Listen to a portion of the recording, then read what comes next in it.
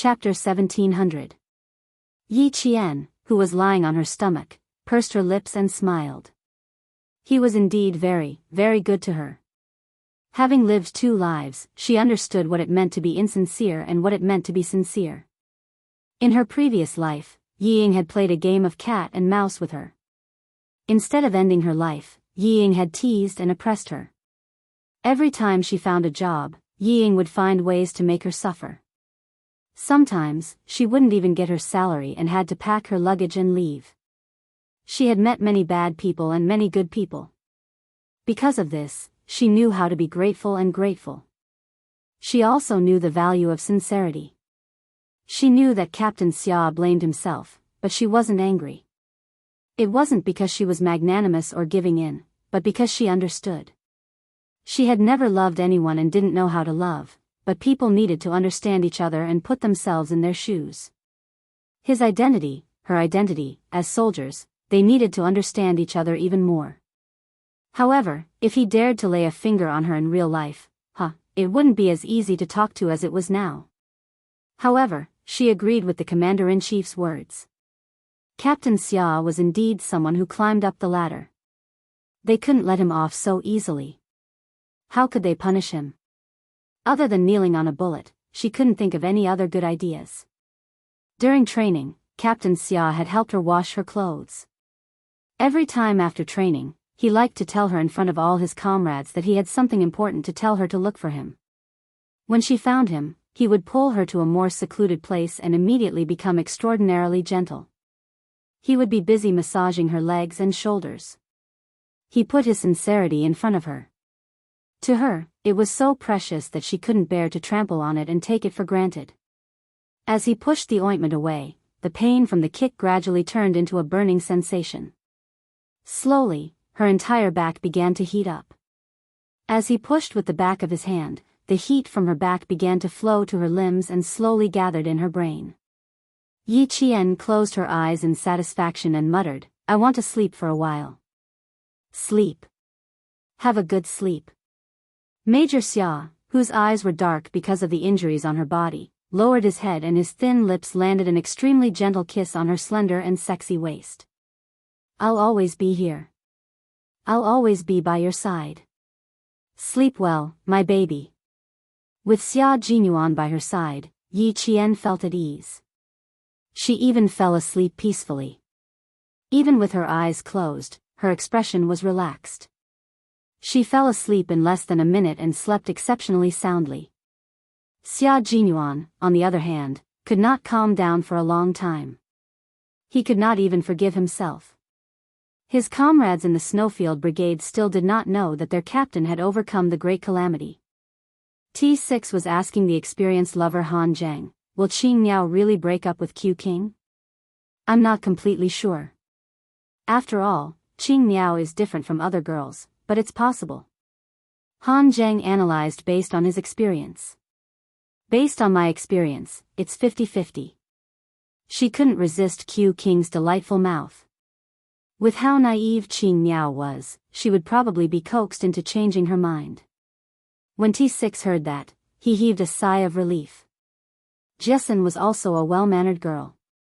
If she found out that he had hit Yi Qian, there would definitely be a 50% chance that she would forgive him. With that thought, T6 immediately relaxed. He even relaxed as he leaned against the back of his seat. That's good, that's good. Let's see how Q King performs. As long as Q King coaxed Yi Qian, his matter would not be a big deal anymore. Chapter 1701. Something doesn't seem right with you. You look like you had a lot on your mind ever since you came out of the hospital, but now you don't look like anything's wrong. Why? Are you that afraid that Qing Miao will dump Q King? Han Zheng was puzzled. Shouldn't he be like K7, G3, and himself, all waiting for the day when Q King would be dealt with by Qing Miao instead? T6 looked at this scourge, who had already ruined more than a dozen girls, and said coldly, "A well-fed man doesn't know the suffering of a starving man. You've already had more than a dozen girlfriends, and your taste is so wide that even a virgin like me can only look on in your dust." As soon as he finished speaking, a team member sitting in the aisle of the plane gasped and stared at Han Zhang. More than a dozen girlfriends. That's a little too capable. None of us have girlfriends. It's true that I've never had a girlfriend before. T6 was not afraid to expose his veteran status to show off how fickle his scourge comrade was. I'm not ashamed of it. In fact, I'm proud of it. Han Zhang chuckled. Damn, this was not a topic he should be talking about, not a topic he should be talking about. In the future, he would definitely not talk about such topics. It would only cause public anger. Keep up the good work. Spring is coming, and so is your spring. Across from Han Zhang, his comrade patted T6, who had never been in a relationship before, and comforted him very righteously. When you get a girlfriend, you can proudly tell her that she's your first love. T6 nodded. He was already prepared to fly over to find his future girlfriend after this training session. As for how Q King and Qing Miao were getting along, T6 did not want to think about it. He should focus on his marriage instead. G3, who was sitting 2 seats behind, said to K7, I don't think it's likely that Qing Miao will bring up a breakup. She's very calm when dealing with matters and won't alienate Q King because of this. She'll understand Q King's intentions. Qing Miao is rational, while Q King is rational. If there's any misunderstanding, they'll sit down and talk it out. A breakup is not going to happen. K7 said expressionlessly. He glanced at G3, who was analyzing seriously. Also, what I said in the bathroom was just to scare Q King. Don't take it seriously. G3 was stunned. K7? Was the person sitting next to him still K7? Was he a K7 that didn't eat the food of mortals and lived a merciless life like a deity? Not only did he bluff Q King once, he even tried to bluff him a second time. And then, he actually believed him. Sleep. K7 put the cap on his face and ignored his stunned comrade. Under the cap, K7's lips curled up.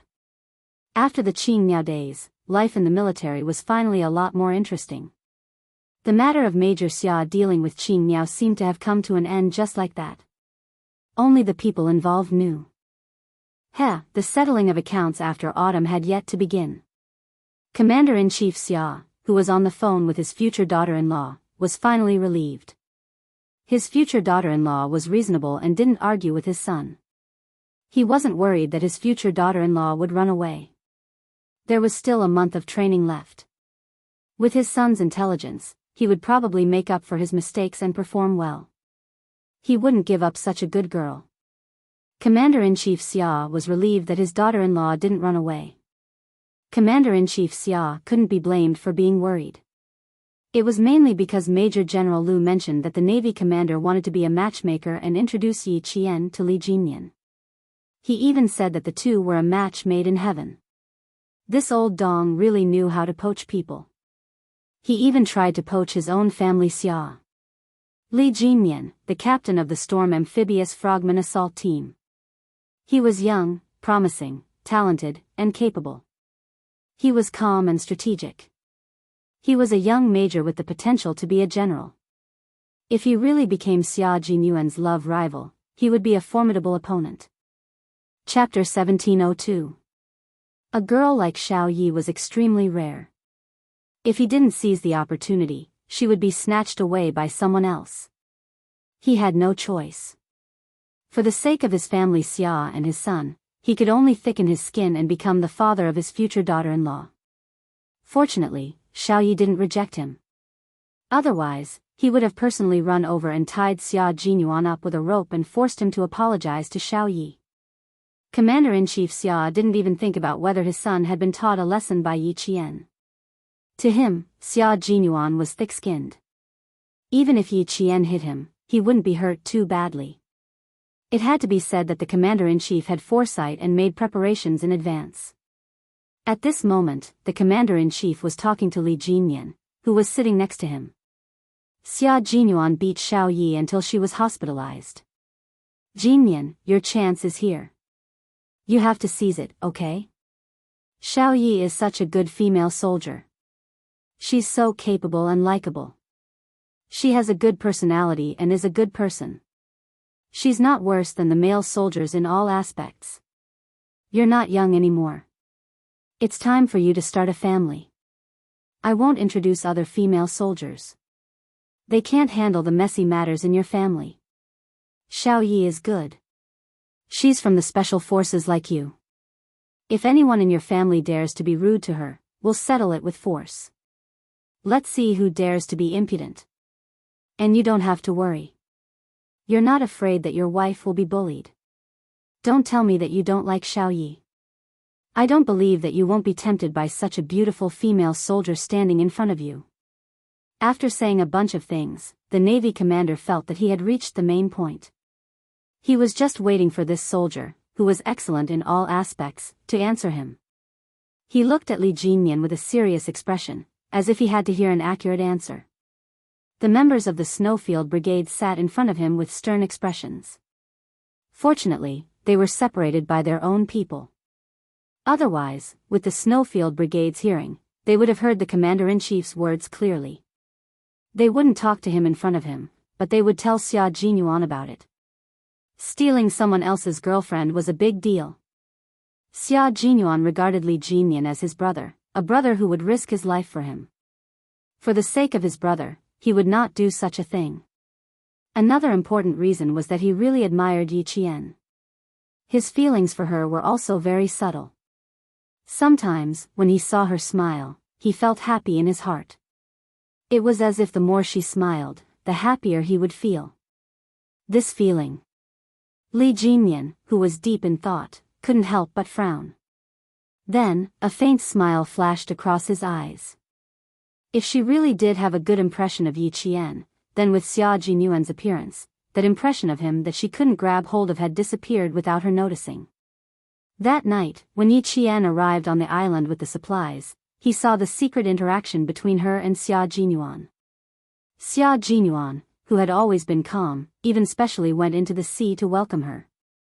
At that time, he thought he was seeing things. Now that he thought about it, he was very sure that Xia Jinyuan really did kiss Yi Qian at that time. Later, when the two sat together, even though there was a certain distance between them, the atmosphere between them was obviously not something that outsiders could interfere with. Later, Xia Jinyuan even came to find him at midnight that night and said, "I want to repay you for your efforts in training Yi Qian." Now that he thought about it, this sentence was actually a declaration of sovereignty, and at the same time, it also told him about their relationship. Yi Qian was sent by the military to train with the Storm Commandos. What did it have to do with Xia Jinyuan? As long as he thought about it carefully, he would know why he said that. Chapter 1703. Because Yi Qian was Xia Jinyuan's girlfriend, he was thankful that he had trained Yi Qian strictly and did not treat her carelessly just because she was a female soldier. Now that he had confirmed their relationship, even if he really had any thoughts about Yi Qian, he had to give up. He could not bully his friend's wife. This was the bottom line of being a person. As a soldier, how could he touch it? Moreover, when he found out that they were lovers, he was not sad at all. Instead, he felt that their relationship was normal. Now, he was very sure that he really only admired Yi Qian and did not have any other thoughts. Even the slight feeling of seeing her smile made him happy was definitely not because he had feelings for her. It was not that he had never been in a relationship before, and it was not that he had never had feelings for someone. How could he treat the admiration between comrades as feelings between a man and a woman? It was just that he did not understand why he liked to see Yi Qian's smile so much that it made him feel happy. This was his own private matter, and he did not want to talk about it. Now, he had to talk to the commander. How should he say it? He had to think about it for a while, string some words together, and make it clear to the commander all at once. Li Jinyan did not like to talk much. His personality was as cold as the expression on his face. In addition, he was usually a man of few words. During training, there was no need to talk much nonsense. He was not used to talking a lot. If he could, he really only wanted to tell the commander, "You're thinking too much." But he could not. If he did not say a few more words this time, he was afraid that he would not be able to dispel the commander's thoughts. If he directly talked to Xia Jinyuan and said that he wanted to introduce Yi Qian to him as his girlfriend, then it would really be a big problem. Thinking of this possibility, Li Jinyan felt that he had to, immediately clarify this matter with the commander. He was still thinking about it when the commander of the navy became anxious. Li Jinyan, are you still a man? How can you be so hesitant? Is it that hard to give me a definite answer? Or are you too embarrassed to tell me? Do you want to be alone? The cabin was very quiet. The Navy commander raised his voice slightly, and the comrades of the storm commandos in the front rows could hear him clearly. They were all shocked by the commander's words. Li Jinyan, are you still a man? Whether or not the Demon King was a man, they knew best. It was definitely a man. He was a very, very impressive and majestic man. Commander, what are you talking about with the Devil King? Why does it sound so awkward? I don't know. They even talked about whether or not the Demon King is a man. Cough, I can prove that the Demon King is definitely a man. Listen, what do you want to hear? I think it's quite interesting. The comrades in the front row remained motionless, but there was no obstacle in their communication. One by one, they were speculating with great interest. Sitting in the row in front of Li Jinyan were Prawn and Whale. Sitting across the aisle were the scouts in the team. Their hearing was excellent, so they could hear it even if they didn't want to. Only the three of them knew what the commander and the Demon King were talking about. Pursuing Qing Niao Yi Qian was something that they would definitely support. The two of them cooperated well in battle. It was not at all obvious that this was their first battle. The two of them stood together very well. Qing Niao was tall and slender, and the Demon King was tall and straight. In addition, they were both very good-looking. If they really were to be together, it would indeed be a joyous occasion. Chapter 1704. Li Jinyan, who was prepared to give a long speech, first swept his gaze over the scouts sitting side by side. When they received his gaze, which was as cold as a knife, the three scouts moved in unison. They twisted their necks and turned their heads in unison toward the window. The Devil King had discovered that they were eavesdropping. After shocking the scouts, Li Jinyan said in a low voice, Commander, I know you're doing this for my own good, but I really don't have any romantic feelings for Yi Qian. I admire her very much, because a female soldier like her is a rare existence in the army. Every male soldier who sees her will be amazed by her ability and appearance. I'm a man, the most normal man. I can't avoid this. I also have to admit that Yi Qian is definitely a very suitable girlfriend for us soldiers. Because she wears the same military uniform as us, carries a gun, and fights for the country, the people, and her family. She's so outstanding. Once she enters the army, she's like a fairy descending to the mortal world. It's inevitable that the male soldiers will be tempted. Even the great mermaids tease that if Yi Qian had entered the army a few years earlier, he would also be tempted to write her a love letter. You know, even the great mermaid's children are a few years old. When the commander heard this, he still felt that there was hope. He pulled a long face and said, Since you can't avoid this, then it's fine. As long as you get along well, you'll eventually develop feelings for each other. Just like my generation, what did we rely on to get married? It was all about matchmakers. The matchmaker came to talk about the situation of both parties' families. The parents' opinions were not bad. They didn't even ask for our opinions and directly decided. You still don't know what the person you're marrying looks like. When you get married and get together, all feelings will come after a long time. At least you've met each other and understand each other. Furthermore, you admire Yi Qian. You have all the conditions, so why are you still dawdling? When it's time to make a move, you have to make a move. If you miss this village, there won't be another shop. When the time comes, where will you go to find a girlfriend as good as Yi Qian? Li Jinyan had intended to say everything in one breath. Now that he was interrupted by the commander, who thought that he and Yi Qian could develop, why was it getting more and more confusing? Li Jinyan raised his hand and rubbed his temples. He reorganized his words and decided to make it short. I'll tell you this. I don't have any romantic feelings for Yi Qian. Similarly, Yi Qian has no romantic feelings for me. After talking for so long, she was still talking about feelings with him. Talk my ass. If he didn't have feelings for her now, wouldn't he have feelings for her after they got married? Why didn't he understand what he meant? The Marine commander only felt that his heart was suffocating. I told you to pursue her first, and then slowly cultivate your feelings. Did you not understand, or are you deliberately playing dumb with me? Commander, by the commander.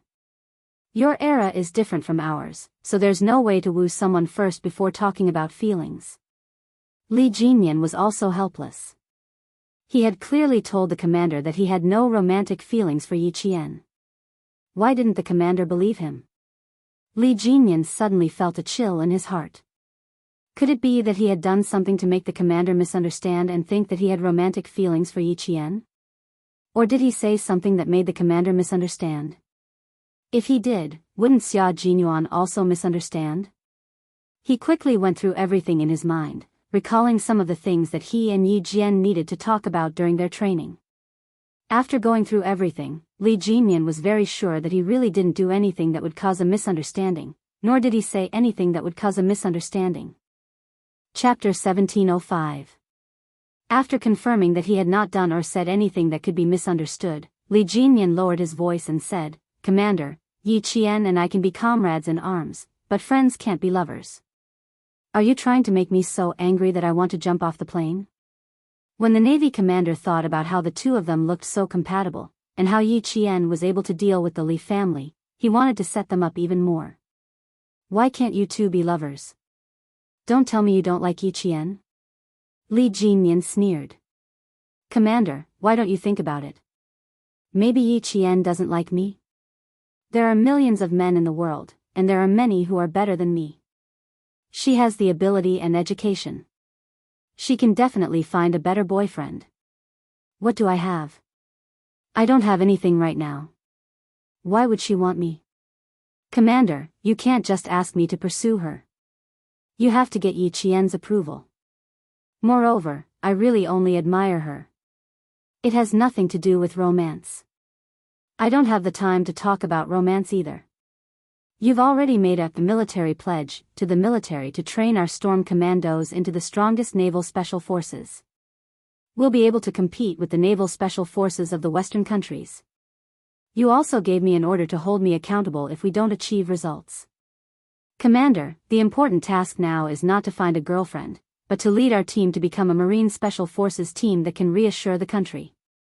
This time, Li Jinyan finished speaking in one breath and did not give the Navy commander a chance to interrupt. Stop thinking about it and don't mention it again. It's impossible for Yi Qian and I to be together. There's no chance.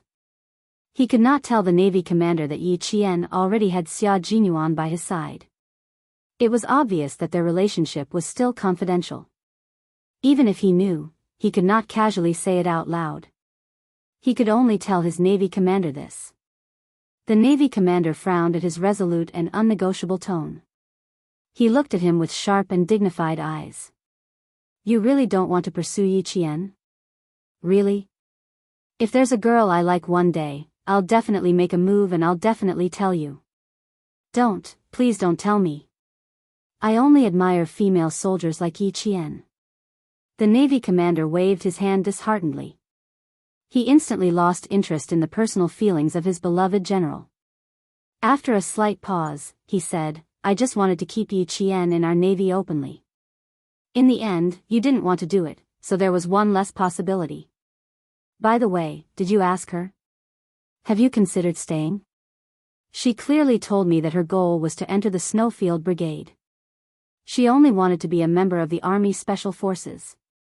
She didn't consider the Navy. Li Jinyan didn't hide it anymore. Since the commander asked, he would answer truthfully. It was better than thinking about it. He didn't want to have any misunderstandings with Xia Jinyuan. Now that everyone was at peace, he wanted to make things clear in advance that might hurt each other's feelings. He wanted to get rid of any bad things that might happen between them. No misunderstandings, no indifference, and in the future, they would still be comrades who could put their lives in each other's hands. The Navy commander sighed repeatedly. This wouldn't work, and that wouldn't work. There really wasn't a single possibility. Old Yang, I really admire you. I really admire you. Seeing this, Li Jinyan changed the topic. Next up is the desert training and altitude training. Commander, I'm worried that the members will suffer from altitude sickness. I plan to prepare more altitude red medicine. We also need to carry oxygen tanks with us, just in case. Chapter 1706. When it came to training, the Navy commander no longer cared about the things that made him feel regretful. Instead, he discussed with Li Jinyan the detailed arrangements for the upcoming training. Xia Jinyuan, who was accompanying Yi Qian, was also making detailed arrangements. Training in the desert was actually more dangerous than training in the high altitude. The biggest problem was the scarcity of the source of life, water. As for the lack of a compass, Xia Jinyuan didn't think it was a big deal. There wasn't much water, and the only food that filled the stomach was a few packets of pickled vegetables, some compressed biscuits, and some red pepper. There was already a serious shortage of water, and the supplies that were given actually had to be swallowed by large gulps of water. Needless to say, this was a deliberate arrangement by the military. Cold, heat, thirst, these were all necessary training for a special forces soldier. Xia Jinyuan had no objections to this, and he had no right to raise any objections.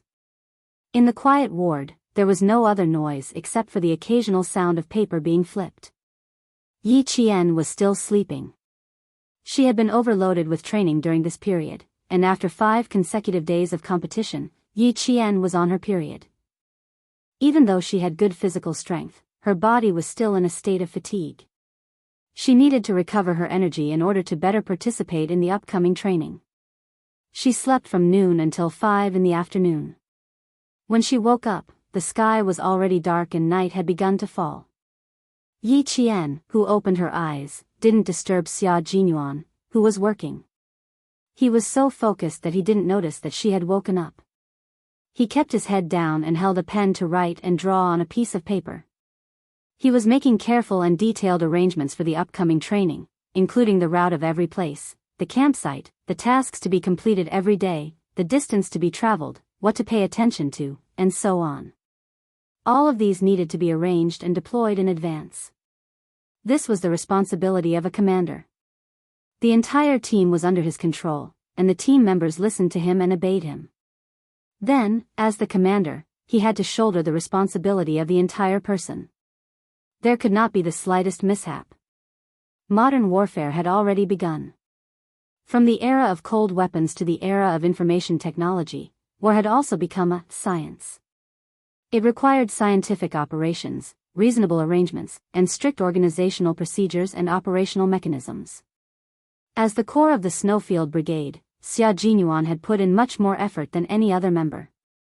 Although Yi Qian hadn't officially joined the Snowfield Brigade, she knew how hard Xia Jinyuan worked. He was always at the most dangerous places, always at the forefront of the most difficult and tiring tasks, advancing and retreating with his comrades. He didn't have any special treatment because he was the captain. She was fascinated by this serious and responsible Xia Jinyuan. Perhaps he had encountered some difficulties, his originally handsome face suddenly, his side profile, which made him look even more like a soldier's dignified. The heater was turned on in the ward. He had taken off his combat uniform jacket and was only wearing a close-fitting long-sleeved shirt. The hem of his shirt was tucked into his waist pants, and the tight leather belt outlined his beautiful and sexy waist. From her side profile, she could see the beautiful texture of his strong chest muscles. Just by looking at them, she felt that it must be very safe to lean on such a chest. Yi Qian, whose face was a little hot, couldn't help but let his imagination run wild. He quickly looked away and sideways to look out the window. It was unknown when it started to snow outside the window. The heavy snowflakes were like goose feathers. They were like fairies given by the heavens to the earth, which could drive away all the darkness and all the evil, and bury all the unfortunate and painful things in the pure white snow. Chapter 1707. It was such a quiet ward. It was so quiet that both her body and mind were completely relaxed. Her mind was empty of all distractions, and her mood was tranquil and distant, far away from all her worries.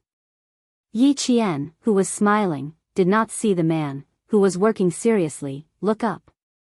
His deep, dark eyes were filled with a gentleness that could make one sink into it. He gazed deeply at her, pressed his lips together, and then lowered his head to continue with his work. Snowflakes fluttered outside the window, but the ward was as warm as spring. One of them was sitting, and the other was lying down. Neither of them disturbed the other, but they were both thinking about each other. They enjoyed the tranquility of the winter and spent the rare time alone together. Time ticked by. Yi Jian, whose neck was a little sore from twisting, once again looked at the man who was still working seriously with his head lowered. She saw that the corners of his mouth, which had been pressed tightly, had lifted, revealing a naturally elegant smile. His smile was so infectious that even Yi Qian could not help but cover her mouth and laugh. The man holding the pen suddenly smiled and sighed. He turned his head and caught Yi Qian's gaze. He raised his slender eyebrows slightly and revealed a dangerous yet elegant smile that Yi Qian could not be more familiar with. "Little fox, I can't concentrate on my work when you look at me like that. It seems that my appearance has won the favor of the little fox. She's mesmerized by it for a while, then mesmerized by it for a while. How is it? Are you satisfied?" Yi Qian, who was caught red-handed, did not feel awkward. He imitated him and raised his eyebrows, nodded, and answered seriously, "Not bad. You're handsome enough. Most importantly, you have a classy aura. You're a feast for the eyes. Being handsome on the outside is one of my strengths.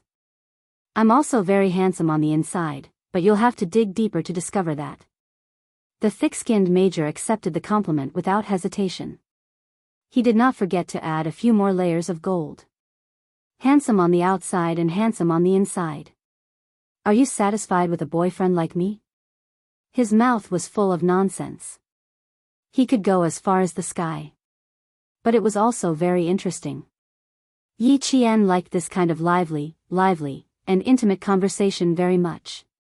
Only in this way did he feel that his life was so fresh and full of inexhaustible vitality.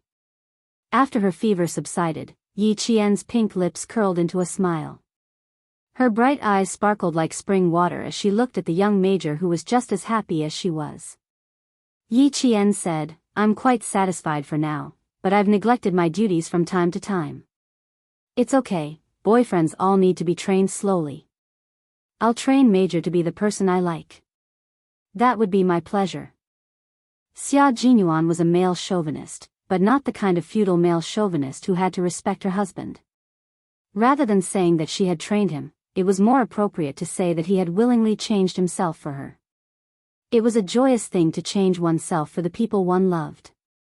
Seeing this, Yi Qian hugged his quilt and laughed even more happily. Her sparkling eyes sparkled like a sly fox, which made Xia Jinyuan feel that even her hair was so cute. She didn't have the guts to train a major. She was so happy that her eyes curved into crescents. Xia Jinyuan felt as sweet as honey in his heart. He raised his hand to look at his watch and couldn't help but frown. It's already so late. He hurriedly tidied up the papers and notebooks on his feet and said to Yi Qian, "You must be hungry. I'll go to the cafeteria to get some barley porridge, longan, and red date porridge. The doctor told me that you can only have porridge today. I'll add more rice, oil, and salt tomorrow." Chapter 1708. High fever caused the metabolic enzymes in the body to become inactive, which led to a loss of appetite. Only porridge and soup did not cause nausea, and could stimulate the patient's appetite and increase their intake of nutrients. Xia Jinyuan followed the doctor's instructions strictly. At the same time, he also accompanied Yi Qian to eat porridge. He packed up the papers and notebooks. Yi Qian's gaze fell on his hands, and his brows furrowed. His hands had been replaced with new sterile gauze. If it was really as he said before, that it was just a few small cuts, they did not need to be bandaged at all.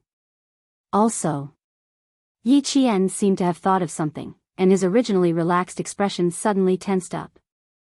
Also, when he used the ointment to massage her back, he used the back of his hand, not his palm. Thinking of this, Yi Qian pulled the blanket away and got out of bed. Xia Jinyuan was faster than her. She had just grabbed the corner of the blanket when he walked over with his notebooks. Don't get out of bed. We'll leave the hospital at 11 tonight and head to the second training base. Lie in bed and rest for a few more hours.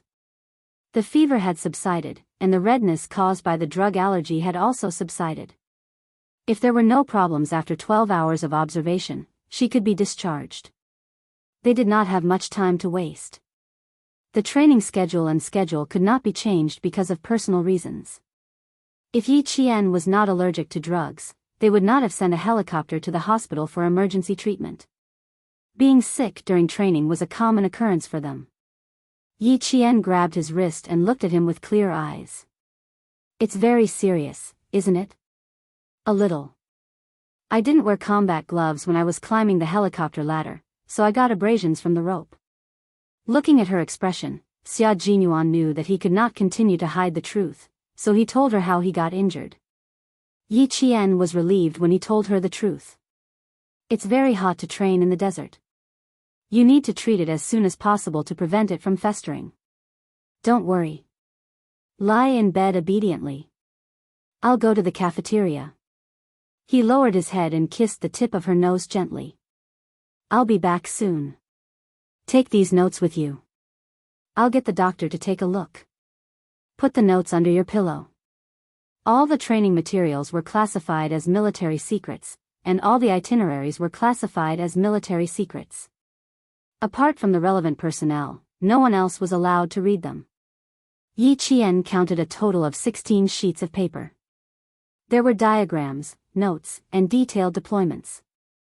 There were also 2 notebooks and a map of the desert. With a rough idea in mind, he hid all the information under his pillow. Seeing this, the smile on Xia Jinyuan's handsome face deepened. She had always been very meticulous, and it was very reassuring to let her handle things. After Xia Jinyuan left the ward, Yi Qian, who was wearing a blue and white striped hospital gown, immediately got up from the bed and took out his military backpack from under the bed. He untied the rope and took out his combat clothes. If she were to leave at 11:00 at night, she would have to pack up and leave at around 10 o'clock. However, she liked to prepare in advance, so she could pack up now. The doctor who came in with 2 nurses saw that the patient who was supposed to be lying on the bed was wearing the same uniform as the male soldiers. She stood by the bed as straight as a pine tree, looking valiant and spirited. It was impossible to tell that she was still sick. When the 2 nurses saw Yi Qian in her military uniform, they felt that it was very rare. In 1999, female soldiers were still rare, and it was the first time that the 2 nurses had seen a female soldier like Yi Qian, who was as beautiful as Hong Kong and Taiwan celebrities. He's so handsome. He's so cool. He's so spirited and good-looking. His facial features look like they've been painted. He's so beautiful. Chapter 1709. The 2 nurses covered their noses as they whispered to each other. They looked at Yi Qian with starry eyes. The more they looked at him, the more excited they became. Their faces were flushed. The doctor turned his head and signaled the nurses to be more reserved with his eyes. He then said to Yi Qian, "Are you ready to be discharged?" "No, you still have 4 hours of observation. You can only be discharged after 4 hours. Thank you, doctor. I'm just tidying up. I feel much better after a day of sleep. I don't feel as heavy as before.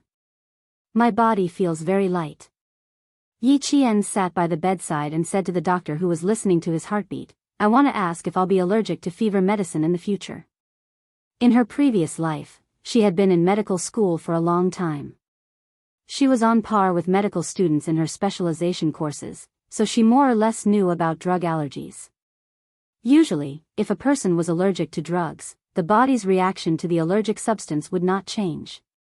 Once the body was allergic to the substance, it would stay with the body for life. But she found it unbelievable that he was allergic to fever medicine. After a simple examination and seeing that the rash on his body had subsided, the doctor couldn't help but smile. You're recovering well. Your physique is better than normal people's. Your fever is more than 39 degrees. A normal person would need at least 2 days to gradually recover. You've recovered in less than 12 hours. Your physique is very good. As for your allergy to fever medicine, your comrades said that you've all taken strong fever medicine. You haven't taken it before, have you? Yi Jian was about to answer when one of the nurses put the medical tray with cotton swabs, alcohol box, and thermometer on the bedside table. Then she reached out to pick up the pillow. Yi Jian, who had her back to the nurse, turned around and pressed the pillow with her hand naturally, as if she had eyes on the back of her head. She smiled and said, "You can just stand and take the temperature. You don't have to lie down." Oh, okay. The nurse didn't think much of it. She was a little embarrassed that Yi Qian suddenly spoke to her. Yi Qian smiled at the nurse again before answering the doctor, "No, it's my first time taking it." "Is it because the medicine is too strong?" She frowned as she tidied up her clothes. If she was allergic to fever medicine in the future, it would be a little troublesome. It wasn't the first time she had a high fever during a battle. It might happen again in the future. Xia Jinyuan pushed the door open and entered. He heard the doctor speaking to Yi Qian with a gentle smile. "Don't use it too much in the future. You don't have to use strong drugs. Traditional Chinese medicine will do." "Excuse me, is my comrade having a fever again?" He didn't even put down the bowl of porridge in his hand. He walked directly to Yi Qian's side and stood there like a guardian angel. His brows were furrowed, and there was a hint of worry in his expression. Even as a doctor, he could not handle talking to two soldiers with strong auras all of a sudden. He quickly said, "I'm still taking his temperature." Yi Qian said, "I'm asking if I can still take fever medicine in the future." The doctor suggested that I could drink Chinese medicine to reduce my fever. Think of something good. You don't have to take medicine randomly. Xia Jinyuan gently knocked on her head and said politely to the doctor, "Thank you for your hard work today." "You're welcome. It's what we should do." The doctor also said politely. He took the thermometer from the nurse and glanced at it. His temperature is normal. He can be discharged in 4 hours. Yi Qian didn't like hospitals, and neither did Xia Jinyuan. After receiving the doctor's confirmation, they looked at each other and smiled. Even if they couldn't be discharged tonight, they would still be discharged. Chapter 17:10. After eating porridge for dinner, Xia Jinyuan took out the documents he had hidden under his pillow and said to Yi Qian, "Come, little fox, take a look at the upcoming desert training. You went to the desert with Uncle Chen for sniper training. This time, it's going to be a little more difficult. Understand the entire training plan first. As for the difficult parts, you have to persevere even if it's difficult. There's no way to change it." Yi Qian had already skimmed through it. He took out a document and asked, "Anti-war, anti-annihilation, anti-ambush, and breakout. These 4 are all team training. I've already discovered my weaknesses. I can do individual combat, but I can't find my place in team combat. I always want to rush up and solve the problem alone. It was the same every time. Just like when she was working with the devil, she also wanted to rush up and solve the problem alone. In short, she was not used to team combat. Maybe it was because she was used to being alone in her previous life. Although she had changed a lot in this life, every time she felt a sense of crisis, she wanted to face it alone and solve it alone. But she did not intend to tell anyone about these reasons, not even Captain Xia. Xia Jinyuan said, "It's normal because you haven't received any systematic training. All these years, your training has been focused on individual training. You're not used to being in a team, so your subjective thinking is more serious. As an individual, all of us are like that. The military is a furnace that can correct your shortcomings one by one. It will allow you to be reborn and become a real soldier." He had discovered this problem earlier than Yi Qian. Otherwise, he would not have suggested for her to major in command. Not only did he want to solve this problem, but he also wanted to cultivate Yi Qian's leadership skills and lay a good foundation for her future development. Hearing this, Yi Qian felt that what he said made sense. She had indeed not received any systematic and professional team training. Whether it was training with Grandpa Zhen or Uncle Qin, she had only trained as a single soldier. Anti-war, anti-annihilation, anti-enemy ambush, and breaking out of an encirclement. These 4 aspects can improve your team awareness. Also, you can see how the Infernal King leads and deploys his troops, and how he arranges every soldier to the correct position. Seeing, thinking, and observing will greatly improve your combat skills and team coordination. More importantly, these are things that the school cannot teach you. That was indeed the case. Therefore, when she found out in school that she had to go overseas for pre-match training, her heart was filled with anticipation. The desert we're entering this time requires us to pass through the border, and there's also the Gobi Desert combat training. We'll have to cross a total of 8 provinces. Once we enter the border, we'll start moving. We'll walk and train along the way. You should pay attention to your body and report back if there's anything wrong. Once they entered the desert, they couldn't let anything happen to their bodies. If something did happen, it would be quite troublesome. We don't have a compass, and we don't have many supplies, so we have to take care of our bodies. Xia Jinyuan reminded him again. Then, he took out the list of supplies and pointed at one of them with a smile. The good news is that with the exoskeleton power equipment this time, even if we enter the Gobi Desert, we will be able to move as fast as flying. This was a type of equipment with a modular design. Each module could be stacked in a standard individual protective kit. The height could be adjusted, and it was suitable for individual soldiers of different heights. It was convenient to wear, and it didn't even take 30 seconds to put it on and off. Chapter 1711. Yi Qian had never heard of it before. She couldn't help but ask, what's the difference between this and our current combat backpack? She had never seen or heard of it before. She didn't understand it at all, nor did she have a basic understanding of it. When Xia Jinyuan saw this, he picked up a pencil and began to draw on a piece of paper.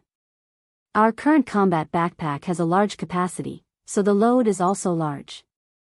This time, we're carrying 25 kilograms of combat equipment.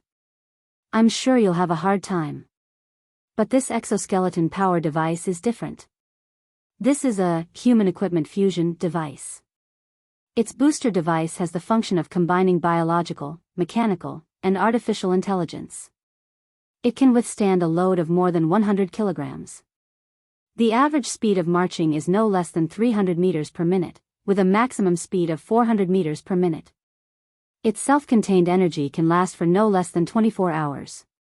At the same time, it detects the individual soldier's muscle activity through sensors distributed at the shoulder, waist, knee, calf, and other parts of the body. It generates force, movement, and other parameters and outputs them to the control system. When she heard this, Yi Qian was dumbfounded. This kind of equipment was like alien equipment to her. It had sensors and could detect. Just listening to it made her feel like there was a high level of science and technology involved. Seeing her shocked expression, Xia Jinyuan couldn't help but raise his hand and affectionately scratch the tip of her nose. He smiled and said, I haven't explained everything yet and you're already so shocked. When I'm done, won't you be so shocked that you'll think that this kind of equipment doesn't exist? I wouldn't think that this kind of equipment doesn't exist, I just think it's very rare. Yi Qian looked at the simple drawing he made. She looked left and right, but couldn't see anything special about it. Xia Jinyuan sneered. I'm also surprised every time I see it. But this kind of equipment isn't only secretly researched by our country. It's the same for Western countries as well. This batch of equipment is the first batch we'll use. After we're done, we still need to write a report to list the areas that need to be improved. It'll take at least that many years for the technology to mature. He waved his bandaged hand in front of Yi Qian. His slender fingers made a number, which made Yi Qian hold her breath. It'll take at least another 10 years. That's too long. Hasn't it already been developed? A missile or a man-made satellite doesn't take that long. Yi Qian couldn't believe it. How was it possible that a device would take 10 years to mature? In her previous life, when she entered the 21st century, the US revealed many secret weapons in their wars against Iraq and Afghanistan. It would take at least 10 years for a piece of equipment to mature. Xia Jinyuan, who was tapping the paper with the tip of his pen, smiled and sighed. For a long time, the development of infantry has been based on improving the individual combat ability through mobility, defense, and attack. But now, it's no longer possible. We need to add information power. With the increasing number of combat equipment, there are countless weapons that can be carried by individual soldiers. Each of them has its own specific function and adaptable combat environment. Take grenades for example. According to their uses, they can be divided into anti-personnel, anti-tank, incendiary, smoke-emitting, illuminating, anti-riot grenades, as well as practice and training grenades. Anti-personnel grenades can also be divided into two types: defensive, fragmentation, and offensive, explosive. Projectiles can also be divided into two types: hand-thrown, gun-fired, and multi-purpose, hand-thrown, gun-fired, and grenade launchers. Chapter 17:12. All of these will need to be used once we enter a large-scale battle. How to make it easier for the infantrymen to carry them has always been the main research direction that the equipment experts have been working on. Think about it. As the environment continues to evolve and the variety of weapons continues to increase, the experts at the Equipment Research Center can't only research one type of equipment that is suitable for the present.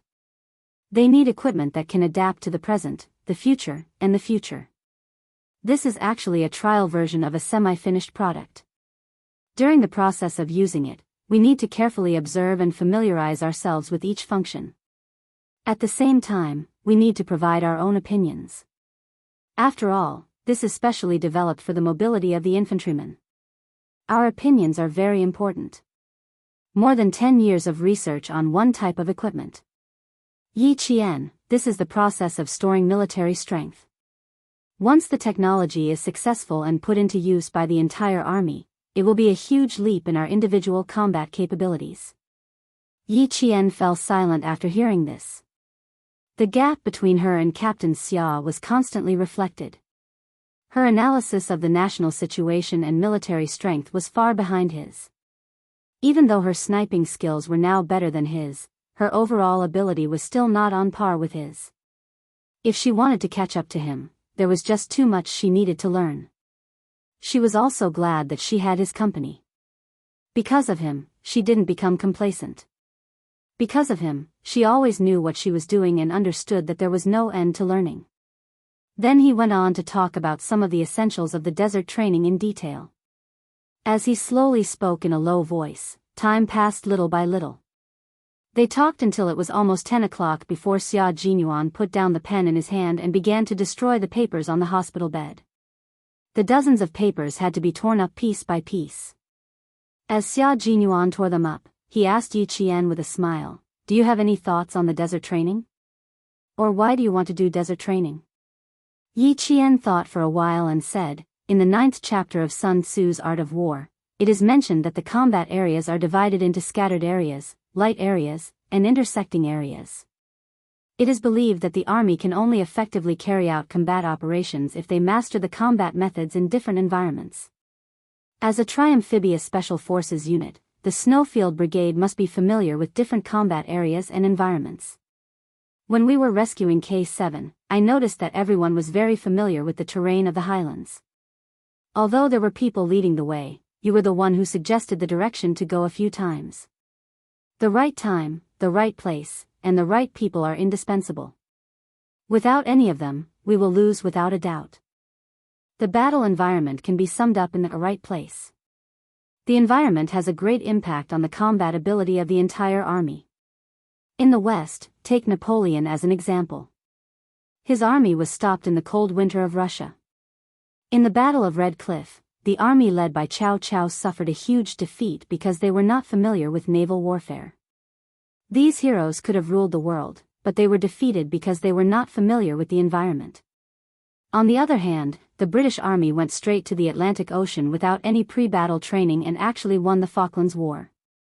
This was because they had been undergoing difficult and high-intensity training in the complicated sea conditions all year round.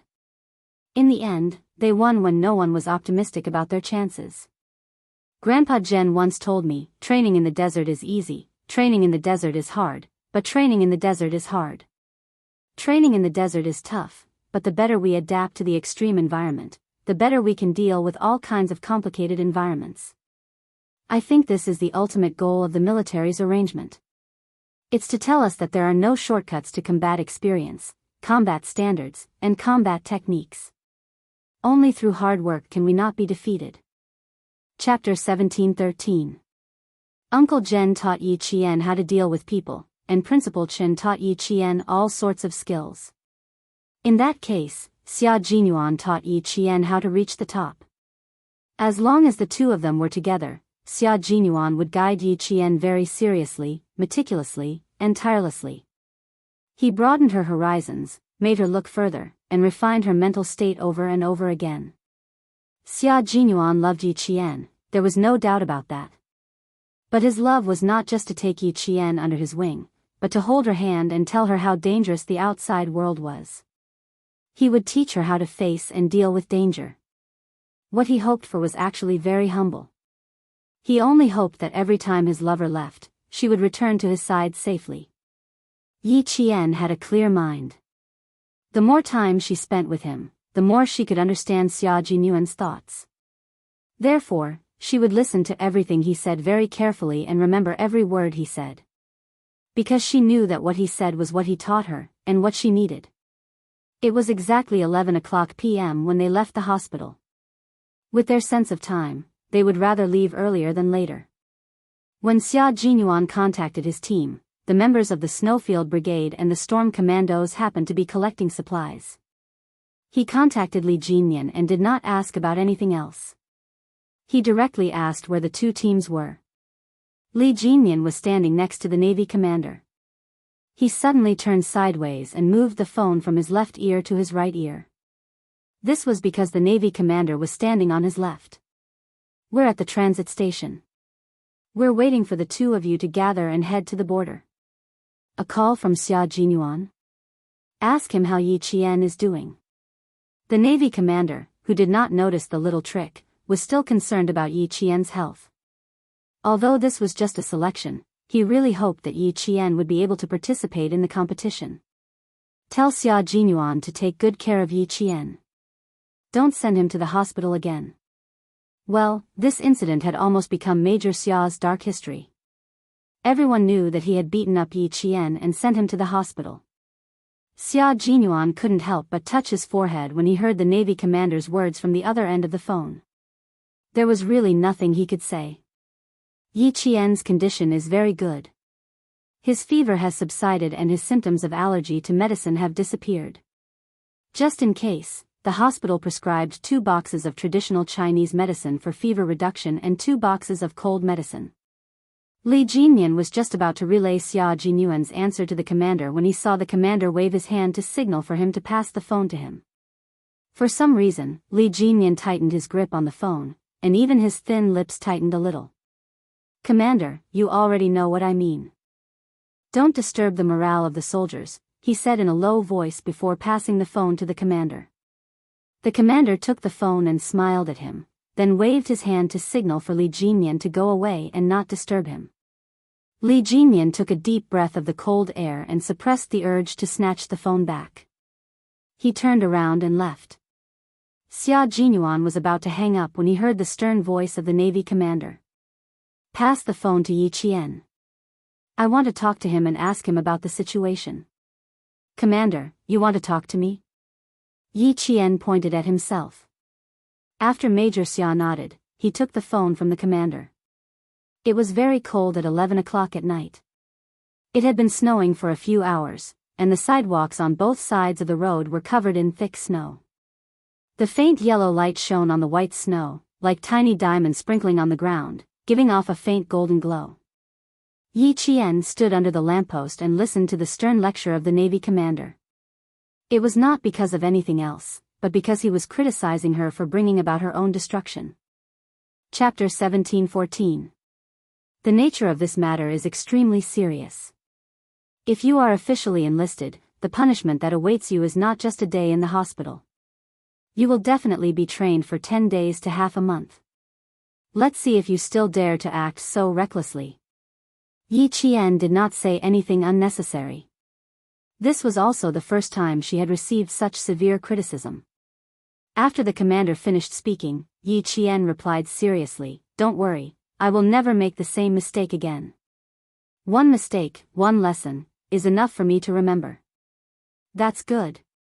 You are still young, and the youngest of the two teams.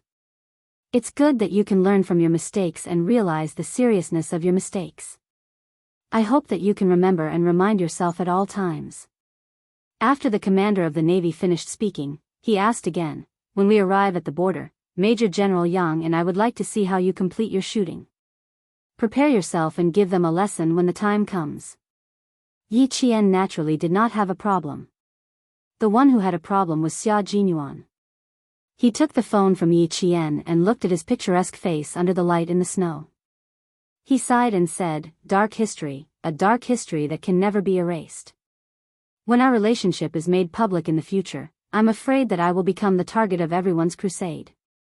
I beat up my own girlfriend until she was hospitalized.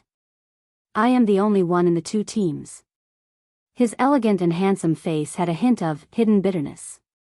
His expression was synchronized with his tone. When he spoke, he even deliberately lowered his voice. He was a bit like a large abandoned dog, so pitiful that one wanted to pat his head and take him home with a soft heart. Yi Qian smiled until his eyebrows curved like the crescent moon. "Captain Xia, when the time comes, I don't have to settle the score. I think my comrades and Father Xia will stand up for me." "Father? Father Xia?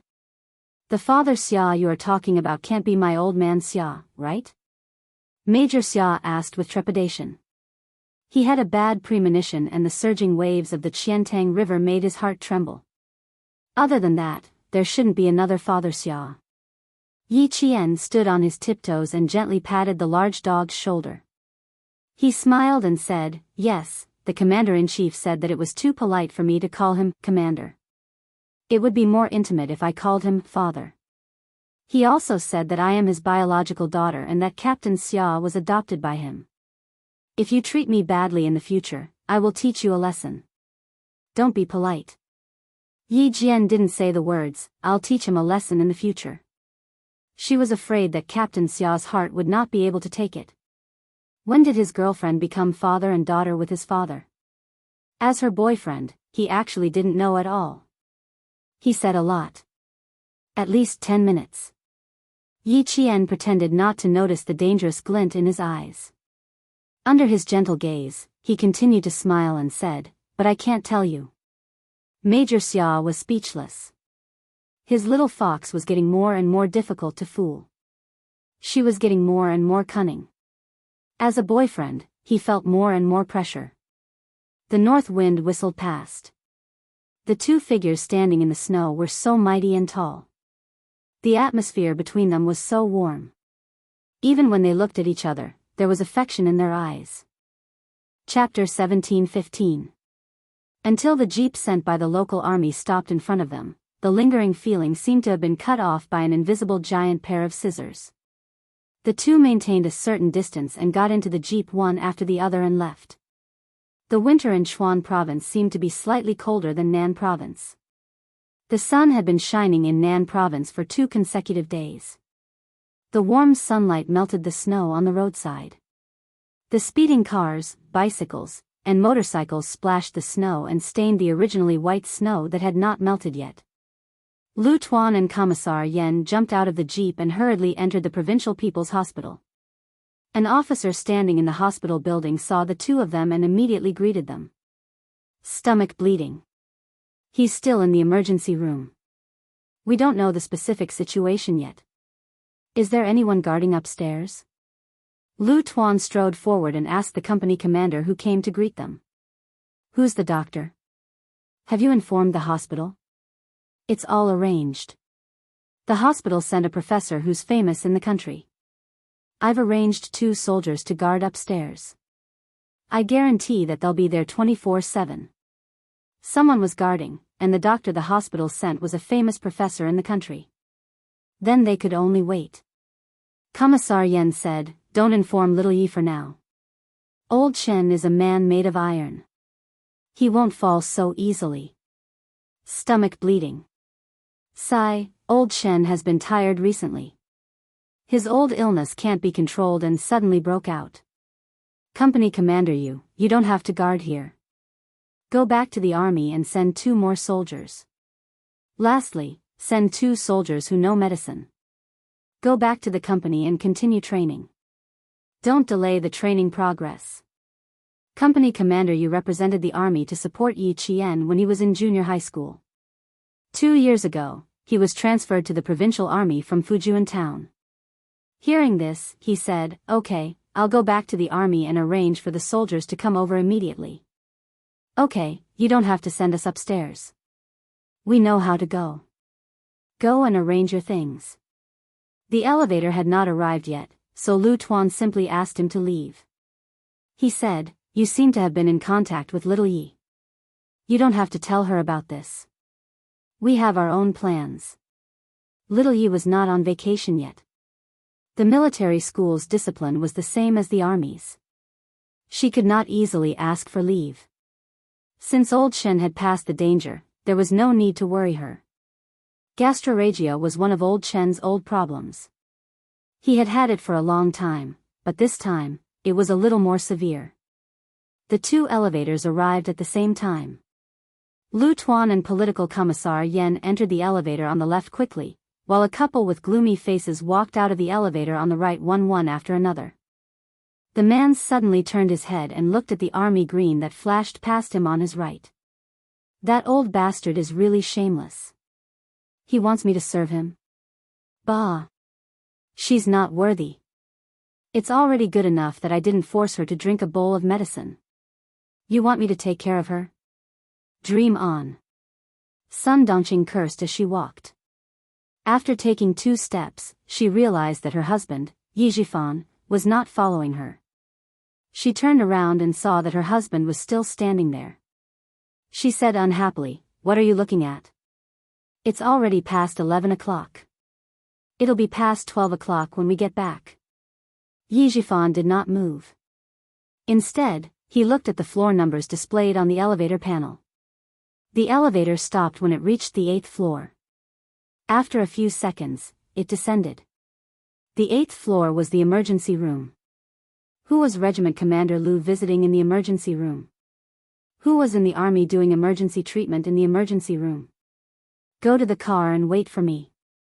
I'll go take a look. Yi Jifan did not turn his head and ordered Sun Dongqing to go back to the car. He waited for the elevator to come down. He still wanted to build a good relationship with Regiment Commander Lu. He did not want to lose face because of Yi Qian. Chapter 17-16. Sun Dongqing thought he was going back to the ward. She sneered, you really know how to pretend to be a filial son. I'm not going to accompany you. Ying will call later. Watch your time. She didn't even bother to look at Yi Jifan. She gathered her coat and left the hospital without looking back. She wanted to go over. She didn't care about his reputation in the government. Why did she accompany the old woman until so late every Saturday? Why didn't she stay at home and look at her computer when it was snowing? Ever since Yi Ying went abroad to study, Yi Jifan and Sun Dongqing had less and less interaction. They didn't even have a normal conversation. Living under the same roof was worse than being strangers. They didn't even exchange a word of courtesy. Yi Jifan would rather talk to Yi Ying than talk to Sun Dongqing, who had been brainless all her life. He didn't know anything about the outside world either. He was afraid that Sun Dongqing would drag him down. His wife left without looking back. He also walked into the elevator without looking back. Regiment Commander Lu came to the Provincial People's Hospital so late at night. It was obvious that the leader of the military was in the emergency room. He had to go up and greet him. What was he waiting for? Opportunities were never just for you. If you didn't take the initiative, you would never be able to stand out. Just like his niece, Yi Qian. After she found out about Uncle Zhen's identity, she immediately found a way to move back. She caught the old man's attention and soared to the sky in 5 years. Even he couldn't touch her for the time being. Yi Jifan's eyes flashed with a hint of viciousness. He adjusted his coat and patted the non-existent dust off it. He walked out of the elevator as the door opened. There was a resuscitation room and an operating room on the 8th floor. The resuscitation room was on the left and the operating room was on the right. Yi Jifan thought about it and walked towards the operating room. As he walked through the quiet corridor, he saw Regiment Commander Lu with his back facing him. There was a tall figure standing beside him. He looked familiar. Did the professor say anything before he went in? Did he need us to do anything? Lu Tuan's voice was low and cold, revealing a chilling might, which made the soldiers who were being questioned feel a little nervous. This was a new recruit, and he had a certain amount of respect for his superior. He quickly replied, before the professor went in, he only asked us to wait outside for the operation to end. He didn't say anything else. Commander Yu went through the hospitalization procedures and paid the fees in advance. Then, he ordered the two of us to stand guard outside and report to him if anything happens. Political Commissar Yen saw that the recruit was so frightened by his old friend that his voice was trembling. His voice couldn't help but become gentler. Thank you for your hard work. When the people from the team come, you can go back and rest first. If there is a need, I will call you over. Hurry up and go. Captain Lu and I will guard this place. It was useless for them to guard the place. They couldn't make any decisions if anything happened. It was better for him and old Lu to guard the place. If the situation changed, they could deal with it immediately without wasting any time. After the political commissar spoke, the recruits secretly heaved a sigh of relief. Everyone said that the regiment commander played the bad cop, while the political commissar played the good cop. Sure enough, it was like this. His legs felt weak when he talked to the regiment commander, but when he talked to the political commissar, his heart did not tremble as much. Yi Jifan, who was standing at the back, heard this and knew that his guess was right. Sure enough, it was an important leader who was in the middle of an operation. His condition was probably not good, so he needed someone to guard the place. Chapter 1717. Lu Tuan and political commissar Yen did not notice Yi Jifan until they heard a surprised Lu Tuan behind them. They turned around and saw Yi Jifan striding towards them with a surprised expression on his face. Why is he here? And why did he come to the operating room? Does he know that old Chen is not feeling well? Lu Tuan and political commissar Yen looked at each other secretly. Their expressions were slightly restrained, and they showed some coldness. They did not have a good impression of Yi Jifan. He probably knew it himself. How could he be so thick-skinned to greet them? This director Yi was really a talent. Yi Jifan had already recognized the familiar tall figure. He was even more certain that the person lying in the operating room was a military leader. Lu Tuan, political commissar Yen, why are the two of you standing outside the operating room? Is there a leader who is not feeling well? After being an official for so many years, Yi Jifan's skin was really thick. He could already tell that the two people standing in front of him did not welcome him. But what could he do? One would not hit a smiling person. They were soldiers and they were in the hospital. What could they do to him? All he needed to do was to let them know that he really wanted to mend their relationship, so that they could chat and have a meal together in harmony. You tell him. Lu Tuan did not want to talk to him at all. He directly said to political commissar Yen, I am relieved that you are the one handling this kind of thing. Just say a few words and send him away. He will not be an eyesore standing here. Old Chen does not like him. We have to send him away before Old Chen comes out. Lu Tuan said and nodded slightly at Yi Jifan. He then turned around and said to the two recruits who were preparing to leave, go back to the camp. When you see Company Commander Yu, ask him to bring him here as soon as possible. Yes, Regiment Commander. The two recruits stood at attention, saluted and left in an orderly manner. Yi Jifan did not care about these conscripts. He purposely stood to the side and smiled at the two recruits. When they walked past him, he said to political commissar Yen, the soldiers that you two brought are really different. They don't look like recruits at all. They look like veterans who have been in the army for a few years. He was good at making friends, but it depended on whether Political Commissar Yen was willing to be polite with him. Unfortunately, Political Commissar Yen didn't have a good impression of Yi Jifan. If it were someone else, he would still be polite, but he didn't have that kind of patience when facing Yi Jifan. Hearing this, he smiled and said, "Director Yi, is there anything I can help you with? If you have something to do, Chief Yi, please go ahead. Old Lu and I still have to deal with some things." This meant that they were chasing him away. Yi Jifan, whose eyes were slightly dark, was a little annoyed. Wasn't he just a political commissar? How dare you put on airs in front of him?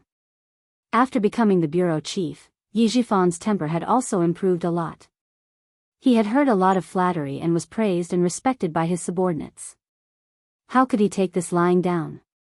But he also wanted to build a good relationship with the local troops, so no matter how angry he was, he had to hold it in. Then, he said, "It's nothing. My old mother suffered a stroke and has been recuperating in the hospital." When she was about to leave, she accidentally saw Regiment Commander Lu entering the elevator. "I thought of coming over to say hello. The person in the operating room is their leader and friend? I have some friendship with the director of the hospital.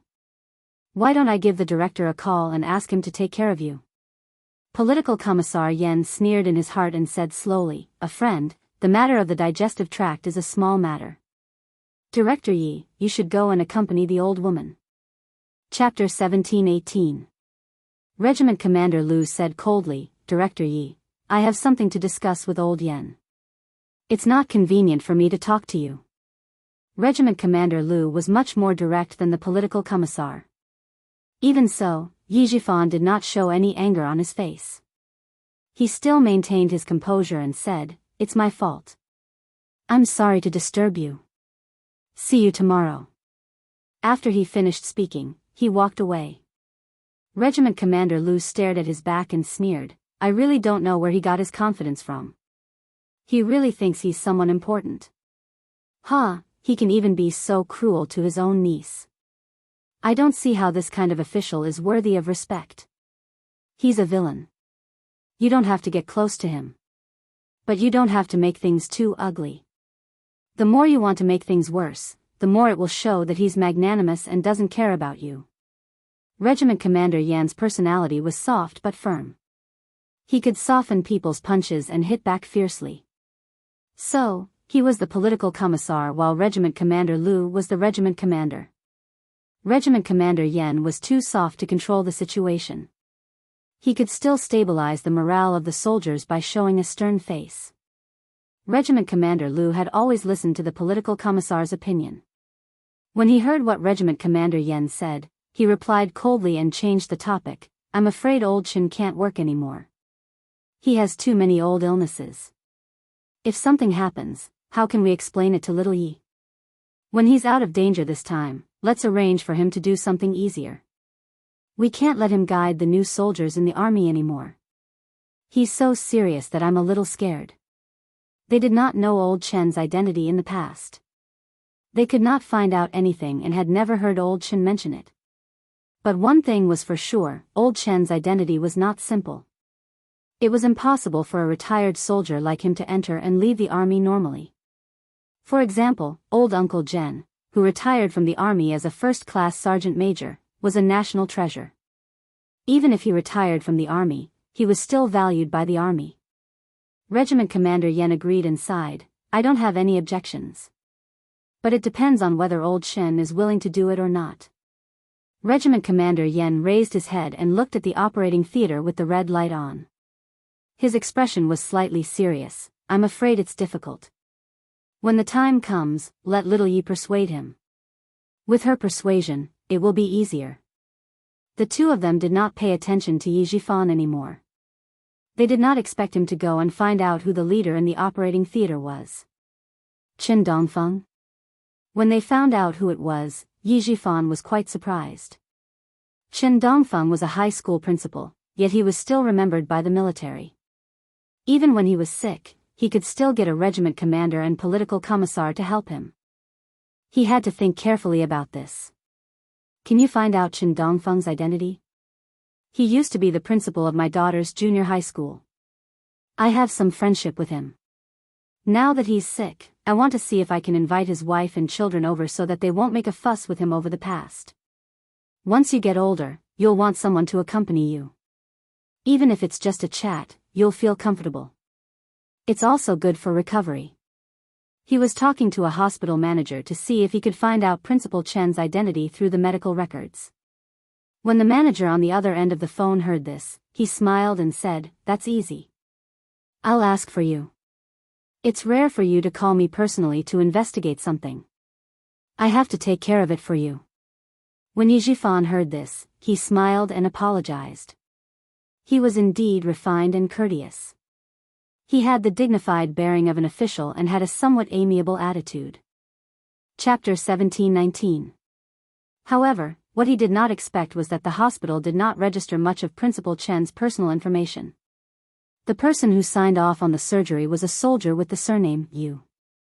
The surgery registration only had his name and age. Other than that, there was no other information. The more this was the case, the more Yi Jifan suspected that Principal Chen's background was not simple. However, as the chief of a bureau, he did not have the authority to investigate military matters. However, since he guessed that he had a background, then this relationship. Yi Jifan could not help but narrow his eyes. He had to think carefully about how to repair it. How to repair it? He had to put in some effort. When he returned to the car, Yi Jifan was deep in thought. He did not start the car immediately. Instead, he took out a cigarette and lit it. He took a puff slowly, completely ignoring Sun Dongqing, who was sitting in the front passenger seat. Sun Dongqing, who had just finished talking to her daughter, could not take it anymore. Seeing this, she asked sarcastically with a cold face, "What's wrong? What did that old fart say to you again?" "Ha, Yi Jifan, if you've heard half a sentence from her, then you're really a fool. Chen Dongfeng is undergoing surgery for gastric bleeding. Go back and prepare some tonics. I'll come to the hospital to visit him tomorrow." Yi Jifan seemed to have thought of how to repair their relationship. He said directly to Sun Dongqing, "I remember that there are still 2 boxes of caterpillar fungus. Take them out for me." Sun Dongqing, who was already annoyed, immediately became angry and shouted, "You're crazy. You can't even bear to eat it yourself, and you're giving it to Chen Dongfeng." She shouted a little anxiously and coughed a few times.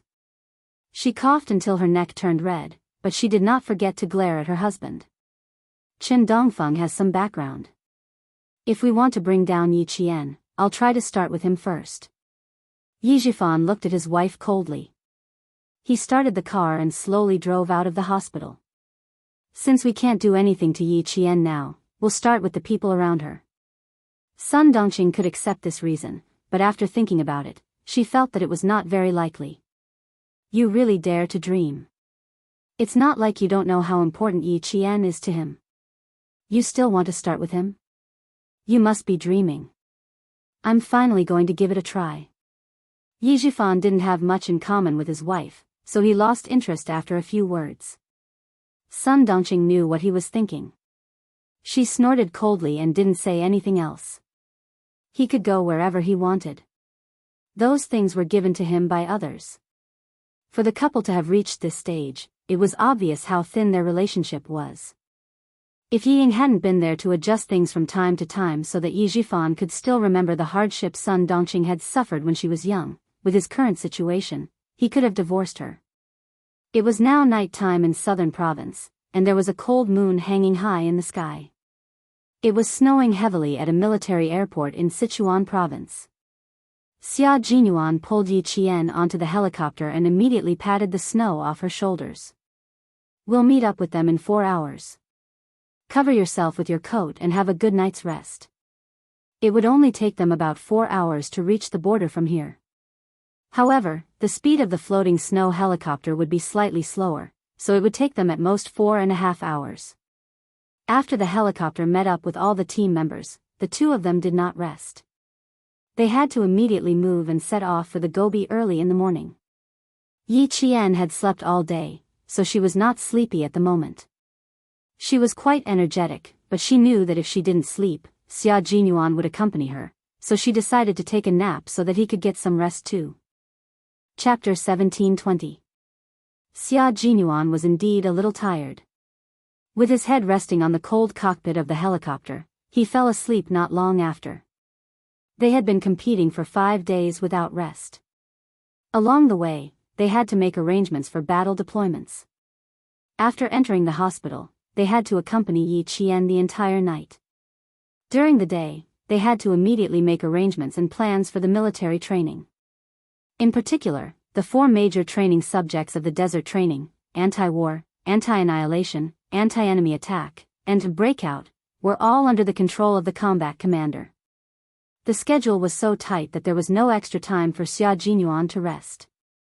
When Yi Qian opened his eyes, Xia Jinyuan, who had not even taken off his helmet, immediately fell into a deep sleep with the rumbling sound of the helicopter propellers. When Yi Qian saw this, he was worried that the turbulence of the helicopter would wake him up. He moved his body so that Xia Jinyuan could lean on his body and sleep soundly. When one was so tired that they could fall asleep even in a smelly ditch, let alone in a helicopter. Although the sound of the propellers was loud, it did not affect his sleep at all. After sleeping for more than 4 hours and 15 minutes, Xia Jinyuan woke up. He saw his lover, who was originally about a palm away from him, leaning close to him. No, it should be said that he leaned close to her and put all his weight on her. No wonder he slept so comfortably. It turned out that his little fox did not rest at all and was carefully taking care of him. Still pretending to be asleep? Did you think I didn't notice? The noise was too loud. Xia Jinyuan used his finger to write on Yi Jian's palm. Every stroke was like a musical note dancing in the sunlight. Every stroke made Yi Jian's smile deepen. Without opening her eyes, she secretly wrote on the outside of his thigh with her finger. So what if I found out? I didn't bully you. She didn't want to bully him, but now. Xia Jinyuan's thin lips curled up slightly as she wrote again. But now I want to bully you. I want to bully you in a special way. She even dared to write and draw on the outside of his thigh. This casual teasing was the most innocent and harmless, but it was the kind of teasing that could make a man's heart sway. However, his little fox was still unaware of it. However, when Xia Jinyuan said that he wanted to bully her in a special way, Yi Qian reacted. After interacting with him for so many years, Yi Qian's understanding of certain matters could already keep up with his footsteps. If it had been in the past, she would have foolishly replied, "How are you bullying me?" Now, she knew how to tease him back. She pursed her lips and smiled as she continued to write on the outside of his thigh.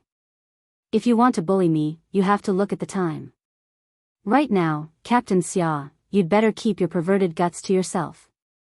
Her slender fingers were writing on the outside of his thigh, caressing him like a feather and tickling him like a small hook. That feeling. Xia Jinyuan felt that his years of special training had been in vain. Nothing had happened yet. She was just drawing on his body with her finger, and he actually felt a little restless. If this went on, his rationality would be thrown aside like a rag in disgust. He didn't even want to pick it up and use it. Grabbing her deliberately mischievous hand, Xia Jinyuan leaned forward slightly and tilted his head. There was an elegant smile on his handsome face as he looked at her with a hint of mischief. He used his eyes to tell Yi Qian, "Move again and I'll eat you up." Chapter 1721. Yi Qian did not take this threat to heart. However, Major Xia's manly features were too outstanding. His features were elegant, and his dark eyes contained a faint smile that naturally made a woman's heart flutter. When he looked at Yi Qian with such deep affection, Yi Qian couldn't help but raise his eyebrows. His delicate lips moved slightly as if he wanted to say something. Xia Jinyuan was obviously stunned for a moment, and then he smiled. His thin lips curled up, like a noble gentleman who was sitting elegantly by the window and tasting tea, and accidentally found the most beautiful flower. His smile suddenly bloomed, and his natural noble temperament quietly bloomed. Wearing a combat uniform, he was actually able to portray the noble, elegant, and arrogant temperament of a noble young master. He had really grown up and become more daring. He was so daring that he could even tease her.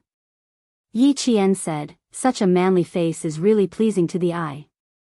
With 15 minutes to go before the border, Yi Qian successfully made Xia Jinyuan behave himself.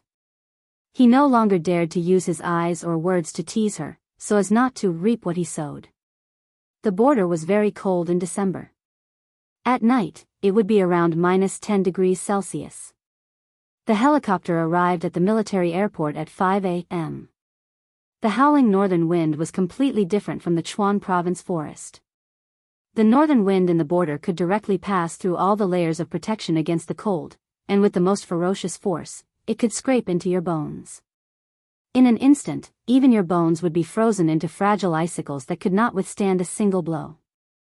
After Yi Qian put on his backpack and got off the helicopter, he felt as if the blood in his body had stopped flowing. Even his heart was cold. Gather with them and change equipment. Xia Jinyuan had already transformed into a wild wolf that walked through the border. He was not affected by the northern wind at all. In the blink of an eye, he was already several steps ahead of Yi Qian. Yi Qian adjusted the straps of his backpack, braved the northern wind, and chased after Xia Jinyuan's tall and straight back. The members of the Storm Commandos and the Snowfield Brigade were already preparing their equipment. Half an hour later, everyone was ready to set off for the Gobi Desert to begin their 15-day training. The Gobi Desert in the northwest had entered winter. It was quite comfortable during the day, but at night, it was unbearably cold. If the cold protection measures were not taken well, they would not be woken up by the cold at night. Instead, they would unknowingly fall into an eternal, deep sleep. All of the team members were checking all of their equipment to prevent any problems. Not only would they drag themselves down, but they would also drag their team members down. The training in the desert this time was still a practical training. The focus was on the water demons of the Storm Commandos. It could be said that the training to improve the strength of the Storm Amphibious Frogmen Commandos did not only require them to fight on their own. They also needed to expand their combat range so that everyone could fight in more complicated environments. The desert they entered this time was the second largest desert in the country, covering an area of 45,000 square kilometers. The name of the desert meant, the place where wild boars roam. What was even more amazing was that the desert landscape here was unique. Looking down from the sky, the desert looked like a picture of tree branches. It was very spectacular.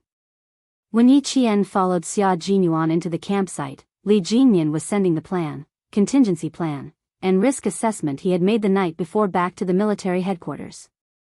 The Navy commander was the first to see the two of them enter. "Xiao Yi, clean up your equipment first. We have 20 minutes to gather and leave." Time was of the essence. The Navy commander did not even ask Yi Qian about his physical condition. He had to complete the most important task at hand first. Chapter 1722. Yi Qian immediately organized her equipment. Because it was a new set of equipment, she had to put it on under the guidance of her comrades. This was also Yi Qian's first time seeing such equipment. From the back, she could not see any difference. She only felt that the backpack was much smaller. However, when she looked at the front, she could see that this equipment was very different. After looking at the drawing paper and listening to Xia Jinyuan's explanation, Yi Qian didn't have much of an idea about this set of equipment. After putting on the equipment, she strapped on the sensor armor around her legs, then put it on her waist and back, and put on the backpack. She could really feel the difference in this set of equipment. Just from the weight alone, it was a lot lighter. General Electric started developing kinetic skeletons as early as 1960, but they only developed one hand at that time. In 1983, the Massachusetts Institute of Technology also started research. Our country developed it later than them, but now that the trial period is over, we have entered the improvement and finalization period. During the march, if there is anything that you think is not reasonable enough or needs to be changed, Qing Miao, you have to write it down. De Shah was in charge of putting on the equipment for her. It took him less than 2 minutes to put on the entire set of equipment. After putting on the equipment, Yi Qian put on the helmet. De Shah took 2 steps back and nodded with satisfaction. He smiled and asked Yi Qian, "Have you seen an American sci-fi blockbuster?" You look a bit like an actor in this blockbuster. He told her the title of the movie. It was a sci-fi blockbuster that was released in the second half of 1984. Yi Qian knew she hadn't seen it before, but she had seen other sci-fi blockbusters, so when Desha mentioned it, she felt the same way. I haven't seen the movie, but now that you mention it, it does feel a bit like it. You can see the age gap between the two of us, Desha joked. Then he said, but ours is more complicated than the T-600 and requires more technology. We are the first batch of soldiers to use it, so our suggestions are very important. You have to pay attention at all times during the march. Yi Qian was never a careless person, so she was even more cautious when it came to the country's military power. While Xia Jinyuan was discussing the training with the Navy commander, they had already changed their equipment. Following the rapid whistle, the members of the two teams walked out of the barracks at the fastest speed to complete the assembly.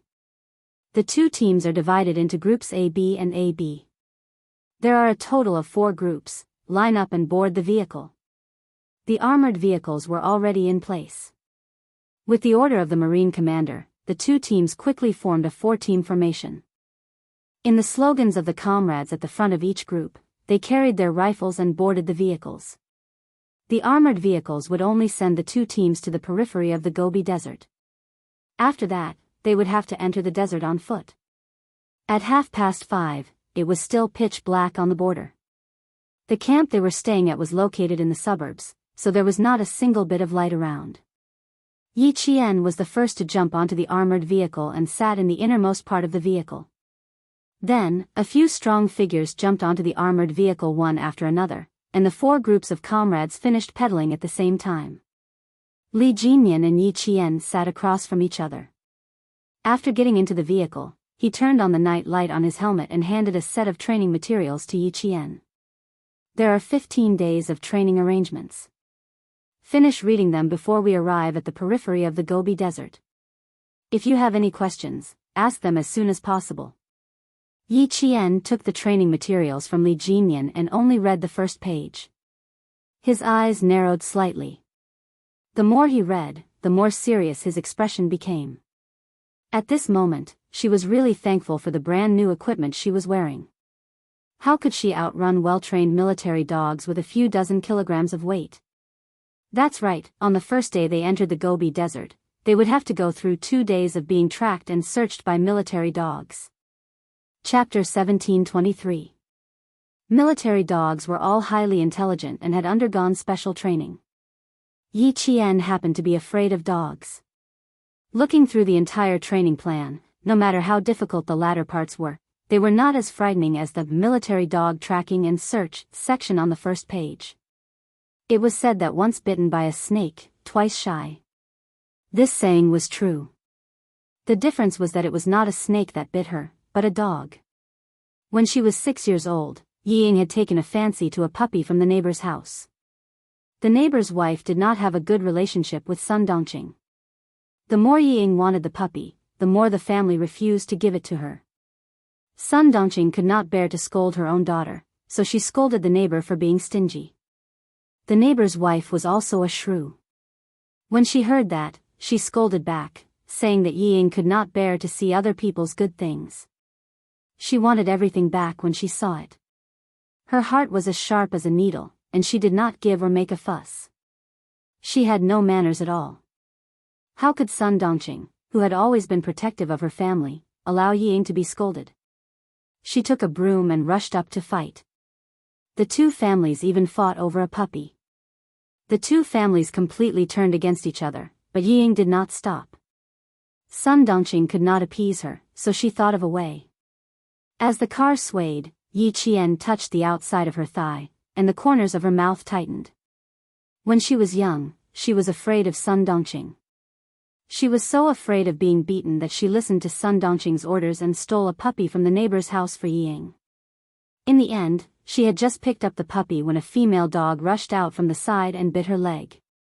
From then on, she was afraid of dogs. She was afraid of dogs until now. Yi Qian, who had secretly adjusted herself, handed the training plan back to Li Jinyan. She smiled bitterly and said, "I'm a little worried." I'm afraid of dogs. And the military dogs this time are large dogs. I haven't even started yet, but my palms are already sweating. It was more than -10 degrees Celsius, and there was a thin layer of sweat on her palms. Li Jinmian was not surprised. He looked at her and said calmly, "Sea Anemone was afraid of dogs." He was so afraid that no matter what kind of dog he saw, even if it was a pet dog, he would avoid it. But now, after becoming a scout, he is no longer afraid of dogs. Are you as scared as he is? He didn't think it was a big deal. Everyone had things that they were afraid of. Some people could choose not to touch the things they were afraid of, but some people had to face it until they won. Yi Qian belonged to the latter category. As a soldier, she had to face and win. Yi Qian's bitter smile deepened as he sighed, "I'm almost as scared as Sea Anemone. I'm scared of both big and small dogs. I was bitten when I was young, and I'm still scared." He didn't think of hiding it. This kind of thing couldn't be hidden even if he wanted to. Moreover, he would have to face it soon, so he needed to report it to his captain in advance. Psychological trauma? Li Jinmian, whose gaze had been calm all this while, said indifferently, "Just as well. Let's see if we can overcome it this time. Just follow me, there's nothing to be afraid of. Military dogs have received professional training and will not bite you directly. They will only track and search. Also, the more scared you appear, the more closely the military dogs will follow you. Relax and just think about how to avoid being tracked and searched." She could only do so now. If she was really targeted by military dogs, she wouldn't panic. The year she came back, when she went to look for Uncle Jen, the Tibetan Mastiff, Haiga, pounced on her and put its forelimbs on her shoulders.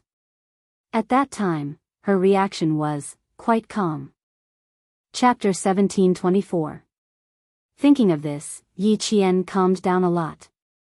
When that time came, she probably wouldn't have the time to think about whether she was scared or not. Instead, she would be thinking about how to get out of this predicament. After some mental preparation, Yi Qian gradually calmed down. Li Jinmian didn't take it seriously either. She wasn't the only one who was afraid of dogs. If she was bitten by a dog when she was young, she would more or less be afraid when she grew up. She just had to overcome it.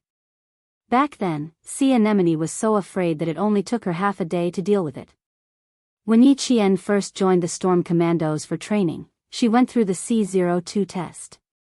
She could even pass the test that tortured her body and mind. It wasn't difficult for her to overcome her fear of dogs. During the 3-hour break, Li Jinmian went to look for Xia Jinyuan and told him about it. To his surprise, Xia Jinyuan didn't know about it. "You didn't know that she was afraid of dogs? You never noticed before?" Xia Jinyuan, who heard it for the first time, frowned slightly and answered with certainty, "No, I've never heard her mention it.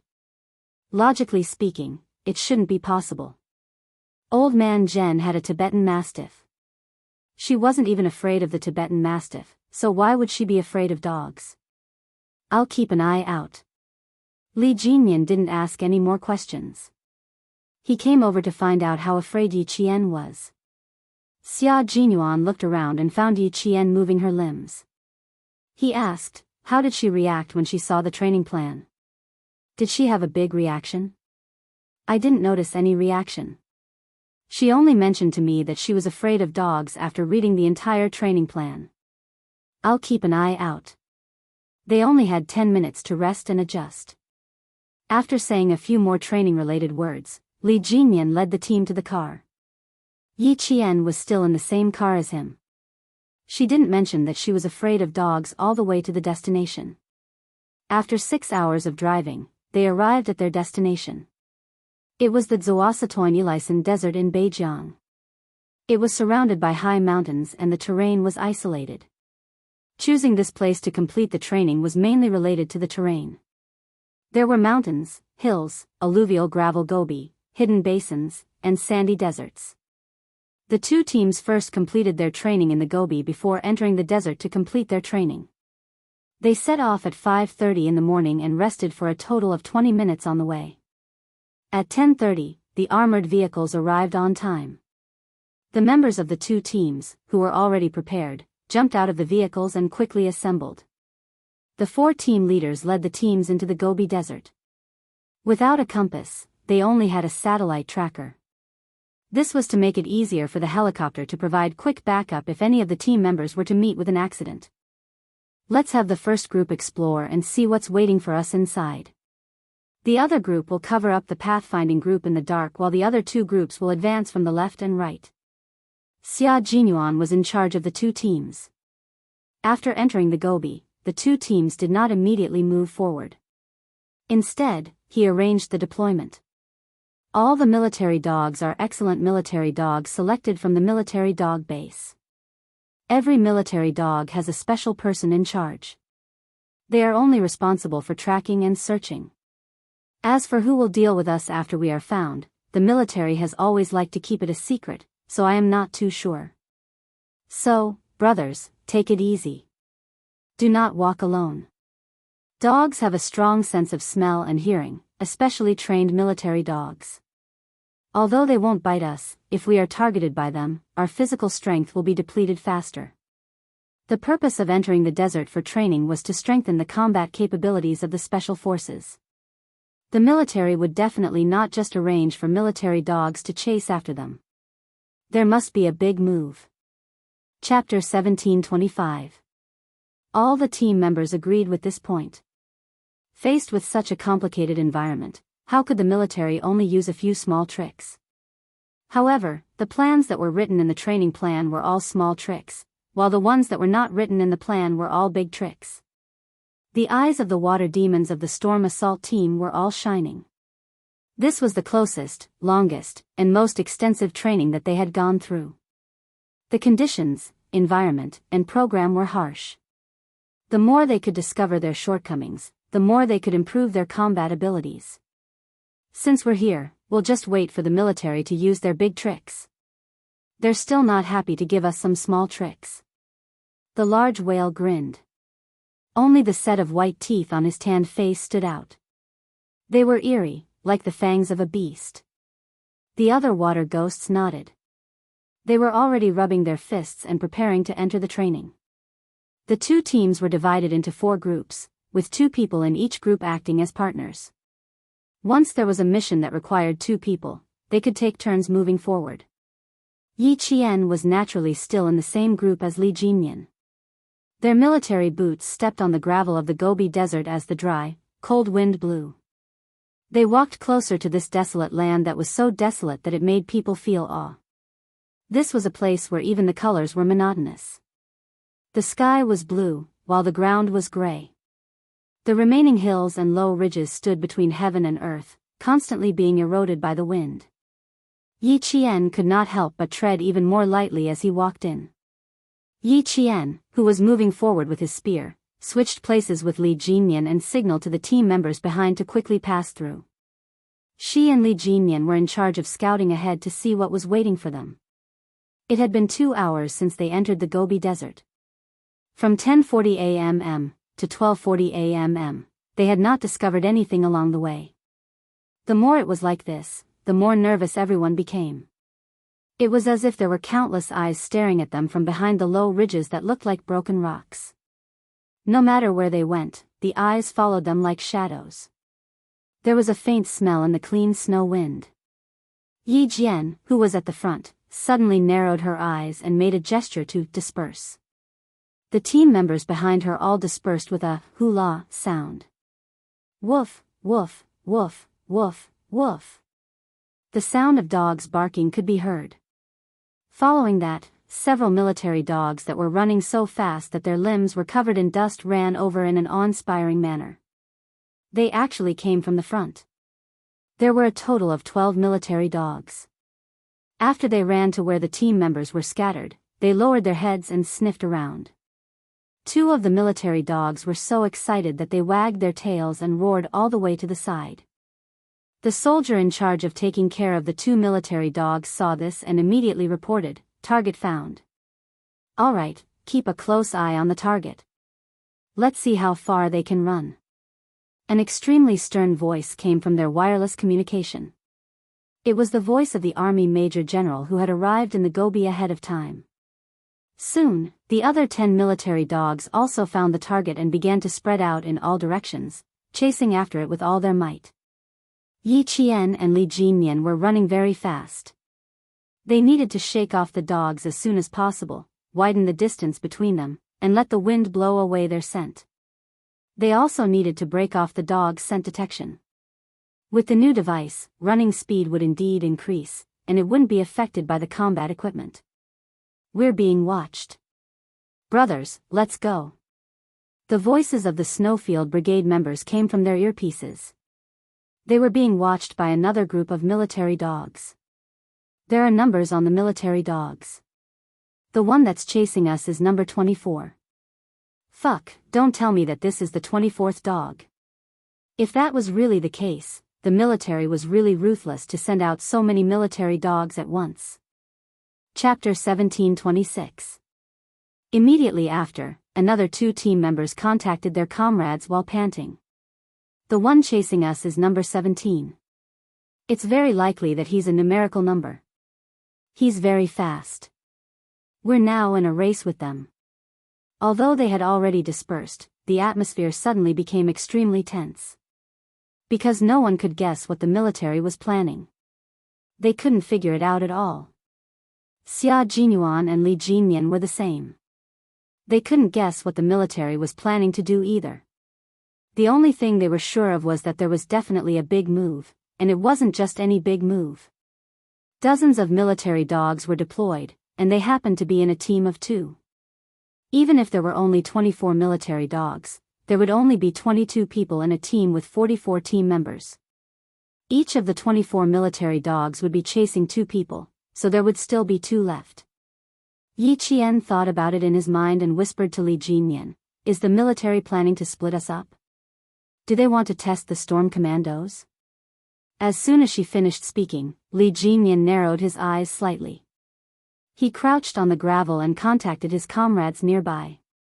"All teams, take note. After splitting up, there's no need to look for each team member. Head straight to the final assembly point." Since they couldn't figure out the military's plan, they could only take one step at a time. Their goal was to reach the final assembly point and deal with the first day of training in the Gobi Desert. Mix the 2 teams. Demon King, send me your coordinates. Xia Jinyuan, who also couldn't figure out what the military was planning, immediately voiced his opinion. "Based on my past experience, there's a 90% chance that we'll enter the Gobi Desert for hunting and long-distance assault training. It's not appropriate for the storm commandos to head to the assembly point in pairs." There was no time to be tactful. Xia Jinyuan directly voiced his opinion. As for whether they believed him or not, it was up to Li Jinyan and the others. Yi Qian looked sideways at Demon King Li and said softly, "King Q and the others are from the Army Special Forces. They have much more experience than us. Demon King, I think we can mix them up. All teams, send your coordinates and quickly complete the mix." Li Jinyan's consideration only took the time for Yi Qian to say one sentence. After giving his instructions, he said to Xia Jinyuan, "King Q, if we're going to use elimination points this time, there's a high chance that you'll be disqualified if you mix with us." The military had already made it clear to them that the quota for next year's overseas tournament was quite limited. Whoever could go overseas to fight for glory would depend on whether their results were good enough. The Shuayu team was part of the Special Forces, and they had a huge advantage in training in the highlands, deserts, and Gobi. If they wanted to fight for a spot, the Storm Commandos had a very low chance of qualifying. It would be considered a high probability if 3 to 5 of the 22 members could qualify. Xia Jinyuan located Yi Jian's position. After hearing the Demon King's words, his thin lips curled up slightly. The pair of dark eyes under the black goggles flashed with a smile. "Demon King, our 2 teams are now 1 team. It's normal to have mixed teams." "It's not normal to have mixed teams." Why did he say that? Because there would be members from both teams going overseas next year. It definitely wouldn't be just the members of the Snowfield Brigade. Otherwise, there would be no point in combining the 2 teams for so long. Li Jinyan reacted quickly and understood why Xia Jinyuan wanted to mix them up. Thank you for the reminder. Demon King, who didn't realize it earlier, immediately apologized and ordered his team members again, complete the mix and advance quickly. Report any situation immediately. No matter what happened along the way, reaching the destination was their goal for the first day. Chapter 1727. For the military headquarters, it was also a challenge to send all 44 special elite soldiers to the desolate Gobi Desert. However, achievements were obtained through repeated challenges. How could they shoulder the responsibility without experiencing the ups and downs of life? The command center of the two teams soon received the news. The tense expression on the Major General's face finally eased a lot.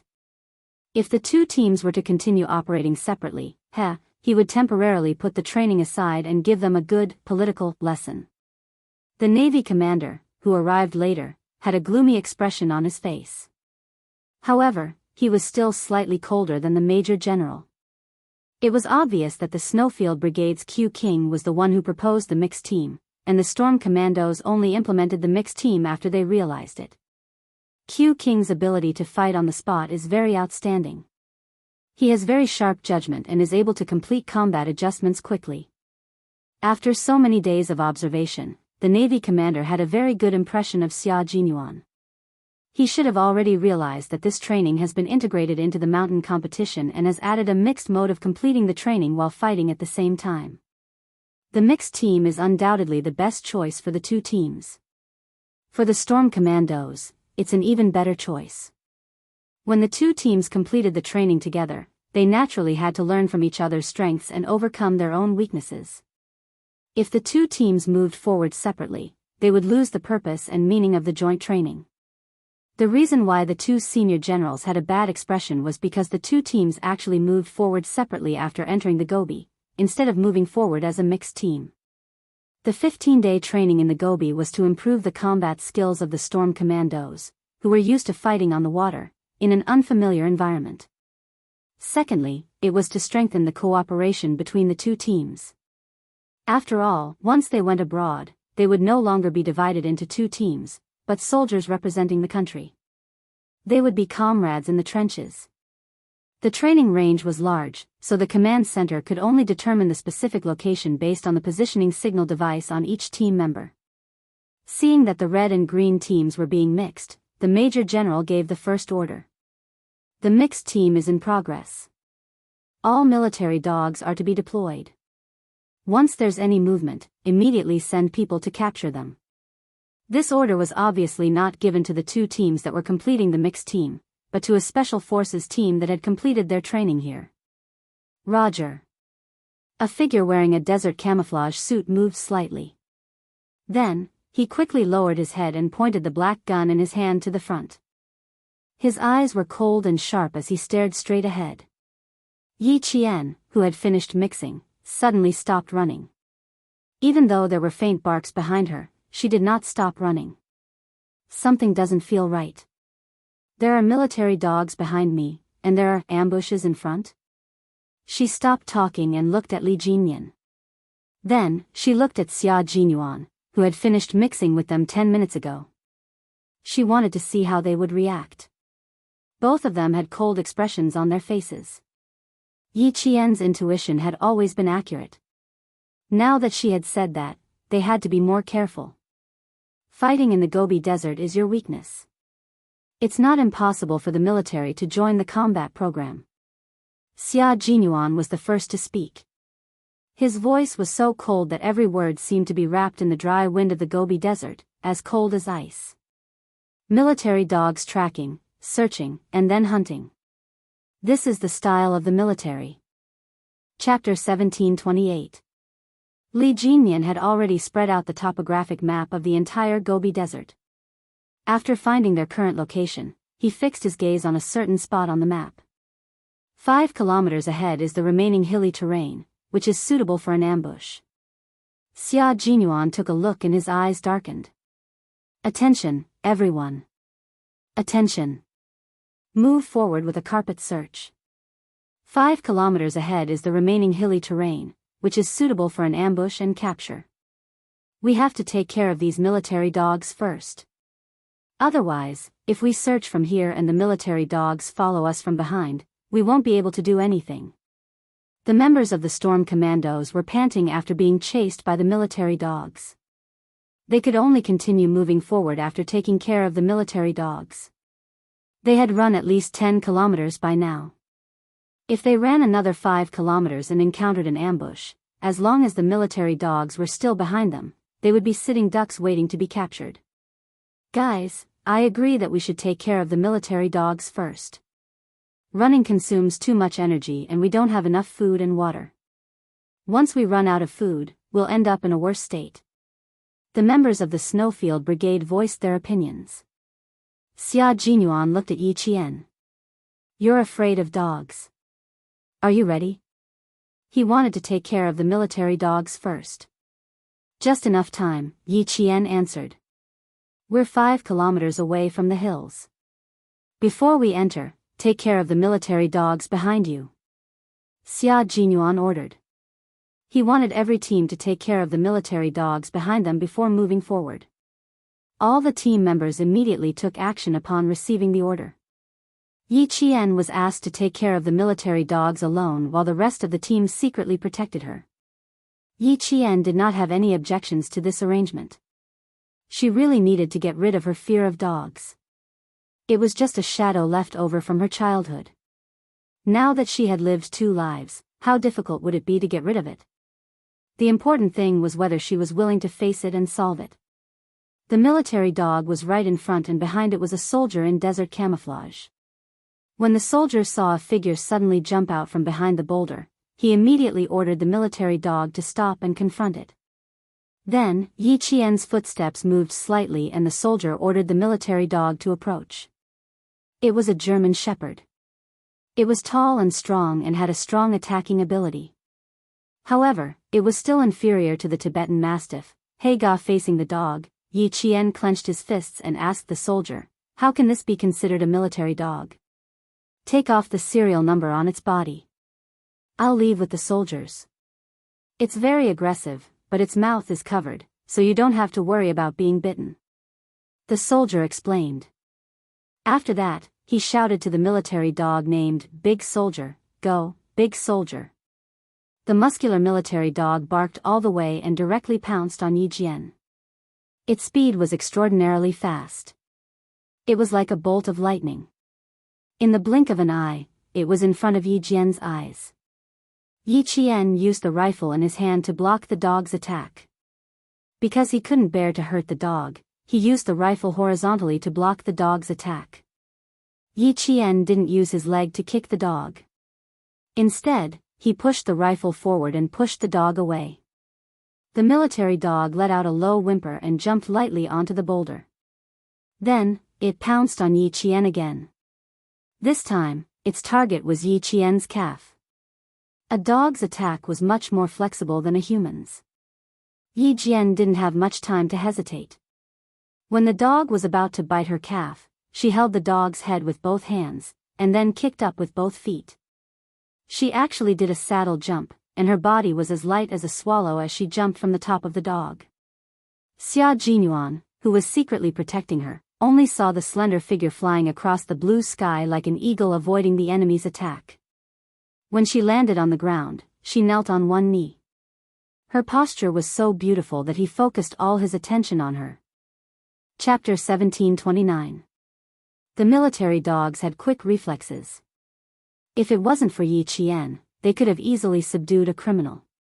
Yi Qian, who had just landed on one knee, did a few somersaults forward to avoid the dog's attacks. These German shepherds that had come out of the military camp had been trained by the soldiers so that every time they pounced, there would be a murderous aura. Attacks from the back were more dangerous than attacks from the front. Yi Qian dodged quickly and fiercely. She knelt on the uneven gravel and supported herself with one elbow. After a technical roll, she used the momentum to do a few more rolls. Even so, she still couldn't avoid the dog's attacks.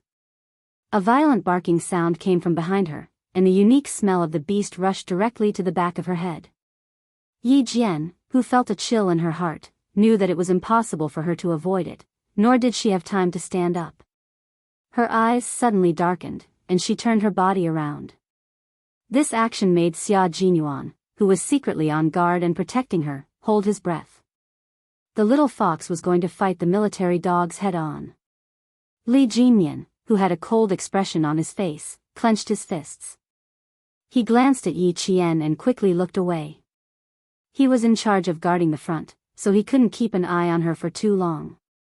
I can't feel that she's afraid. Li Jinyan whispered to Xia Jinyuan, whose back was facing him. If she hadn't said it in advance, you and I wouldn't have noticed. Yi Qian was very thoughtful. At the age of 20, she had already reached the realm of not showing her emotions.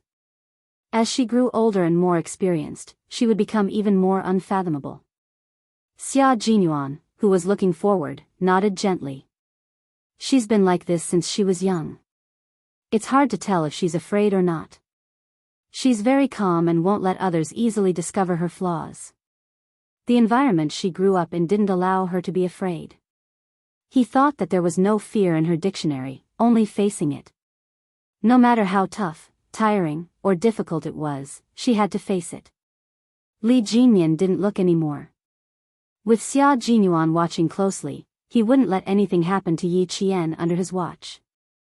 They didn't show up, not because they couldn't, but because they wanted her to overcome her psychological trauma.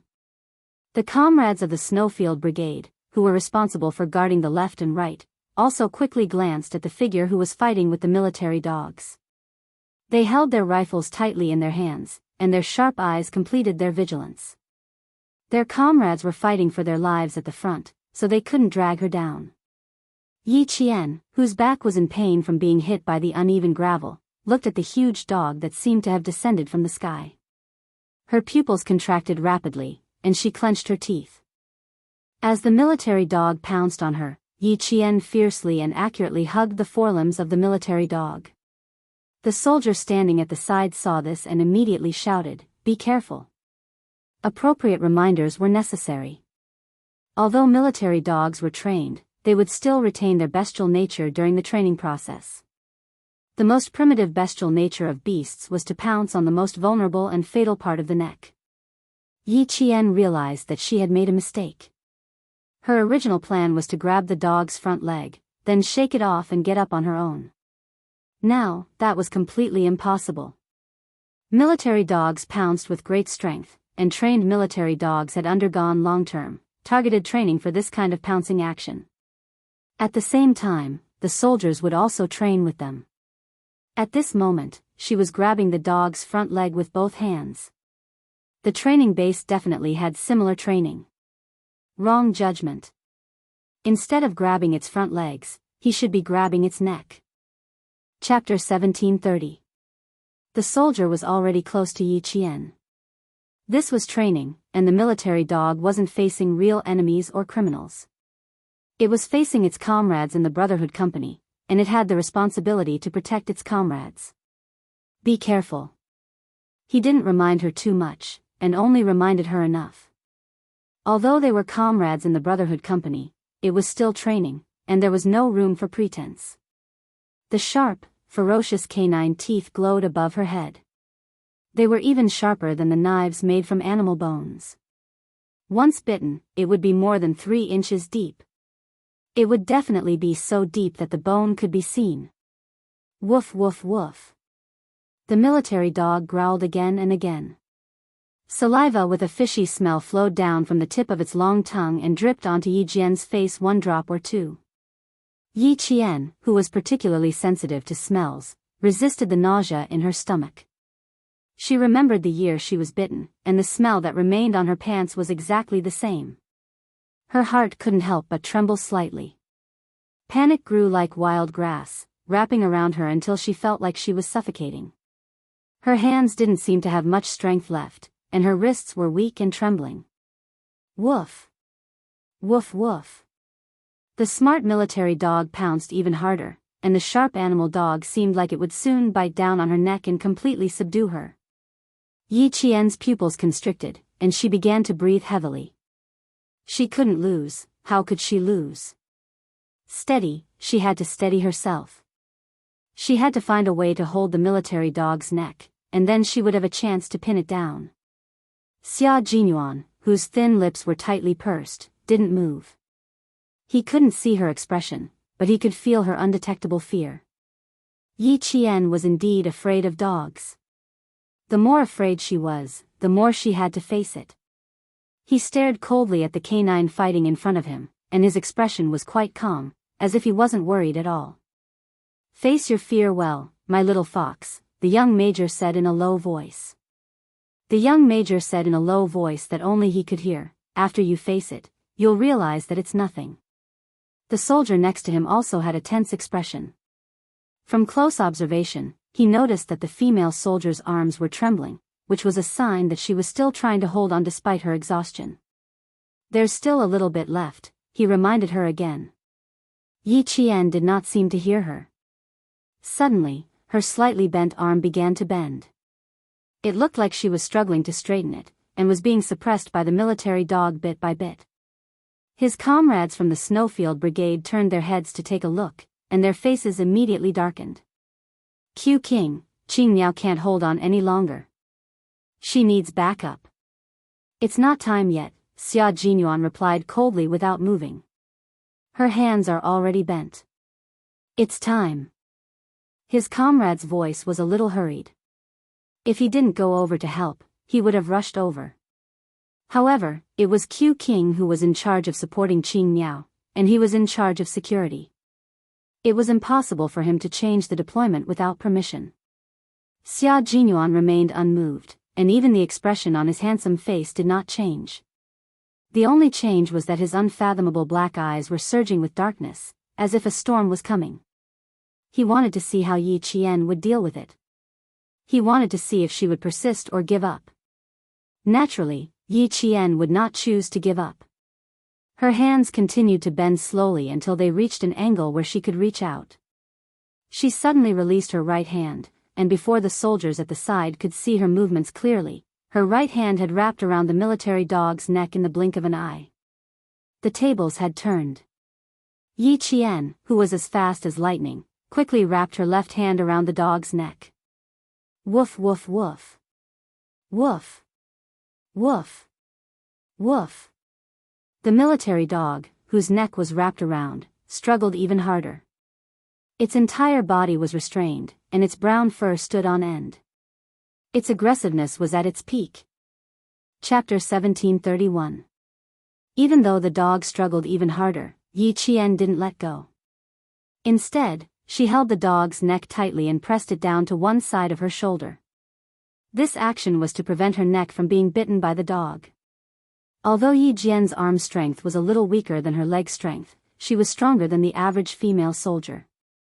She clasped the military dog's neck with both hands, making it impossible for the professionally trained military dog to escape from her hands no matter how hard it struggled with its limbs.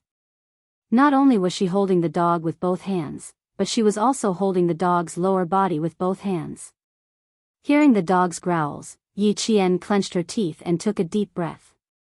Then she turned over and pressed the dog against the gravel as if she was subduing an enemy. Her eyes were more ferocious than a beast's, full of hostility as she stared at the dog that was still struggling. She tore off the number 16. She raised her head and stared at the soldier who had been standing next to her. "Did you already take care of a dog?" "Yes."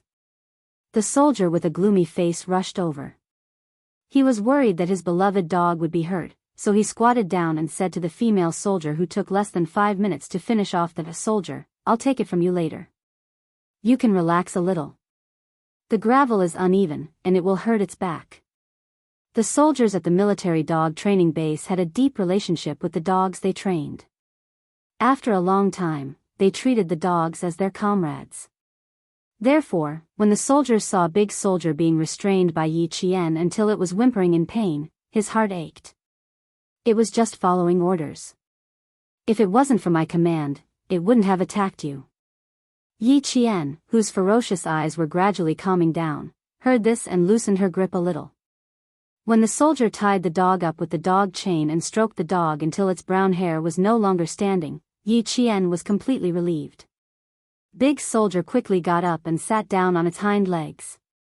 It obediently squatted beside the soldier and stuck out its long tongue.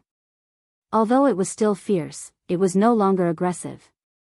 This is a military dog that has done meritorious service. It once killed 2 armed insurgents when it was patrolling the border with us. It is quite aggressive. Once it pounces on you, most people have almost no chance of winning. The soldiers who were tanned by the sun in the north squatted down together with the military dog that had made military achievements like brothers. They gently scratched the dog's head, and the tough man's eyes were exceptionally gentle. "You did well, brother." After saying this, he raised his head and smiled at Yi Qian. "Pull down the numbers, then I can lead the troops back to the army." When the military dog licked the soldier's palm, the squatting soldier stood up and saluted Yi Qian. The military dog at his feet, soldier, sat obediently. Soldier treated it as a brother, so why wouldn't it treat soldier as a brother and protect him? After watching the loyal border guards leave, Yi Qian, who had been standing upright, suddenly sat down on the cold gravel and shook his arms. "Too nervous, the muscles in your arms are twitching." Xia Jinyuan, who had walked out, squatted down on one knee and massaged Yi Qian's arms as he asked calmly, "Are you still afraid?" He used a lot of strength, and the twitching muscles in his arms relaxed. Yi Qian smiled bitterly and replied, "Of course I'm afraid, but it's useless to be afraid. I have to face it. After you face it, you'll realize that what you're afraid of is nothing." Xia Jinyuan, who was staring at her deeply, slowly smiled. There was a smile and affection in his eyes. Everything is nothing, only pride. Chapter 1732. As long as they faced it calmly, everything was indeed nothing. Yi Qian stood up and smiled at the young major who was walking towards her. Then, the major walked over and gently hugged the brave female soldier. He smiled and said, "Good job, Qing Miao. Good job, his little fox." In the gray Gobi Desert that stretched for an unknown number of miles, the young female soldier smiled gently. Her smile was like the only scenery with bright colors in this monotonous world. Her comrades who were approaching her couldn't help but smile as well. "Good job, Qing Miao. Good job, my comrade." As the sound of "take care of the military dogs" kept coming from their earpieces, the 2 teams advanced deeper into the Gobi Desert faster and faster. 5 kilometers wasn't a short distance, but it was an extremely short distance for the 2 teams of special forces. They hid 2 kilometers away from the remaining hills that were suitable for ambushes and hunts and waited quietly for the scouts they sent out to report back. It was already 3 o'clock in the afternoon. The cold wind blowing in the Gobi Desert was like a knife cutting through flesh. Yi Qian, who had disguised herself as one with the Gobi Desert, gently rubbed her nose that was so cold that it seemed like it could be broken with a light pinch. She exhaled a breath of hot air very softly. From where she was, she could already see the undulating hills. The path into the hills was wide and open. If they marched directly, if there was really an ambush in front of them, they would definitely be able to kill one person with a single shot if the enemy had a sniper waiting for them. The terrain was wide and there was little vegetation. Even if the scouts confirmed that there was no problem in front of them, as the team leaders, Li Jinmian and Xia Jinyuan, would not march too far. After being chased by military dogs for so long, they would never believe that the military would only send military dogs to chase them and exhaust their stamina.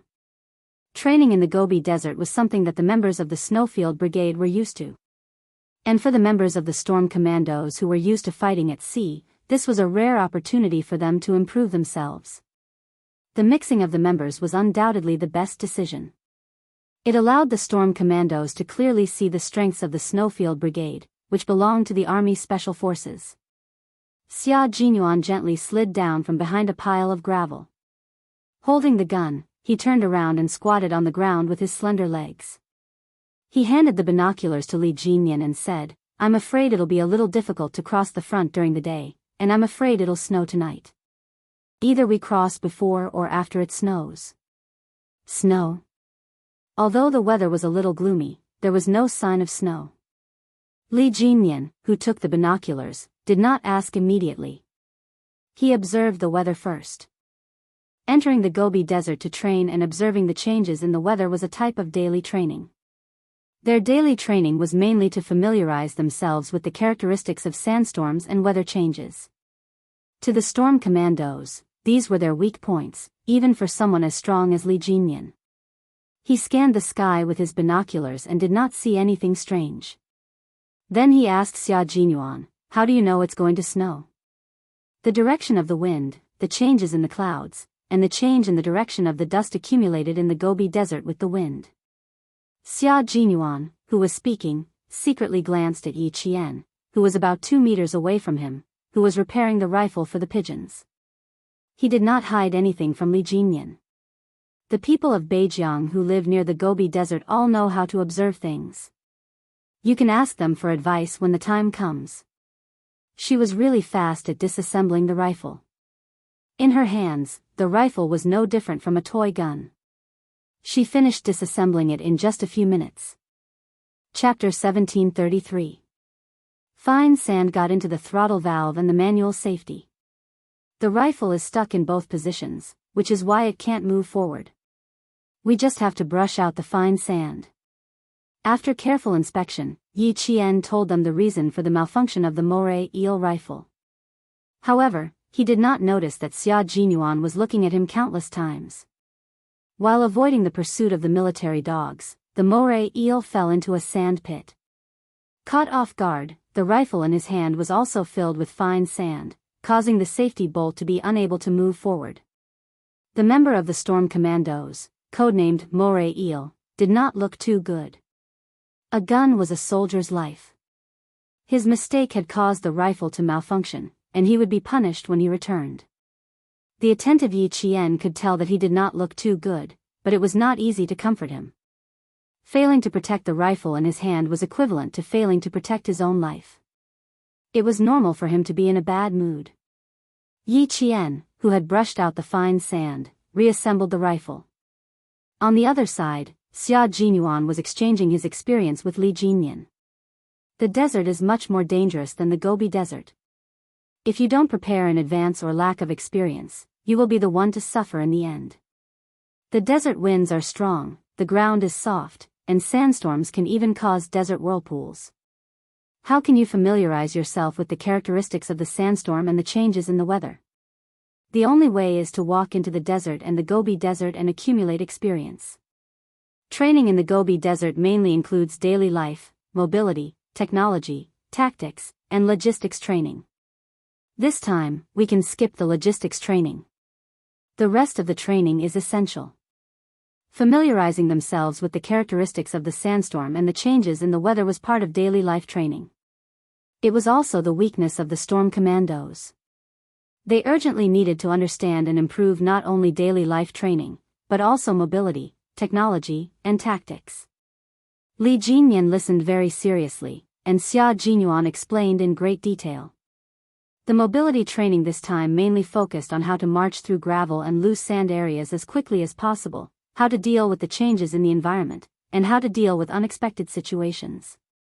For example, the military dogs tracking and searching were considered to be unexpected situations.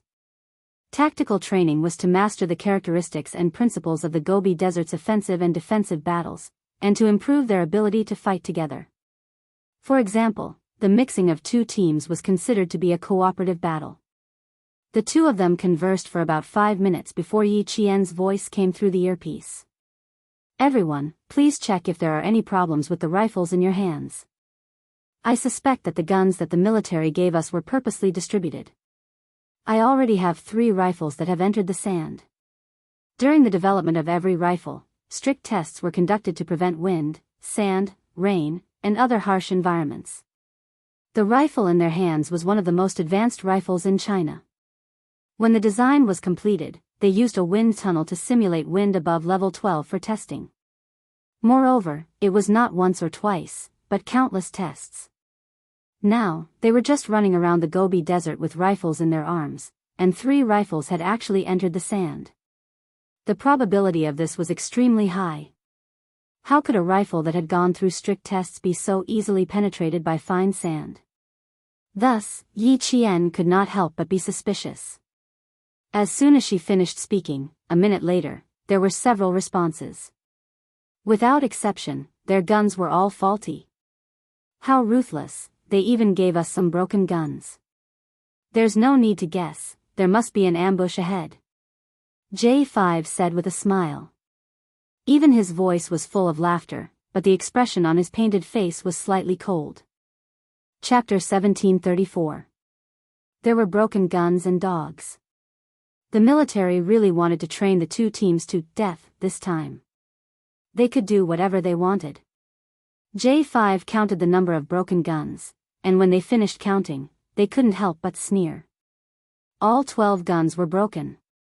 When they received their equipment, the Navy commander said with a smile, except for a GPS and a compass, the rest of the equipment is the best.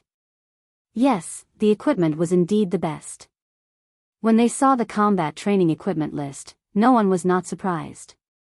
The helmet was Kevlar. Not only could it resist bullets and shrapnel, but it could also become a soldier's second brain. It contained a miniature radio, a microphone, and a pair of headphones. There was also a radar equipment on the top of the helmet. This equipment allowed the commander to know the exact location of the soldiers at any time. The weapons in their hands were main battle weapons, but unfortunately, all 12 rifles were broken. There were also self-defense weapons, a handgun and a combat dagger. The accompanying equipment was goggles, combat uniforms, bulletproof vests, and other equipment. All of them were the latest equipment. It was even more advanced than the equipment they carried with them when they secretly carried out missions in Hong Kong. There were also a lot of auxiliary combat equipment, from survival signal lights to anti-reflective equipment, thermal imagers, special glasses, everything. Looking at the expensive equipment, the members of the two teams looked at each other. There was only one expression on their faces: the equipment was too good, so good that it made them panic. It was a bit tricky. One who was unaccountably solicitous was hiding evil intentions. Although it was not very kind to say that to the military, but the military was already doing something unkind. Xia Jinyuan weighed the broken rifle in his hand, his thin lips slightly curved up, and said leisurely, "It seems that the ambush in front of us is not simple. Devil King, we are going to have a big fight." Devil King, who was right next to him, maintained his only cold expression all year round and replied faintly, "Let's wait and see." The channel was boiling, especially the wild wolves of the Snowfield Brigade. They were all rubbing their hands, and their eyes were shining with a fierce light. "Just in time, we are waiting for a big fight. I like it. You two, arrange it. They want to annihilate us, let's annihilate them." According to the training arrangements, there were anti-war and anti-annihilation. As the commander, Xia Jinyuan was not anxious at all. When he heard the discussion in the channel, he tapped the microphone with his finger, and the channel returned to silence in a second. "Calm down, all of you. The scout has already left for an hour and 7 minutes, and there's still no news. Even if I want to go all out, I won't fight a battle that I don't have confidence in. A brother Special Forces team has been active in Beijing all year round. Now is the time for winter training where they can withstand the cold and fatigue. I'm guessing that if there's an ambush ahead, it's very likely to be this Special Forces team." Li Jinyan slightly restrained the light in his eyes and said in a deep voice, "The Blue Wolf Special Forces were the first special forces that we sent to deal with Beijing. From the 1970s to the early 1980s, the world-class ace sniper codename, Kuei, came from this unit. A world-class ace sniper." For some reason, when Yi Qian heard this, his eyelids couldn't help but twitch a few times. For some reason, an inexplicable sense of panic rose in his heart. Soon, this unexplainable panic was suppressed by an even bigger question. Chapter 1735. Kuei was a one-legged monster in ancient Chinese myths and legends. It was shaped like an ox, with a white body and no horns. With only one leg, it would rain whenever it went in and out of water. Its light was like the sun and the moon, and its sound was like thunder. For some reason, when she heard Li Jinyan mention a world-class ace sniper, she actually thought of Uncle Chen. "Yes, I suspect that it's the brothers from this Special Forces team waiting for us." Xia Jinyuan nodded, and there was a hint of sharpness in his calm voice. The wolves from Beijiang are not easy to deal with. Everyone, be careful. You didn't come all the way here to embarrass yourselves. This was the home ground of the Snowfield Brigade. The Storm Commandos listened quietly. They had to listen quietly because this was the time to absorb valuable experience. Even the devil Li Jinyan did not speak easily. If it was really the Blue Wolf Special Forces, the Gobi Desert and the beach were their home ground. In this area, they had probably trained to the point where they could walk out with their eyes closed. Li Jinyan once again admired Xia Jinyuan's ability to command and deploy. He was always one step ahead of others in every battle arrangement. It was this one step that determined the outcome of the entire battle. 2 kilometers away from them, a soldier wearing a camouflage uniform similar to the Gobi Desert put down his binoculars and whispered to his comrade beside him, "They won't not come, right? It's been a few hours. If they wanted to come, they should have come long ago." From his tone, it was obvious that he was still a soldier who was not mature enough and lacked training. There seemed to be no one beside him, but there was indeed someone who whispered, "Pulling you guys here to train is simply making you live targets. New recruit, do you think that head of yours is too heavy? Do you want someone to give it a big blow? Lie down tight." A cold and ruthless voice came from under a pile of gravel. This was a perfectly disguised veteran of the Blue Wolf Special Forces, leading a group of new recruits for winter training. The day before they were ready to return to the team, they received orders from their superiors that a group of brothers from the south had entered the Gobi Desert to complete their winter training. They were to guide the soldiers from the south. The soldiers from the south were afraid of the cold. The soldiers of the northern frontier all knew. Running to the Gobi to complete the winter training, he was really worried that they would freeze into human-shaped popsicles in the middle of the night. There weren't many of them, only 40 or so. They didn't know who they were and what their strength was. The only thing they knew was that their superiors told them that the brothers who came were all strong characters. It was the words, "tough character," that ignited the fighting spirit of the entire troop. To be honest, they had seen a lot of tough characters from the south come to the north to train. However, when they arrived at the north, they were scared by the temperature at night. They didn't see that tough anymore. Hopefully, the tough character that came back this time was really tough and didn't soften after running to the northern border. After training the new recruits, the veteran continued to lie motionlessly on a high ground. Looking down from where he was, everything within a kilometer in front of him was under his surveillance. About 900 meters away from him, Long Hawk, who was also in perfect camouflage, was quietly contacting the team. "After 2 hours of waiting, I finally see people. They're 920 meters away from me. There are 2 whistles. 100% veterans leading the new recruits.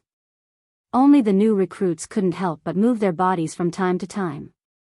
As for the veterans, they could endure it. They could lie down for a day and a night without a problem. According to Q King, Qing Miao could lie down for 3 days and 3 nights without drinking a mouthful of water or eating dry food. In the end, they could still complete a precise snipe. Chapter 1736. Qing Miao, a very interesting female soldier. If she were to keep watch, she would definitely not be discovered. 2 kilometers away, Xia Jinyuan finally received the information from the Scout Eagle. He knew that there was an ambush, but there was no way to estimate the exact number of people. It was hard to predict and impossible to measure. Waiting for the sky to turn dark. Fighting in the Gobi Desert could only wait for the sky to turn dark. When the sky was not dark, they would directly go over. Xiao, a series of blank rounds would kill the entire group. The entire team would obediently go back with their tails between their legs and return to training. He did not want to lose face. Since he was here, he wanted to have a good fight with his brothers from Beijiang. After that, they would talk about the food in the army and how he felt every time the chief talked to him. Then, they would talk about life, ideals, and ambitions. That was the only way to not lose face. Xia Jinyuan was unusually patient. He was so patient that he whetted the other party's appetite. All of them stretched their necks and waited wholeheartedly for the tough guy from the south. If I didn't know that they would definitely pass by here, I would really want to send a few soldiers to the front to see if there's a detour. The Blue Wolf troops had been discussing in private for several rounds. It had been hours since the military dogs were destroyed. If the company commander had not personally confirmed that the tough guy from the south would definitely pass by here, they would have almost thought that he would not come. From the looks of it, they're planning to wait until nightfall to take over the sentries. The sentries at the front are all set, especially the recruits. Keep your heads down. If anyone can't hold it in any longer, wash all of our brothers' combat uniforms. The company commander who was leading the team gritted his teeth. His eyes were wide open and bright, and his eyes were full of excitement. It was the first time that he had encountered southern soldiers who dared to fight at night in Beijiang. They were really bold. They were so bold that he wanted to cut them a few times and let them have a taste of the power of the veterans from Beijiang. Someone replied, "The other party is probably used to fighting at night. Commander, we have to take it easy. We can't be careless." Did you all hear that? Keep Mr. Zhuge's words in mind.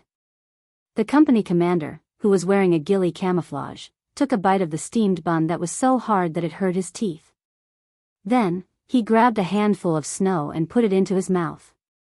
The snow was mixed with the steamed bun that was as hard as a rock. When he chewed it in his mouth, he made a caw-caw sound. He sounded like a hungry wolf gnawing on a human bone. Mr. Zhuge was the star of wisdom in the company and the only college student. He had a high IQ and many ideas.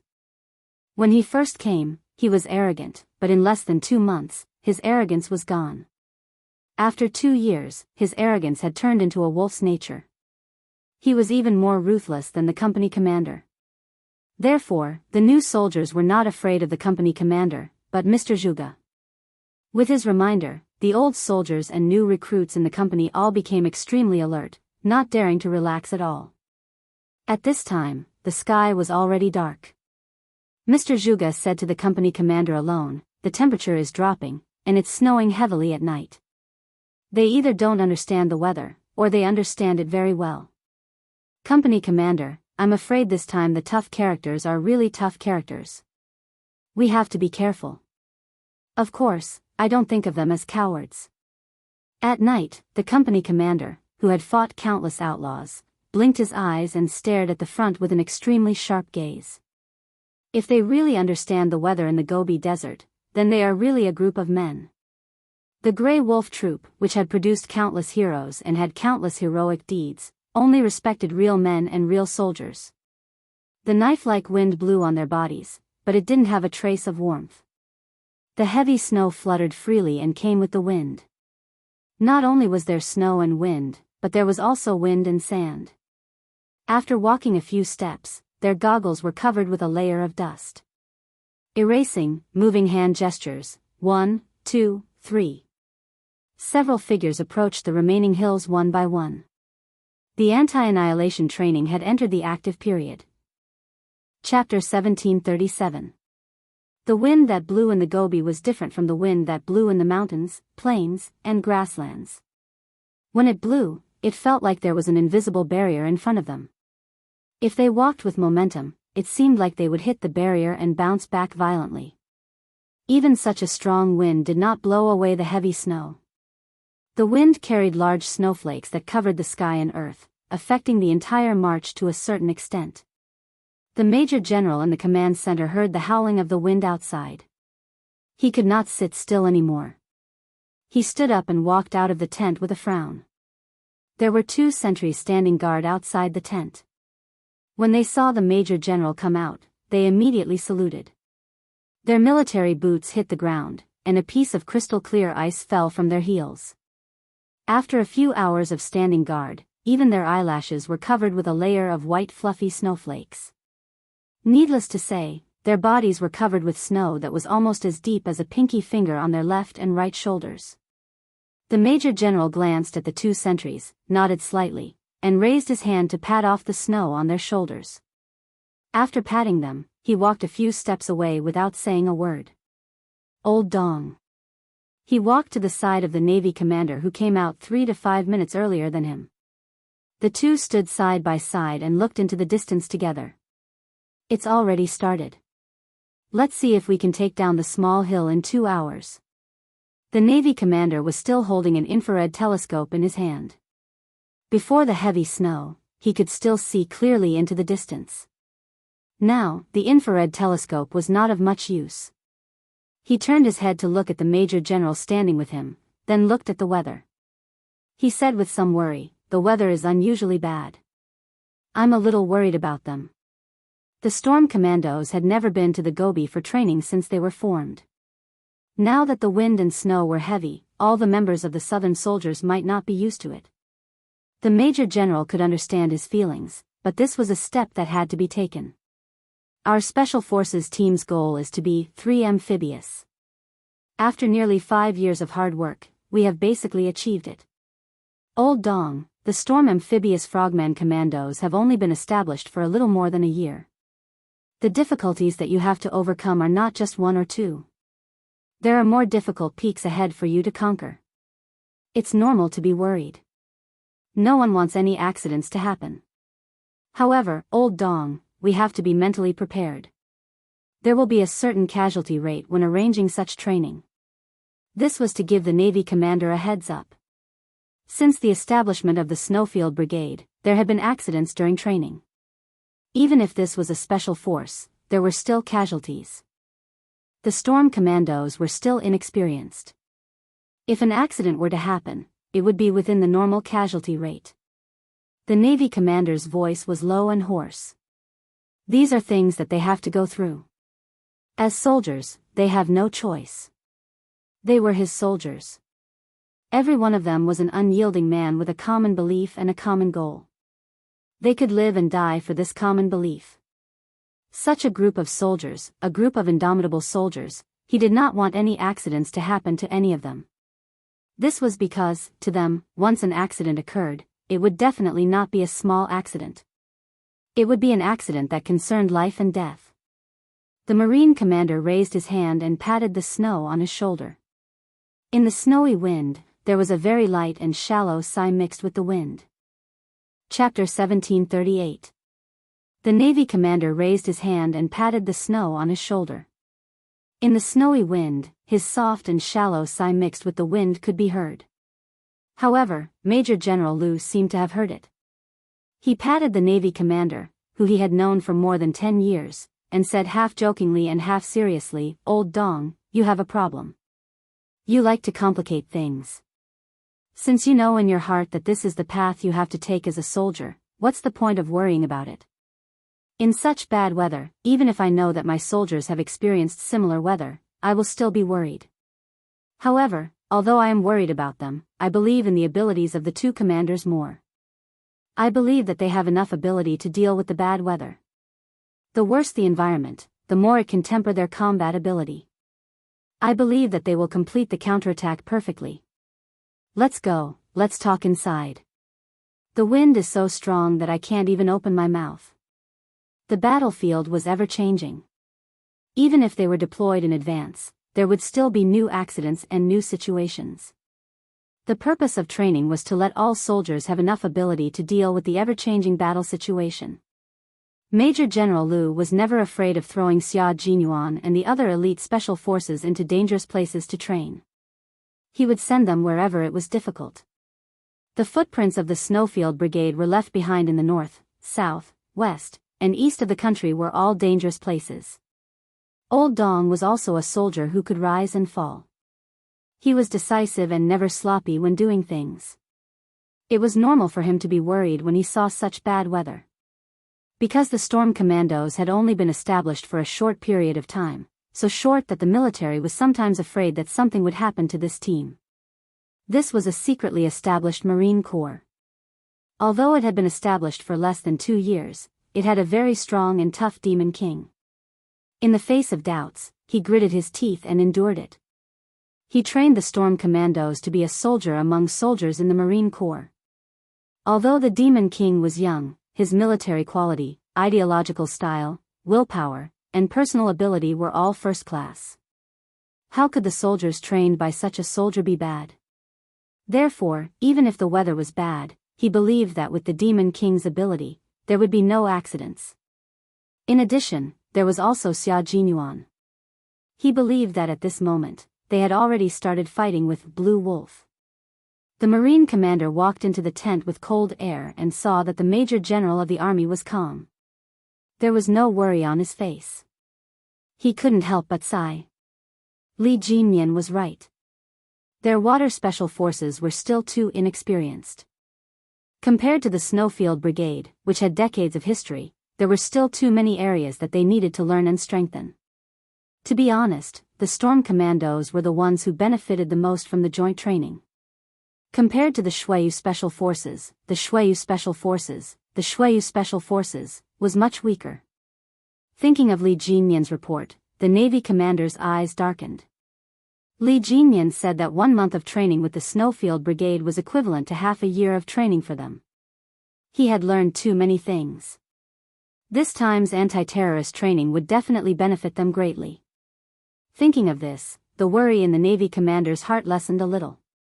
The Storm Commandos, known as the Fierce Tiger on land and the Dragon of the Sea, definitely lived up to their reputation. Chapter 1739. The counterattack had already begun. The first sentry post was destroyed by the 4 assault teams of the Storm Commandos. They were all barehanded and did not use any high-end weapons. Satisfying.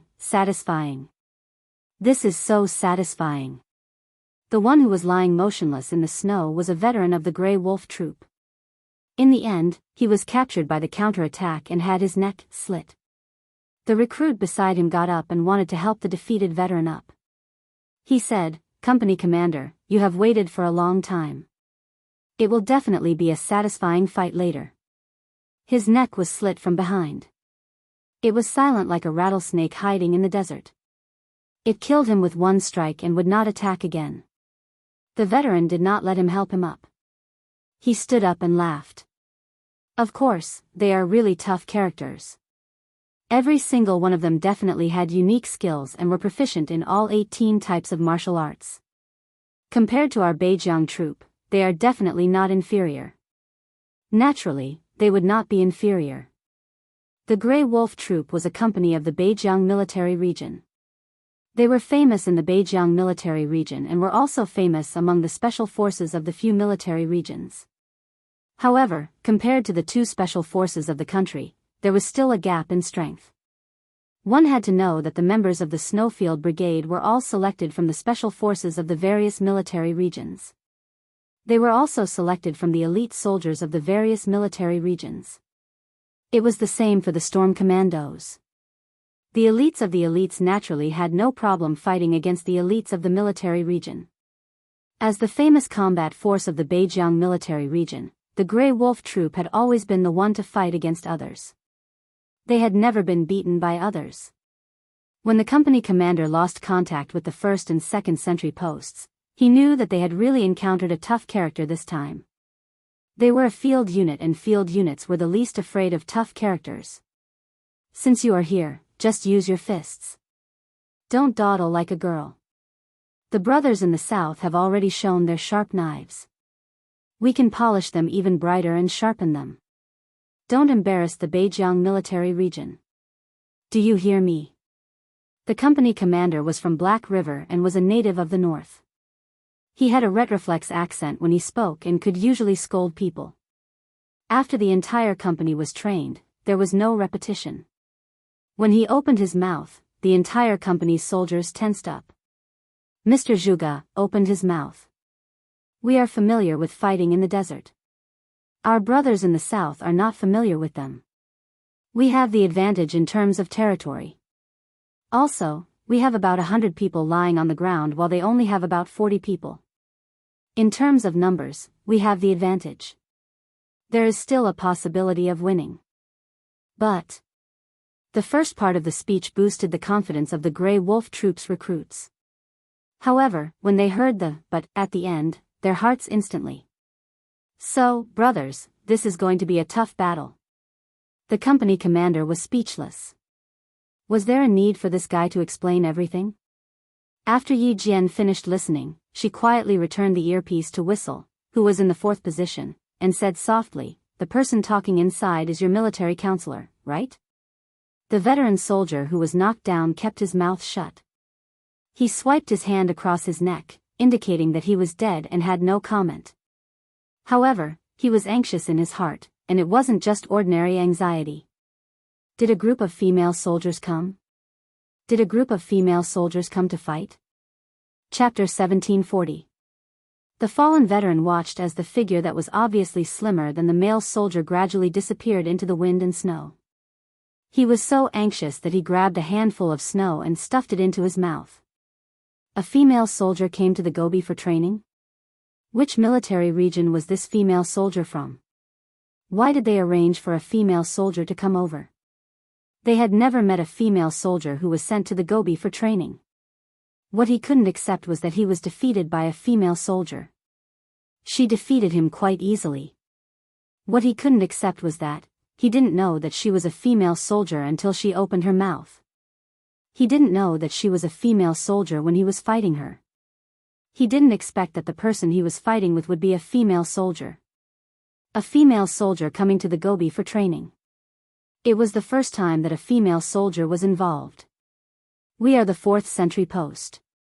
Are the sentry posts in front all taken care of? The recruit who was defeated first crawled over. He didn't realize that the one who defeated him was a female soldier. The wind was too strong and the snow was too heavy. He couldn't even hear clearly when he was close. What's more, when Yi Qian defeated the recruit, he didn't even make a sound. The old tradition of the Grey Wolf Troop was that the veteran led the new in every training session. The veteran led the new recruits in training, on duty, and through the wind and rain. When carrying out normal tasks, such as patrolling, the veteran led the new recruits. It was the same for sentry posts. They were all veterans leading the new recruits. The new recruits who didn't realize that something was wrong with the veteran were a little nervous.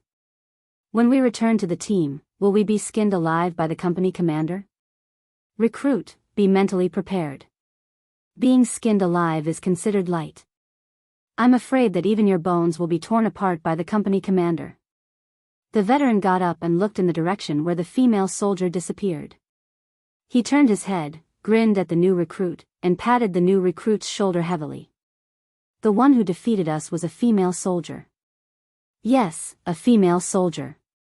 She's a female soldier who killed 2 of our male soldiers with one move. Don't look surprised. I'm very surprised too. I didn't make a mistake. The female soldier was talking to me just now. She's a real female soldier. She took care of both of us.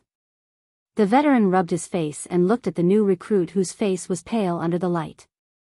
He couldn't bear it, but he couldn't sympathize with the new recruit. He was the same. Or even worse. The veteran soldiers were all taken care of by the female soldiers. How would the company commander deal with him? After the 4th sentry post was taken care of, the company commander of the Grey Wolf Troop naturally had no way to contact them again. The company commander who did not receive a reply knew that the 4 sentry posts he had arranged had all failed. The tough characters from the south had infiltrated their positions. The wind, snow, and darkness were the natural concealment colors. The members of the 2 teams braved the wind and snow and began to enter the middle section of the hill. This section was also the most dangerous section. The slopes on both sides were excellent cover. If someone were to hide on top of them, they would not be discovered for a while. However, on both sides of the slope, someone had already carried out a carpet search and cleared the area. 4th sentry post cleared. Yi Qian's cool voice came through everyone's earphones. It was very low and soft, but it carried a calm and firm tone as it entered everyone's ears. Xia Jinyuan, who was waiting for her, smiled and said to her, "Enter the next search area and complete the mission. I'll wait for you in front. I'll be there in 10 minutes." He had already completed his search and found nothing, so he could have Yi Qian assemble according to the original route. Chapter 1741. They completed the search in a triangular formation. Every time they cleared an area, they would gather at a certain point and conduct a large-scale search. This was a type of search that did not disperse. Once a comrade was in trouble, any comrade at the triangular point could immediately provide support. Yi Qian and another member of the Storm Commandos completed the clearing together. The two of them received orders from Xia Jinyuan. One of them was responsible for guarding the surroundings while the other was responsible for the assault. They quickly rushed to the rendezvous point. The two teams would not give the Grey Wolves a chance to fire bullets. Since it was a counterattack, it was better to let them decide how to attack. Besides, it would be a waste of bullets in the heavy snow. They could not even aim accurately. It was better to use cold weapons or bare hands to complete the counterattack. From the conclusion that the remaining forces in the hills could be the Grey Wolves, Xia Jinyuan did not plan to engage in a direct confrontation. Among the special forces of the major military regions, only the Grey Wolves were the strongest. Their marksmanship was even better. Each of them had the eyes of an owl. Their marksmanship was impeccable. Completing a sniper in such a heavy snowstorm was not a problem for them. Xia Jinyuan would not do such a stupid thing unless he was out of his mind to let them fight against the famous Grey Wolf troop, with rifles that could malfunction at any time. Devil, how's the situation on your side? While waiting for Yi Qian to arrive, Xia Jinyuan contacted the devil. The devil was in charge of outflanking them. They needed to take a detour to the front to attack. As a true southerner, Li Jinmian had only encountered such a heavy snowstorm since he was a child. After he was assigned to the Navy, he had never encountered such a heavy snowstorm again. Now that he had bumped into her, it had more or less affected him. For example, the tips of his ears had been frozen to the point of frostbite, and the flexibility of his hands and feet had decreased. However, as a Special Forces soldier, these effects were nothing. No matter how heavy the snowstorm was, it could not stop him from leading his team forward. Fortunately, we are about 400 meters away from our destination, he replied calmly. At the same time, he raised his hand and gestured for his team members to lie down. There was a situation ahead. It was already 6 o'clock in the evening. The operation had started 2 hours ago. The success of their counterattack depended on whether all of their members could successfully pass through the hills. Not a single person could be missing. If they lost even one person, it would be considered a failure. This was the military's request. Li Jinmian led a total of 8 members, including himself, to provide support at the front. Their main purpose was to save time for the members coming from behind. It was also equivalent to clearing a path for the members coming from behind.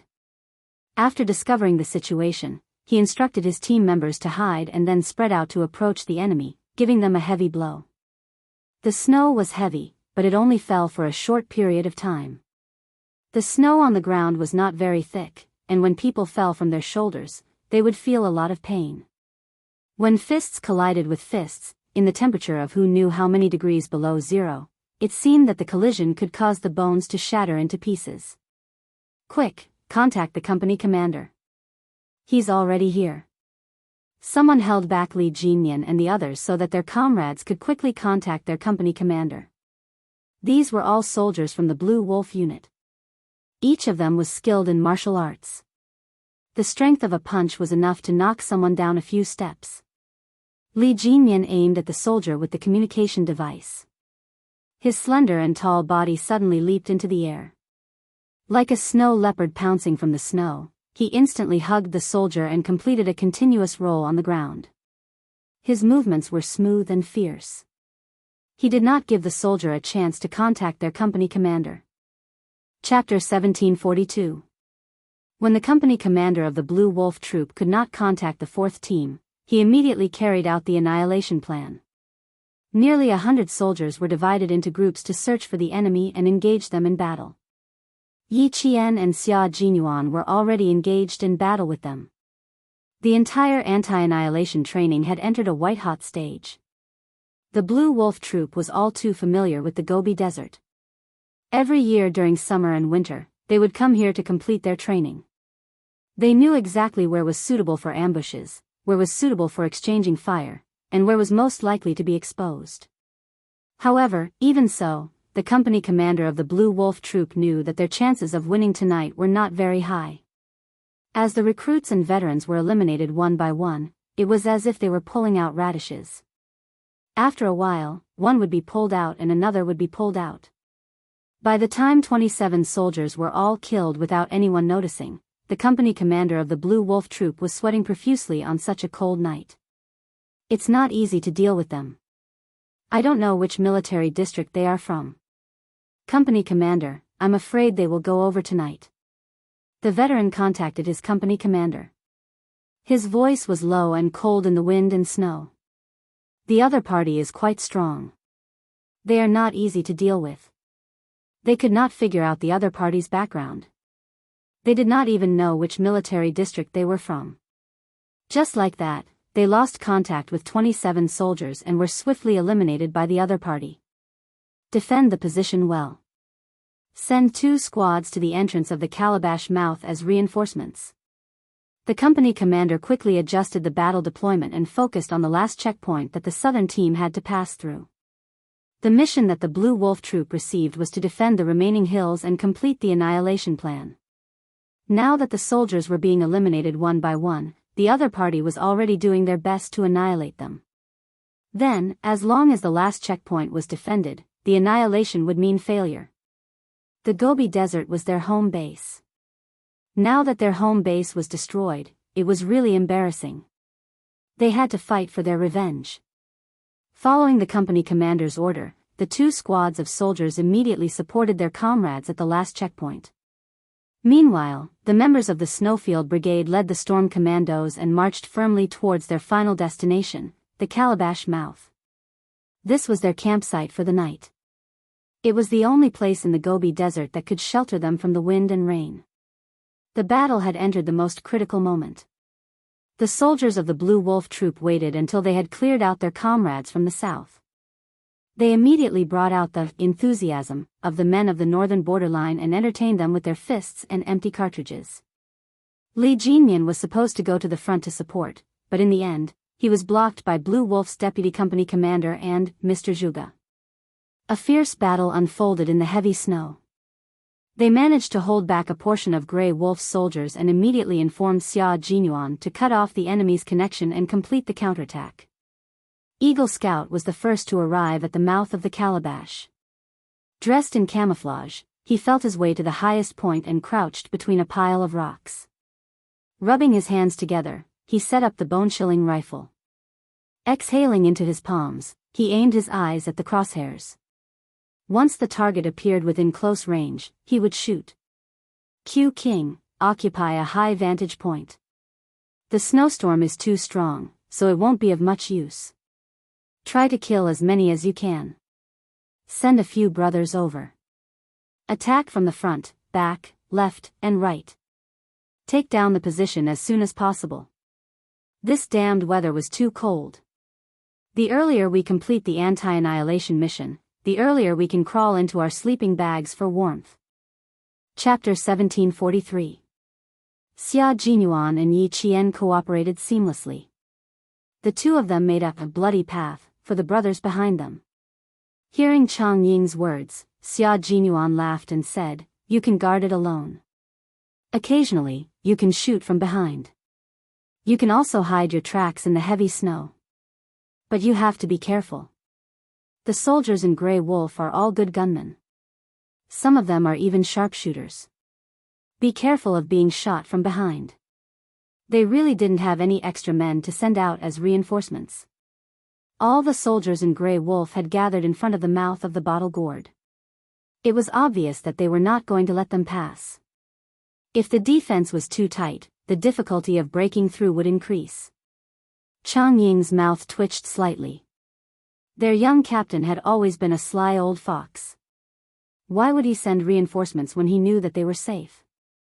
One had to know that his favorite phrase was self-reliance. There wasn't much sound coming from the earpiece. Only when they were completely hidden would someone flick their earpiece 3 times to indicate that they had entered the original deployment position. Finally, the sound of someone entering the deployment position was heard. The Snow Region Brigade and the Storm Commando surrounded the entire Grey Wolf Troop in a circular formation. Fire.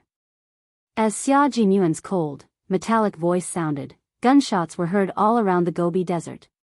After 3 hours of deployment, Xia Jinyuan successfully completed the final counterattack and didn't get caught by Grey Wolf. The company commander of Grey Wolf heard the gunshots around him and his heart tightened.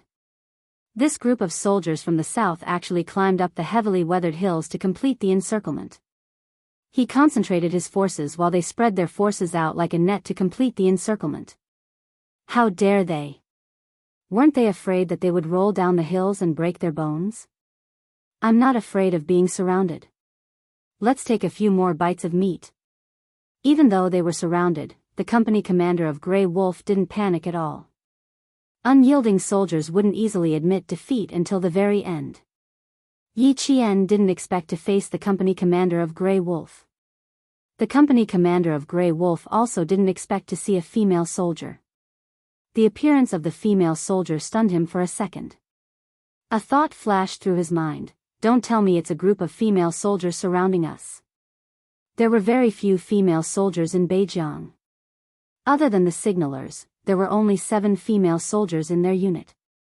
It was pitifully few. Therefore, it was impossible for female soldiers to enter the Gobi Desert for training in the heavy snow. Which military region are you from? You should at least tell me where you are from. The company commander stretched his muscles. Although he was facing a female soldier that he always thought would be vulnerable, at this moment, he couldn't be too careless. This was a female soldier who dared to come to the desert for training. Who knew how many soldiers she had killed on her way here? He didn't dare to underestimate her. Yi Qian, whose hands were aching, knew that she had encountered the company commander of Grey Wolf. She carefully took a few steps back and pressed down on her headset to contact Xia Jinyuan. Q King, I've encountered the company commander of Grey Wolf. She spoke in the public channel, so all the team members could hear her. J5's voice came first. You're too lucky. You can't stop him. Come on, Qing Miao. Kill the company commander. I believe you can do it. Company commander, how satisfying would it be to defeat the company commander? Qing Miao, go. Chapter 1744. For the members of the Snowfield Brigade, if they encountered such a situation and were certain that they could handle it, they would have to deal with it alone. Anti-annihilation was a combination of individual and team combat. As a member of the anti-annihilation training, Yi Qian had no choice but to face it head-on. It wasn't that they were being sarcastic or that they weren't afraid of being put on a good show. It was because this was something that they had to face. Xia Jinyuan waited for his comrades to say a few words before he said in a low voice, there's a 95% chance that there will be ambushes around him. I'm about 6 meters away from you. You lure the enemy, and I'll deal with the ambushes around him. Okay. Yi Qian didn't do anything else other than reply with a single word. Over the earpiece, her comrades all cheered her on. Good luck, Qing Miao. Qing Miao, show your true colors as a soldier and kill the company commander. Don't be afraid of injuring the company commander. If you really injure him, the devil and Q King will take care of it. Hearing her comrades' humorous words of support and encouragement, Yi Jian held her breath and took a deep breath, gradually isolating herself from the suffocating murderous aura of the other party. She had carried out missions and killed people with the gun in her hand and the dagger at her waist. People who had killed people had a murderous aura around them. This murderous aura wasn't usually obvious, but once she encountered an opponent or was in danger, it would faintly show through her expression and actions. Thus, it would unknowingly intimidate the opponent. At this moment, the company commander of the Blue Wolf Brigade, who was standing less than a meter away from her, was exuding a murderous aura. What's wrong? Can't you even tell me your unit number? Or do you think that I don't have the right to know? The company commander, who was dressed in a combat uniform, was not very tall. He was estimated to be around 176 centimeters, but his aura was very strong, so strong that people directly ignored his height. They only felt that he had a majestic military posture, with the temperament of a Chinese soldier like the mountains and seas. Yi Qian's hand reached for the dagger at his waist. He raised his voice and said, I know you're the company commander of the Blue Wolf unit.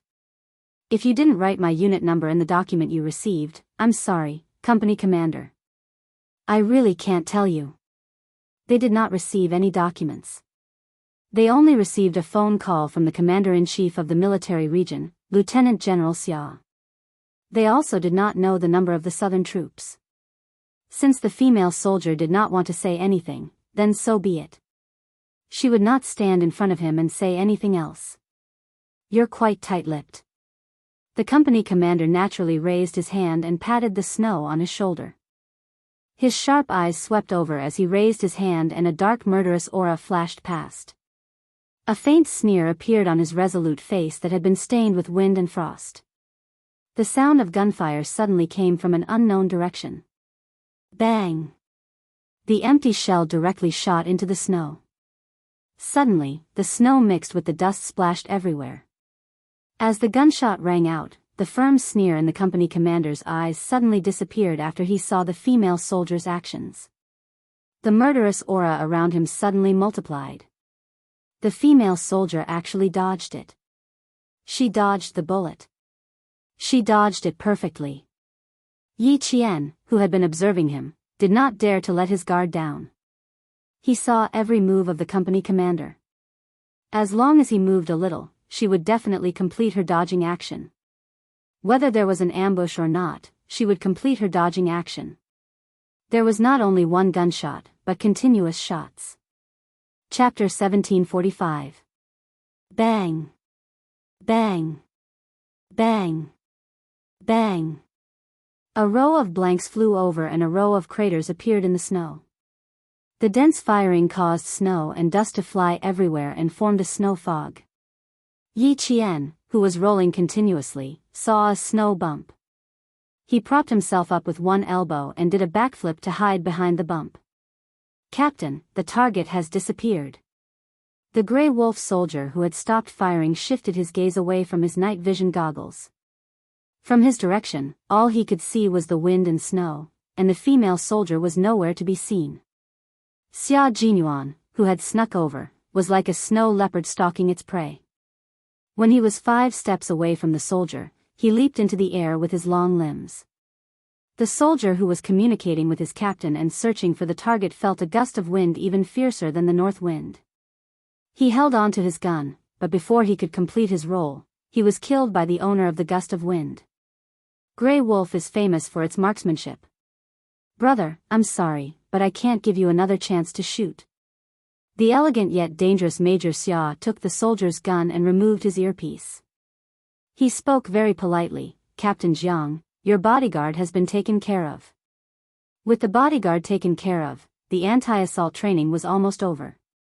Since he had failed to shoot, Captain Jiang faced the female soldier who had unbelievably fast reflexes.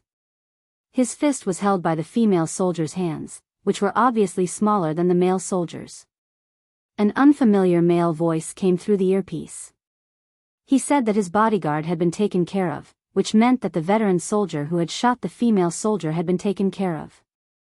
The calabash mouth position had been lost, and the troops from the south had successfully counterattacked. However, he hadn't taken care of the female soldier yet. In close combat, if one wasn't careful, one would be hit by the opponent's fists or boots. The former would be weaker, while the latter would feel like one's bones would be crushed if the boots kicked. As the captain of the Grey Wolf unit, he was exceptionally skilled. Every punch was filled with strength, and he didn't hold back at all. As long as there was a chance, he would hit Yi Qian. Yi Qian was suppressed by him a few times and had to roll around to avoid it. When she counterattacked, she almost didn't use her fists, but only her legs. Her long legs swept left and right, and Captain Jiang dodged to the left and right. He used his hands to block the attack, and his arms were slightly numb from the force of her legs. Both of them were covered in sweat. After a heavy kick, both of them fell into the snow. When they got up in a half squat, they did the same action again. They took out their pistols and fired. Bang bang. 2 gunshots rang out. The close-range shots were all aimed at the bulletproof vests to prevent any accidents. This time, their actions were surprisingly similar. They were so similar that Yi Jian's heart couldn't help but beat wildly. In order to maintain the accuracy of shooting while kneeling on one knee, every part of the body had to be stable, coordinated, and relaxed. When she was practicing the kneeling position, Uncle Chen had added weights to her hand. Over time, she had the habit of slightly raising her elbow to better control the strength of her arm muscles. And Company Commander Jiang was the same as him. He also raised his elbow slightly. Uncle Chen had personally told her that this kind of shooting needed to be trained from the very beginning. In other words, she had to start when her shooting level was 0, and couldn't change halfway. It was also a set of pistol shooting essentials that he had personally discovered. Chapter 1746. Since it was a person, why did Company Commander Jiang know how to do it too? The answer was obvious. When Company Commander Jiang saw the female soldier take out her gun and complete the shooting action, he did not hide his surprise. It was a little strange. The female soldier was not a female soldier in their troop. Why was her shooting action the same as theirs? Company Commander, the enemy's counterattack was successful. We've lost. Company Commander Jiang, who was about to look at the female soldier's shooting posture, heard the soldier's voice. He stood up and put away his gun. You won, female soldier. The entire counterattack training lasted 8 hours and was completed at 7:23 p.m. When the members of the Storm Commandos came back, they all supported each other. Some of them were so cold that their lips turned purple. Some of them were so cold that their bodies were stiff. When they walked, their knees were straight. Cold, it was too cold. It was so cold that it was as if they could become one with the snow at any time and could never return to the beach. Li Jinyan kept rubbing his comrade's cold and swollen fingers. Although his cold and handsome expression was indifferent, his brows were furrowed. Move your legs and stomp on the spot. On the other side, Company Commander Jiang spoke quickly and anxiously. Quick, help them sit by the fire. Water, bring water over. The few of you, use Mao coins to wrap snow and roast it by the fire. The few of you, heat up the wine and give it to the brother whose lips are purple from the cold. How to resist the cold? Company Commander Jiang had his own set of methods, which were quite effective. After stuffing a few bottles of burning knife wine into their stomachs, they used a towel that was so hot that it was emitting steam to cover their faces and hands. It was more or less enough to let them breathe. Come, come, come. Stick the radish slices to the part where the frostbite is. Stick them until they're not hot anymore. Then, roast them on the fire and stick them repeatedly. Mr. Zhuge and the Blue Wolf troop picked out the hot radish slices and gave them to the southern brother who had frostbite on his hands. He said enthusiastically, "This is an indigenous method. It's condensed from the 5,000 years of living experience of our people. It's definitely effective." This group of brothers from the south. They were really hard-working. They could still endure the cold. Look, this person's toes were so cold that they were bleeding, but he could still endure it. He was a man. This was a man-made underground cave in the calabash mouth position. The Grey Wolf troop would rest here at night during their training in the Gobi Desert. Once the fire was lit, the cave would be warm and could eliminate the fatigue of the day. But this fire was not something that could be started just because he wanted to. If it were not for the fact that he had to take care of his brothers who had just come from the south, he really would not have a fire to keep himself warm. Everyone had a mouthful of Shaodao wine and a bowl of boiled snow water. Everyone leaned against each other. Dozens of people crowded around the only 2 bonfires, and the warmth of their bodies returned. Yi Qian was in a much better state than the members of the Storm Commandos. She had experienced a similar cold before, so her body had a certain level of resistance to it. She drank 2 bowls of warm snow water in a row before she saw Sergeant Jiang walking towards her. Xia Jinyuan, who was applying frostbite ointment to his frostbitten comrades, narrowed his eyes when he saw this. You must be tired tonight. How are you? Can you still hold on? Sergeant Jiang looked at the young female soldier whose skin was as delicate as a peach. The doubts in his heart grew bigger and bigger. The sun in the northern Xinjiang was very strong. Even the most beautiful female soldier's cheeks would turn red in less than half a year after coming here. But this female soldier was obviously not a female soldier from the northern Xinjiang. If that was the case, how did she know the unique posture of holding a gun in the Blue Wolf Troop? Chapter 1747. Commander Zhang's arrival didn't surprise Yi Qian much. On the contrary, she was actually waiting for him to come over. Hearing this, Yi Qian, who was about to stand up to speak, was patted on the shoulder by Commander Zhang.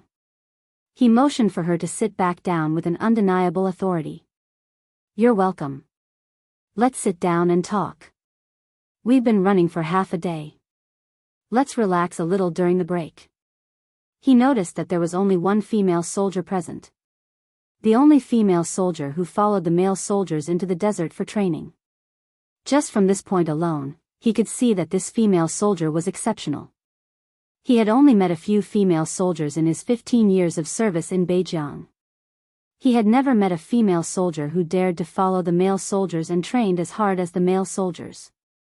There was a gentle smile on his resolute face, and even his gaze seemed to have lost some of its sharpness. "Don't be so formal. I'm just curious about your posture. I'm sure you've also noticed that our posture is different from other people's. Our gun posture started from the day we joined the Grey Wolf unit. If you're not a soldier from our unit, your first reaction when you see our posture would be to think that we're not qualified. But only we know that once we learn this posture, we'll be able to shoot more accurately with pistols, rifles, and sniper rifles. Of course, not everyone is used to this posture. The soldiers under me are in this situation. They can shoot very well with the standard posture, but they can't shoot with the unique gun posture of the Grey Wolf unit." Yi Qian knew this. When she was learning how to snipe, Uncle Chen told her that not everyone was suitable for the gun posture that he created. In fact, at this time, Yi Qian already had an answer in her heart. An answer that knew which unit Uncle Chen came from. She knew the answer she wanted to know, but Commander Zhang still didn't know why she knew the gun posture that was unique to the Grey Wolf unit. Yi Qian pursed her lips and smiled. "We need to practice this gun posture from day one. I also started using this training method from day one. The results are very good." "That's right. As long as we learn the essentials and grasp the essentials, our shooting accuracy will be even more accurate than the standard posture. However, I want to know, how did you, who came from the south, learn the unique posture of the Blue Wolf Troop?" At this point, Company Commander Zhang's voice was somewhat cold. "This is my question. I still need you to answer it." "Company Commander Zhang, I can answer her question." A low and powerful male voice came from behind. Xia Jinyuan, who had been paying attention to the situation, walked over and said, "Only I, the team leader, can answer your question." Yi Qian was a soldier trained by Uncle Chen. Since her posture was unique to the Grey Wolf tribe, then Uncle Chen must have retired from the Grey Wolf tribe. There was no need for Yi Qian to be questioned by Company Commander Jiang on such matters. He would answer for her. "Go help the other comrades. Leave this to me." Xia Jinyuan walked over calmly and lightly patted Yi Qian's shoulder. He was telling her to leave everything to him. Xia Jinyuan saw Yi Qian's hesitation. He knew that Uncle Chen retired as a sacrifice. This meant that the unit he was in, like Company Commander Jiang, would think that the senior who created the unique Grey Wolf unit had died. They wouldn't think that he was still alive. Chapter 1748. If she couldn't answer the question, she would just leave it to him. Company Commander Jiang looked at the young major who was even more powerful than himself. He knew very well that this was a soldier who had been to the front line and killed enemies. He immediately stood up. "This is a serious matter. I need to understand it clearly. I know. It was unique to the army and could not be replicated or spread easily." Xia Jinyuan understood Company Commander Jiang's cautiousness. Yi Qian smiled apologetically at Company Commander Jiang, then got up and left. Xia Jinyuan was naturally better at handling this kind of matter than she was. With Xia Jinyuan's ability, he could easily hide the fact that Uncle Chen was still alive and give Company Commander Jiang a reasonable explanation. She believed that he would handle this matter well. However, this matter also gave her a wake-up call. When she returned, she needed to learn the standard gun stance to prevent similar problems from happening again. Uncle Chen's identity could not be exposed. Even if he had been sacrificed for more than 10 years, she still needed to continue hiding it. She could not let others know about Uncle Chen. About 10 minutes later, Company Commander Jiang found Yi Qian again. The 36-year-old man looked at Yi Qian with a gaze as gentle as the May wind in Beijiang, bright and warm. "I was rude just now. You are a very outstanding female soldier. I look forward to seeing you on the training ground again." Yi Qian saluted the company commander, who was about to leave and return to the army. This was an unyielding soldier. Even the heavy snowstorm didn't make him bend his waist. This was a soldier from the northern border. He was like a white poplar facing the wind and sand, using his straight body to guard the border. He was also a respected soldier. He had dedicated his youth to this barren land, but it was still part of our country's territory. For decades, he was so loyal, and used an eternal heart to protect the country without any complaints or shame. The wind and snow covered their departing footsteps, and the figure at the front had completely disappeared from sight. The figure at the back, carrying a rifle, fearlessly followed the footsteps of his comrades in the wind and snow without looking back. The people of the northern borderline who live here say that they are the guardian gods in their military uniforms. Only with their existence can life be peaceful. Yi Qian, our existence is to protect the peace of the people of our motherland. This is the belief of all the officers and soldiers of the Blue Wolf Unit, and it is also the direction they have been persisting in. Company Commander Jiang asked me to pass on a message to you. Stick to your original beliefs, use the gun in your hand to guard this territory, and complete your mission as a soldier. The belief of all the officers and soldiers of the Grey Wolf Troop was a kind of inheritance. Uncle Chen walked out of this troop, leaving behind a legend and the dedication of a generation of soldiers. It was passed down from generation to generation. Even if their bodies disappeared, their beliefs would remain as eternal as steel. When they gathered at 5:00 the next morning and walked out of the cave, the entire Gobi Desert was pure white, like a forgotten world. It was so quiet that it did not seem like the human world. Today, they had to walk 40 kilometers into the desert. After a night of rest, the members of the Storm Commandos saw that the wind and snow had stopped, and they could not help but smile. They were not afraid of wind and snow, but it was good to have good weather. The weather is good, suitable for a walk.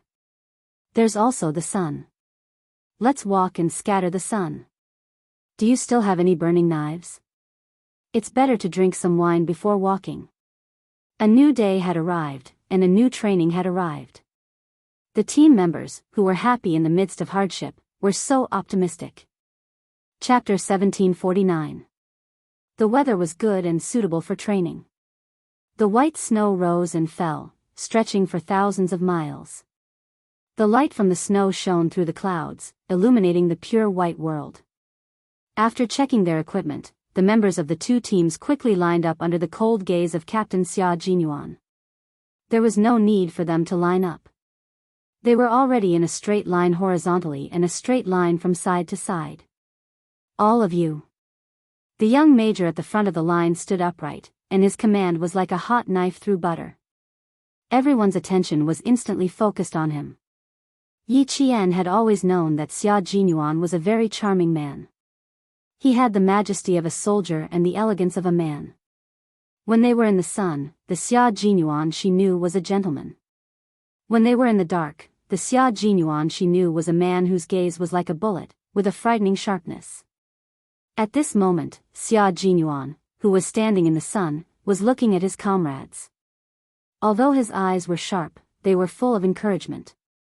He was like a beacon for the whole team and a guide for the whole team. With him around, they felt that all difficulties could be easily solved. He briefly talked about the main training program for the day. The 40-kilometer walk was the beginning of the day, followed by tactical training, mainly for the desert attack. It's still like camping. There's no so-called balance between work and rest, and there's no logistical support. As for frostbite and other minor injuries, they'll be dealt with by themselves. No other opinions, right? Okay, no objections. Line up and set off. Xia Jinyuan said everything in one go. He asked his comrades if they had any opinions, but his actions directly stopped them from voicing any. He was just being polite. Don't take it too seriously. At this point, you still have any opinions? What are you going to say? Don't say anything. Just continue with the training. When they set off, it was still the same mixed team as yesterday. 44 figures carried rifles and backpacks, advancing into the depths of the desert in a single team. From afar, they looked like dragons in the snow, majestic and visually stunning. Training in the desert was even more difficult than training in the Gobi Desert. They had to roll in the sand, crawl in the sand, and sometimes rush down from high sand slopes.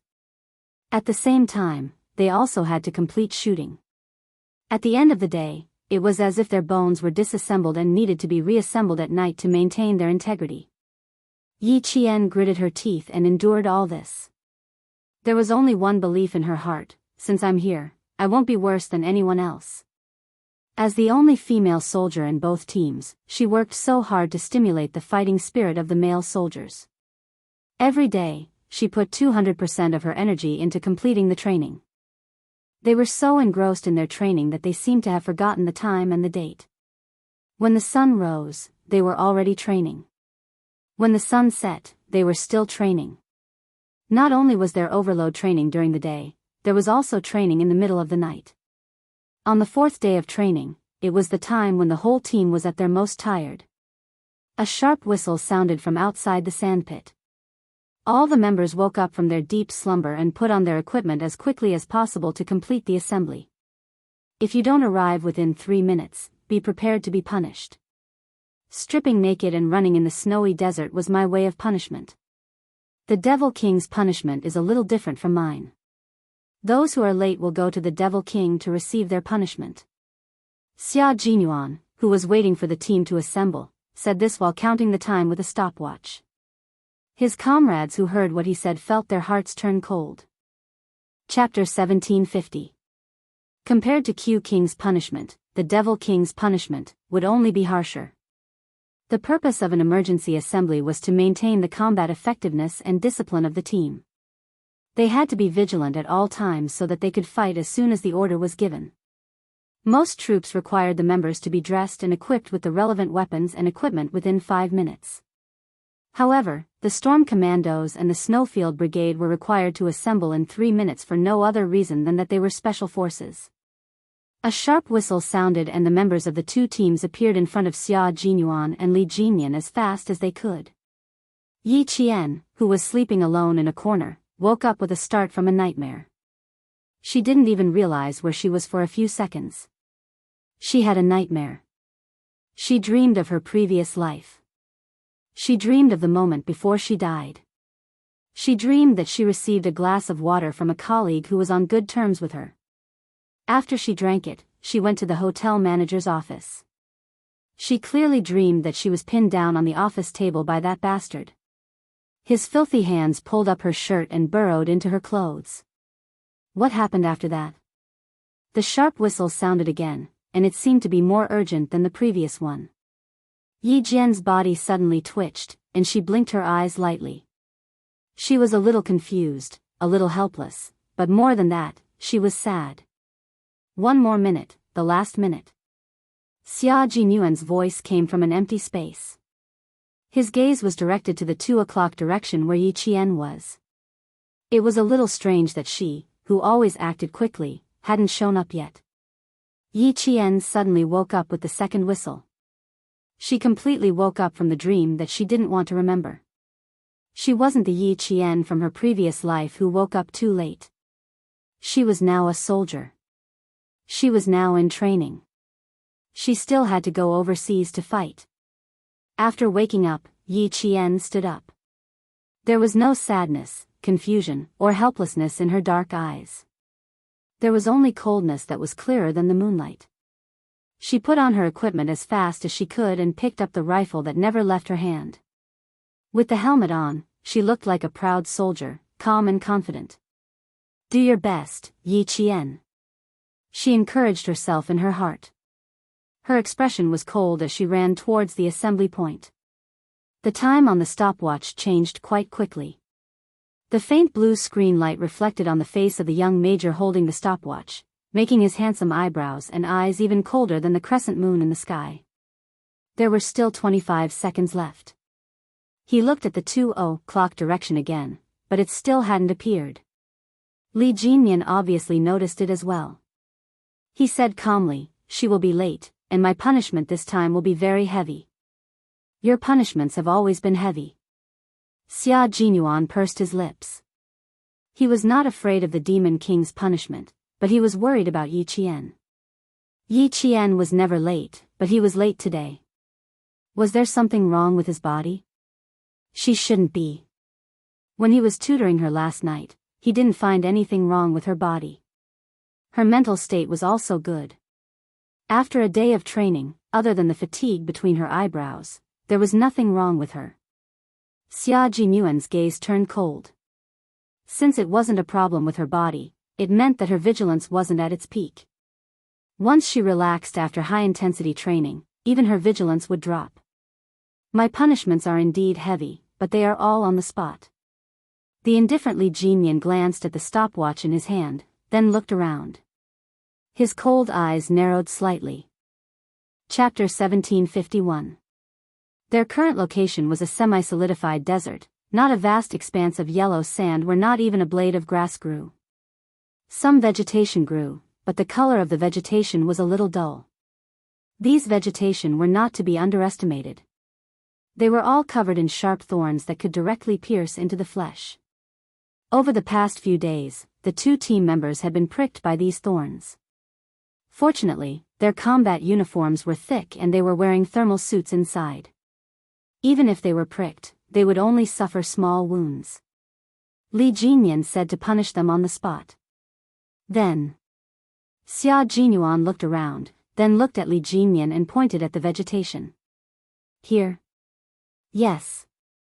At the same time, Li Jinyan pressed his stopwatch and looked at the figure running over. His thin lips moved slightly and he said coldly, "You're 5 seconds late." Xia Jinyuan pressed his stopwatch and looked at the figure running over. His thin lips pressed even tighter into a straight line. He knew that she was in good health and she was in good spirits. She was supposed to rest for 2 hours and assemble at 1 in the morning. She was still late. 5 seconds had passed since the 3 minutes had passed. Before Yi Qian could run over, she felt Xia Jinyuan's gaze sweep over her like a bullet. It was so cold that it made her heart turn cold. "You're late." After saying that, he stepped aside and gave his seat to Li Jinyan. Li Jinyan was the one to decide what punishment would be given to the soldiers who were late. Punish them on the spot. Then, she'd have a good time. The devil's punishment was always in line with his code name. It was full of demonic nature and couldn't be more harsh. Being 5 seconds late was nothing to an ordinary person. Who hadn't been late before? It was normal. But for a soldier, being 5 seconds late on the battlefield was equivalent to delaying the battle. A bullet's firing speed was 3 seconds. If you were 5 seconds late, the enemy's bullets would have already swept over. Yi Qian took a deep breath and walked to the front of the team to report. No one looked at Yi Qian, and no one wanted to ask why she was late. Even though they all knew that Qing Miao was a very punctual and strict female soldier, she was late this time, so she was late. There was no reason or explanation. She was just late. Everyone else is dismissed. Qing Miao will stay. After the emergency assembly was completed, Li Jinyan opened his mouth, and the team members quickly left to rest. Yi Qian, who was late, stayed behind to await Demon King Li's punishment. A minute later, Xia Jinyuan was the only one left in the empty desert. He stood tall and straight, looking solemn. "Get out of here." Demon King Li never liked to talk nonsense. He pointed at the sand slope with thorny vegetation and said indifferently, 3 rounds. After rolling, go back and sleep. Rolling 3 rounds in the thorny vegetation sounded easy, but in reality, Yi Qian thought that she would never want to be punished like this in her entire life. Yi Qian, who was rolling with his head in his hands, used his body to crush the thorny vegetation. The sharp thorns pierced his clothes and then into his flesh. It was like 10,000 swords piercing his heart. Moreover, she couldn't roll to the same position. She had to climb up from the bottom of the sand slope, walk to the top of the sand slope, and then roll down from another position. After the third round, Yi Jian's body was covered with countless tiny and dense blood holes. Her punishment for being late was considered light. If there is a next time, Qing Miao, your punishment will only be heavier. Li Jinyan looked coldly at the female soldier whose face was bleeding from the thorns. His tone was indifferent as usual. I hope there won't be a next time. Chapter 1752. The first punishment was engraved in her heart. How could there be a second time? Despite the pain from the thorns all over her body, Yi Qian still stood up straight and replied, there won't be a second time. Remember what you said. Li Jinyan lowered his eyes and quickly glanced at Yi Qian. As he turned to leave, he glanced at Xia Jinyuan, who hadn't left yet, and left with a cold aura. Xia Jinyuan, who had been watching the whole process, waited until he was a little further away before walking over. He looked at Yi Qian, who hadn't moved for a long time, and sighed softly in his heart. He reached out and held her hand. His slender fingers caressed it, and after a long time, he said, sit down and remove the thorns in your clothes. She rolled 3 times in a row, especially honestly, towards the thorny trees. There were a few times when he saw that she couldn't roll over, so he stopped for a while and forcefully rolled over in a very barbaric manner. Yi Qian touched her buttocks and smiled bitterly. I can't sit down. There are thorns all over my back. Xia Jinyuan turned sideways and glanced at her buttocks. He asked her again, can you touch it yourself? Yi Qian took a deep breath and pursed her lips. I'll try. After trying, he realized how difficult it was. Some of the thorns had pierced through his combat uniform, so he had to take off his pants. Major Xia never thought that he would be able to observe his girlfriend's buttocks up close in such a way. It was really quite unique. Don't move. They're all in your flesh. Major Xia, who maintained a cold expression, held a curved needle in his hand that was used to sew up his wounds from his medical kit. He slowly picked out the thorns, and his eyes focused on the thorns. He didn't look away at all. Yi Qian, who had taken off her pants, was so embarrassed that her delicate face was redder than an apple. She couldn't control herself when he told her not to move. Major Xia, who was picking out the thorns, was still relatively calm. After he finished picking out the second thorn, he saw a bead of blood seeping out of the thorns in front of him. He raised his hand and wiped it clean. After he was done, he felt Yi Qian's body suddenly stiffen. He also reacted. In other words, he had touched his girlfriend's buttocks. It was an unintentional move, but because he had touched the wrong spot, it was a little awkward. Dark red beads of blood seeped out of her snow-white skin. It was too eye-catching, and it was impossible to ignore. I don't mean anything else. I just wanted to wipe the blood off the wound where I picked out the thorns earlier, Xia Jinyuan explained calmly, lest his thin-skinned girlfriend be embarrassed. Yi Jian, who had buried her head in the pillow of the sleeping bag, replied with a muffled It sounded like there was nothing wrong with it, but even her waist was turning red. It was obvious that she was shy again. His buttocks were the landing point. There were 4 places where the thorns had pierced into his flesh. After picking them all out, Xia Jinyuan was sweating profusely. After punishing Yi Jian, he was the one who suffered in the end. Next were his left and right shoulders. Xia Jinyuan secretly adjusted his breathing and managed to suppress the rolling qi and blood. Uncle Chen said that you've never been late. I've been training with you for so long, and I've never seen you late. You've always been very vigilant, but you're late today. Despite the training, her skin was still as white as snow and glowed like pearls. It was so tender that it was like a peeled egg. It was as smooth as silk to the touch. The small black spots on her shoulders were a little dazzling. Xia Jinyuan's gaze was attracted to the thorns even without chatting. Chapter 1753. When Yi Qian heard his words, waves of bitterness welled up in her heart. After a while, she said softly, "Captain Xia, do you believe that people have a past life?" She had kept those things in her heart for too long.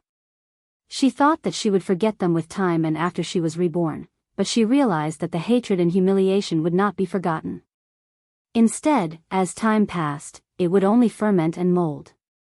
In the end, it would be like a parasite attached to a bone that could not be removed. In that case, would it be better if she said it out loud? But would he believe her if she said it out loud? Xia Jinyuan, who had picked out the thorn in her heart, answered her, "You want to tell me that you were late today because of a dream?" She looked up slightly. The searchlight on her helmet shone on her beautiful face. Xia Jinyuan's deep black eyes seemed to be able to see through people's hearts, but he could not see through the deepest secrets of the person in front of him. "Tell me what kind of nightmare you had first."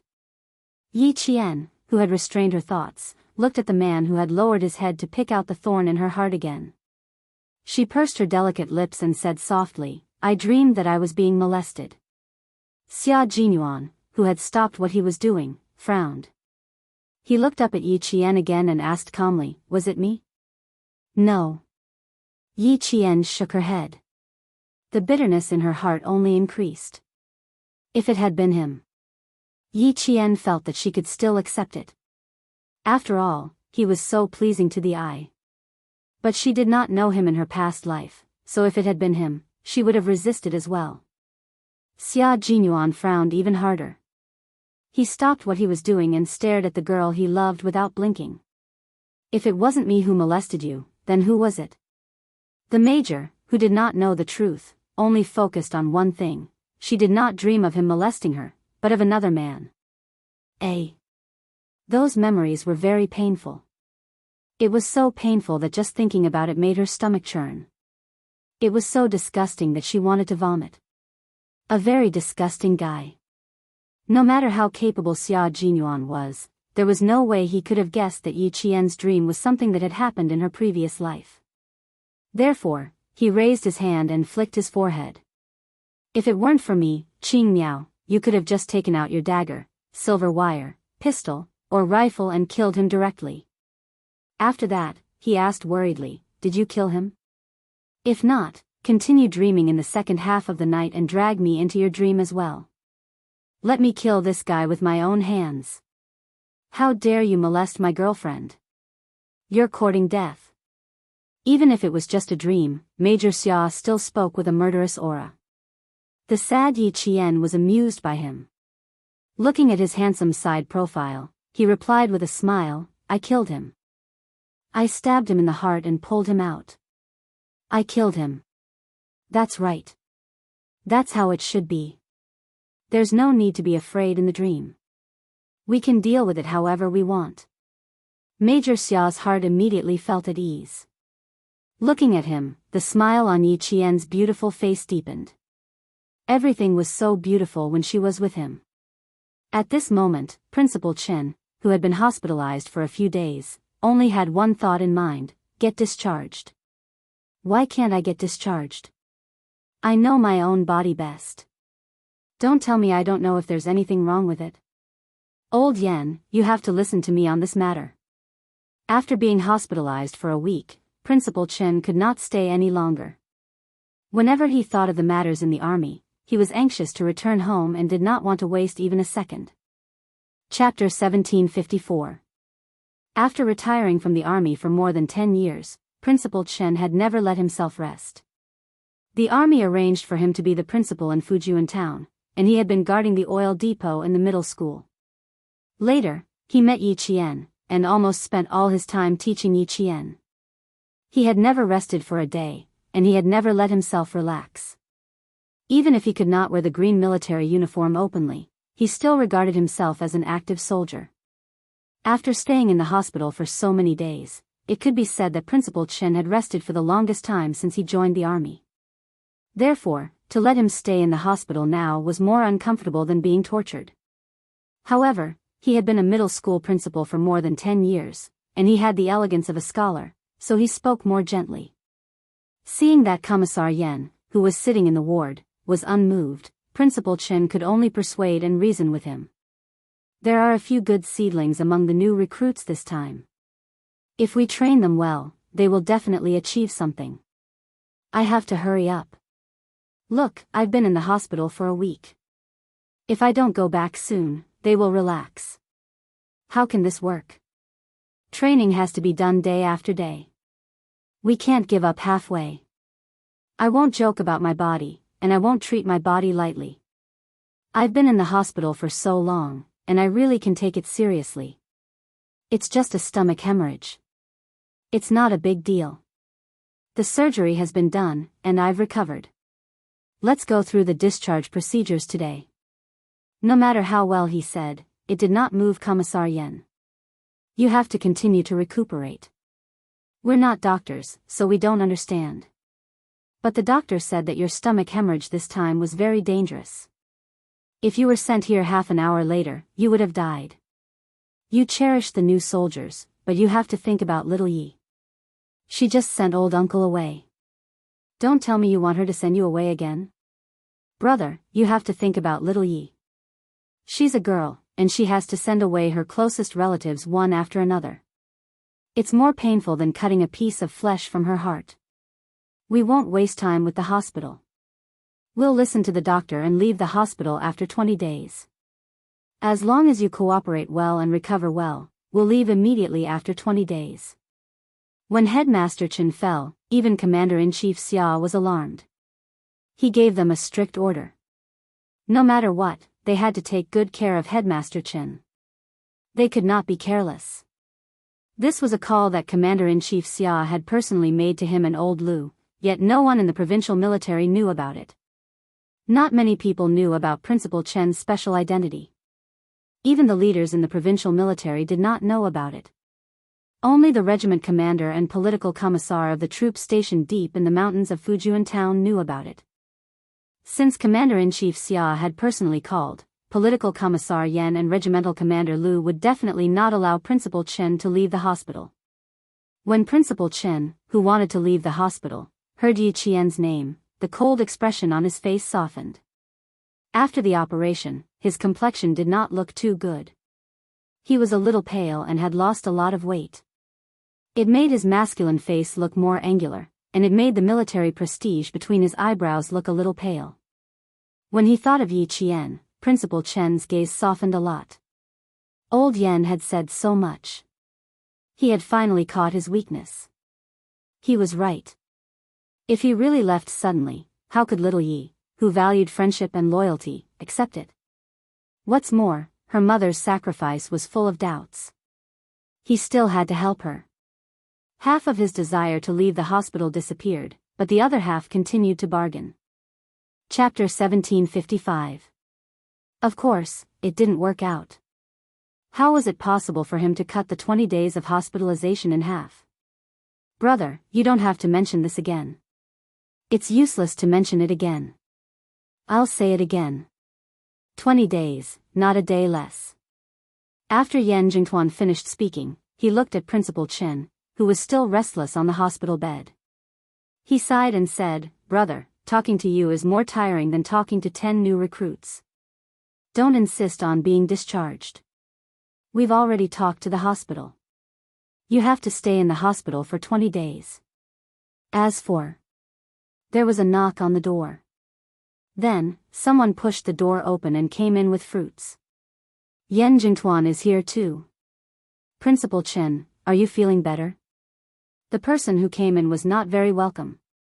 It made Political Commissar Yen and Principal Chen's faces turn cold. Principal Chen said calmly, Thank you for your concern, Director Yi. My body is fine. There's no big problem. How could Yi Jifan not see their indifference? However, he wanted to repair his relationship with Principal Chen, so he had to put in a lot of effort. He put the fruits on the bedside table. Without inviting him, he sat down and asked with concern, Gastric bleeding is not a small matter. Principal Chen, you have to take care of yourself. Little Yi is close to you. If she knew that you were lying in the hospital now, I don't know how anxious she would be. Principal Chen sneered at his intention to get close to him. But he wouldn't make it too stiff on the surface. Hearing this, he sneered and said, "Of course she would be anxious. Little Yi is a righteous child. She knows who is good to her and who is bad to her." This was a warning to Yi Jifan not to play any tricks. He shouldn't think that others would forgive him just because he wanted to get close to him.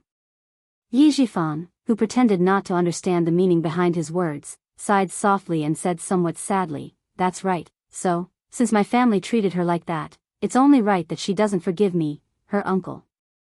His cowardly and timid niece grew up overnight. After that, she didn't give him any chance. He didn't even know where to start. The more she acted like this, the more he feared her. In his heart, he was even more certain that if he did not get rid of her, she would definitely become a huge problem. She would definitely become the biggest obstacle to his daughter Yi Ying's future. But now, it was even more difficult to get rid of her. But even if it was difficult, he had to think of a way. She started with the people closest to her, making them stop helping her and turn to help Yi Ying instead. Was she someone who valued relationships?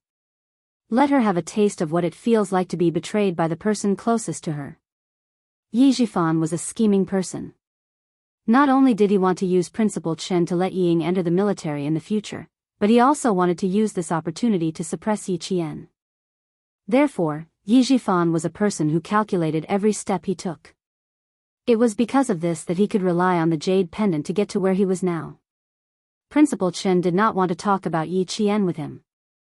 After hearing his hypocritical words, he changed the topic and said to Political Commissar Yen, "Old Yen, you go back first. I will definitely take good care of my body for the sake of that girl. You go back first. I will rest for a while." "All right, you rest first.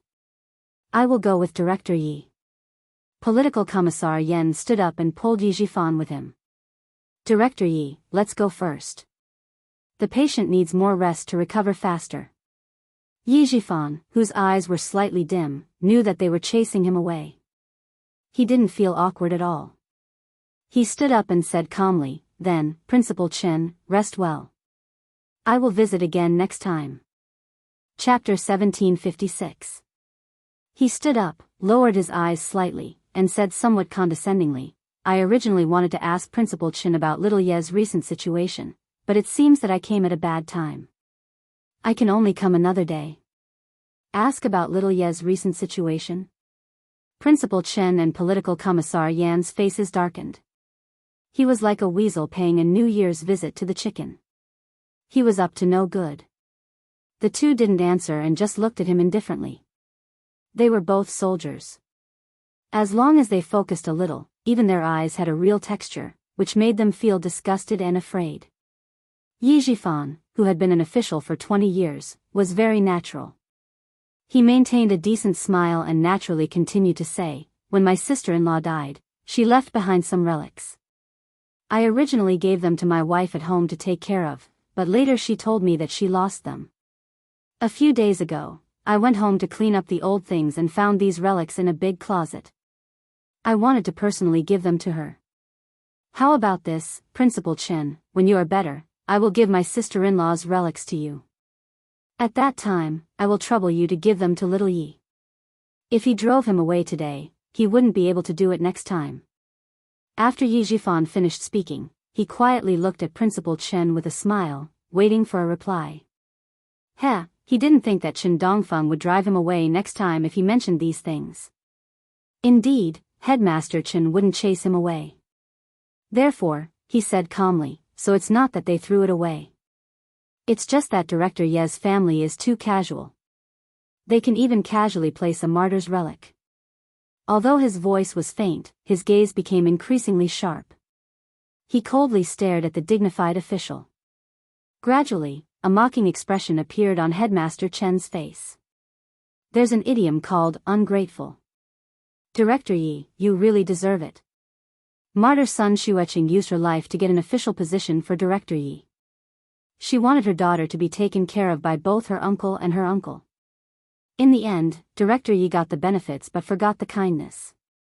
I don't know if Director Ye's conscience is uneasy, but I think Director Yi has a clear conscience.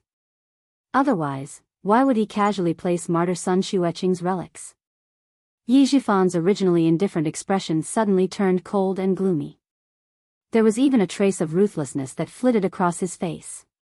Did Chen Dongfeng know something? Before Uncle Zhen passed away, did he mention something to him?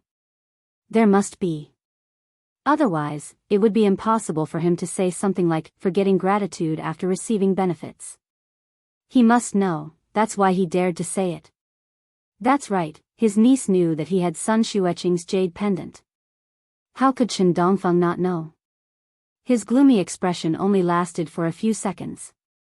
In the blink of an eye, he was once again the refined and honest chief of a bureau.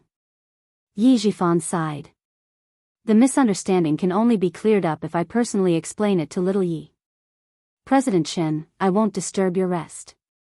I'll come and visit you next time. He was indeed a character. He spoke so straightforwardly, but it only took a few seconds for him to change. Principal Chen, who felt a chill in his heart, nodded and said, have a safe trip, I won't see you out. He had to remind Yi girl not to take Yi Zhifan lightly. Before he left, Principal Chen even asked him to take away the fruits he brought over. In the end, it was Political Commissar Yan who took the fruits with a smile and distributed them to the nurses outside the ward. He smiled and said to the nurses, this is Mr. Ye's treat, don't be shy. Yi Zhifan, who was next to him, almost couldn't hold it in, but when he thought of Yi Ying's future, he could only endure. Chapter 1757.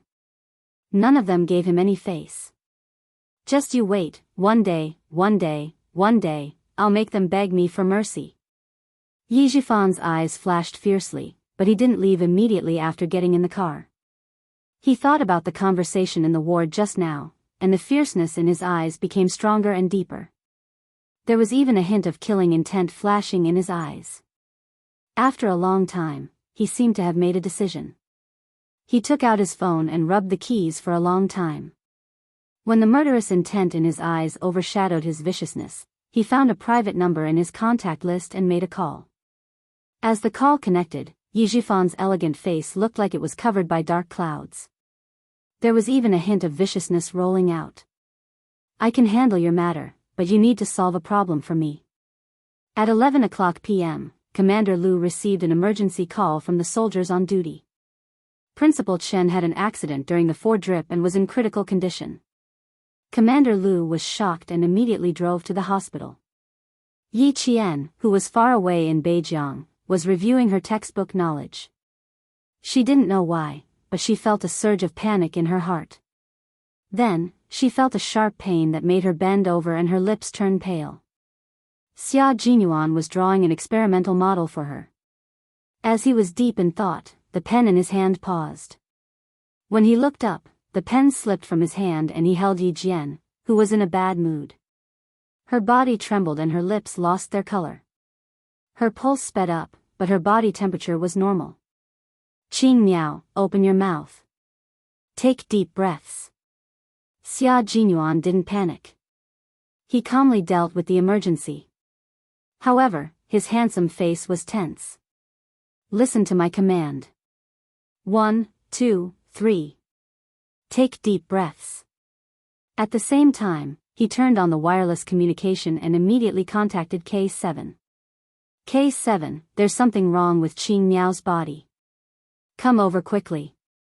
Then, he placed one hand on Yi Qian's chest and said in a deep voice, take deep breaths, Qing Miao. Catch my rhythm.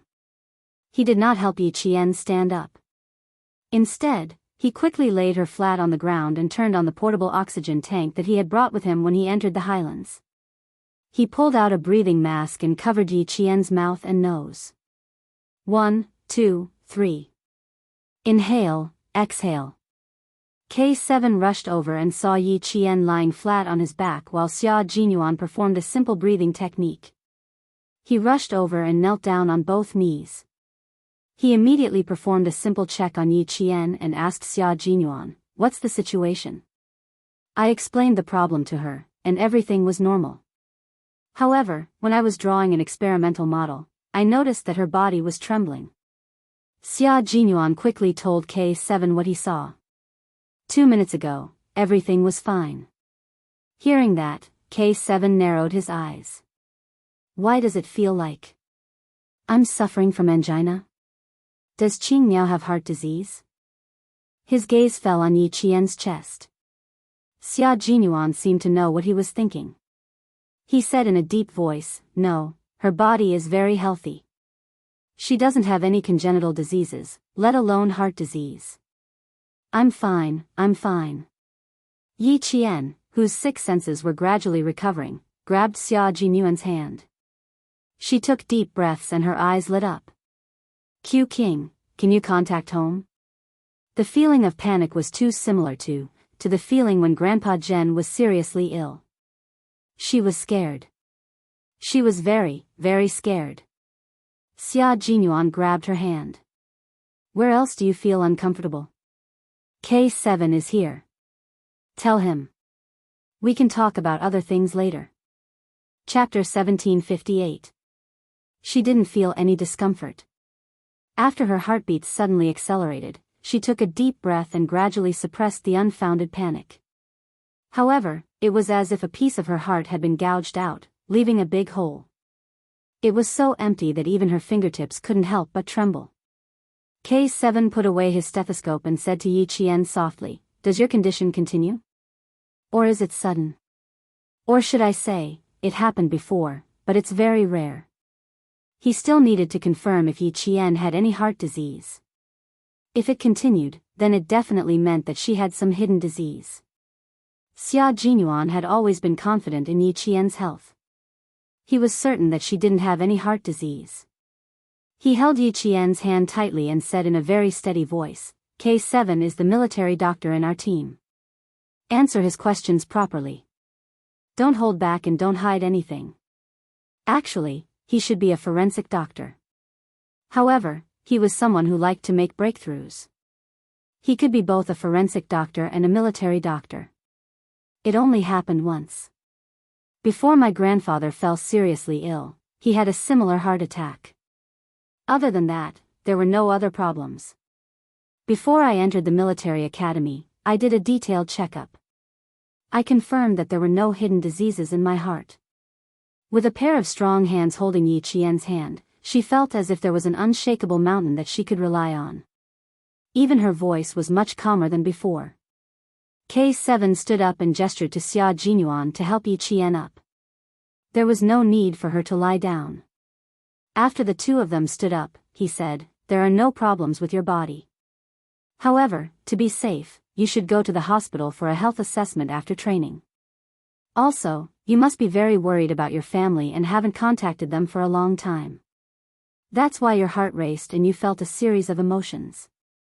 Xia Jinyuan agreed with K7's explanation. However, he knew that Yi Qian's 6th sense had always been sharp. When her uncle was critically ill, he happened to be by her side. He pursed his lips and put his arm around Yi Qian's shoulder. He said in a low voice, "I'll contact the Major General first. Sit with K7 for a while. Put your studies aside for now." They couldn't contact their family directly. They could only go through the command center and see if they could get any information from the command center. Yi Qian knew that her request was against the rules. However, just as K7 said, she was indeed very worried about Uncle Chen. She hadn't contacted Uncle Chen ever since she started training. Now that she had a bad feeling, she couldn't calm. She just wanted to know if Uncle Chen was okay. "You don't have to just stand there and wait." K7 saw that she was just standing there. Her eyes, which were usually as calm as water, occasionally flashed with anxiety. He was not good with words, so he comforted her simply.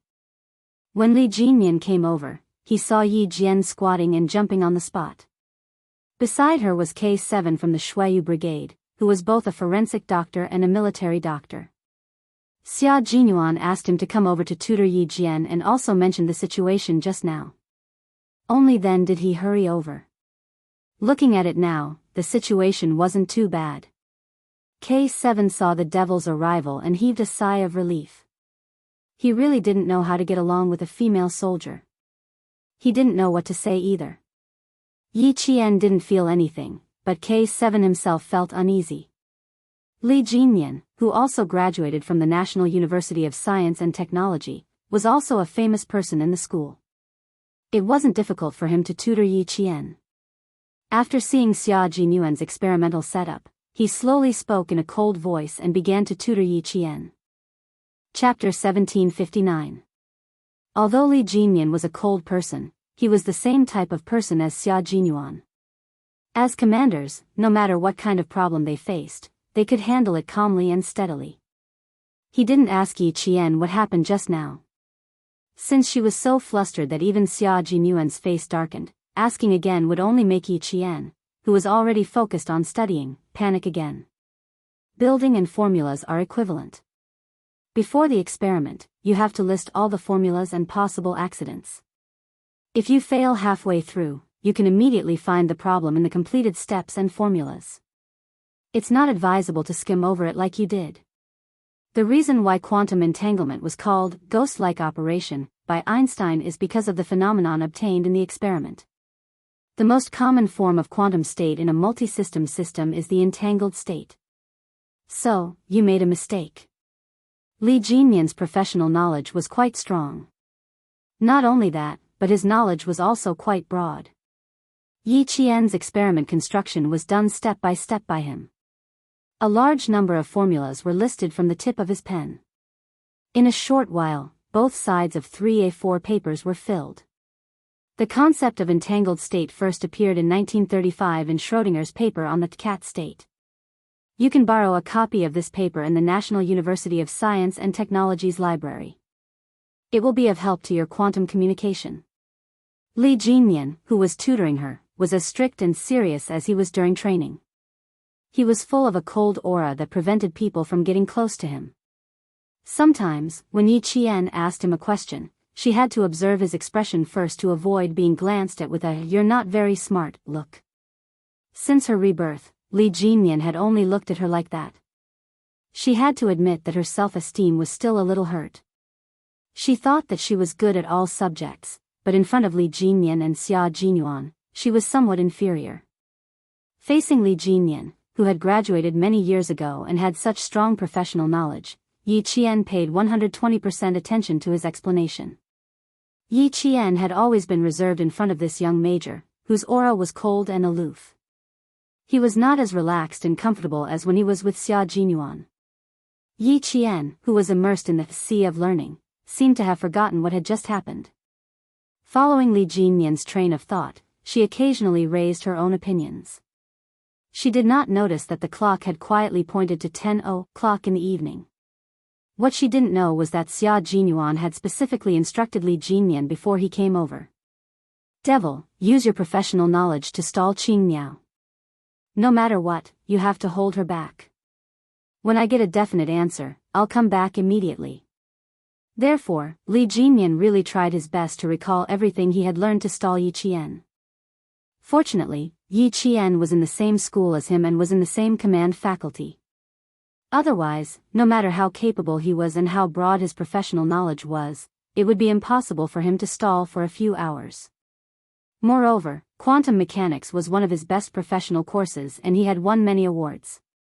Therefore, at this moment, Li Jinyan felt that he could still successfully complete the task Xia Jinyuan gave him by scaring Yi Qian, who had just learned the basics. In a quantum system, the orthogonal polarization state of photons, the spin of electrons or nuclei, the energy levels of atoms or quantum dots, and so on can all be used to create an entangled state. Do you know who came up with the idea of an entangled state? Not only did he explain, but he also asked Yi Qian questions from time to time. This made Yi Qian, who had just learned the basics of professional courses, even more alert. He was afraid that he would miss a single word. Chapter 1760. Hearing this, he calmly replied, Schrödinger was the first to propose the term entangled state. It refers to a superposition state of a multi-particle system or a multi-degree of freedom system that cannot be expressed as a direct product. Fortunately, she had a good memory. Although she was only a beginner, when she entered the laboratory, the senior brothers and sisters would occasionally test her, so she had no problem answering these kinds of questions. Also, he had mentioned that Schrodinger's 1935 paper on cat state had mentioned it. Why did it feel like he was teasing her when he asked her about it now? Li Jinyan looked at the female soldier who looked particularly serious from the side. He couldn't help but smile. She was indeed listening very seriously. She didn't get distracted even after nearly 2 hours. Just as Yi Qian guessed, Li Jinyan did want to tease her.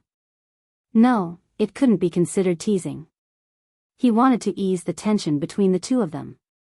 It was clearly just a discussion of knowledge and experiments, but her expression, it was as if she had entered a training state.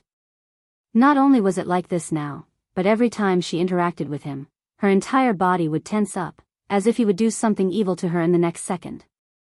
All of these actions puzzled him. Xia Jinyuan was clearly more ruthless than him. Why was Yi Qian able to get along with him so easily? As for him, other than being a little harsh during training, he didn't treat her harshly. Why was she so tense when he interacted with her? Yi Qian didn't realize that Li Jinyan had asked her to ease the tension. She only felt more pressure. Seeing her tense expression, Li Jinyan couldn't help but furrow his brows. He was certain that he hadn't said a single harsh word just now. It seemed that it wasn't his problem, but Yi Qian's own problem. She wasn't used to interacting with him. Thinking of this, Li Jinyan stopped thinking about it and didn't want to ease the tension. He continued to write a series of complicated, abstruse formulas that laymen wouldn't understand. Yi Qian turned his head to the side and focused all his attention on the conversation.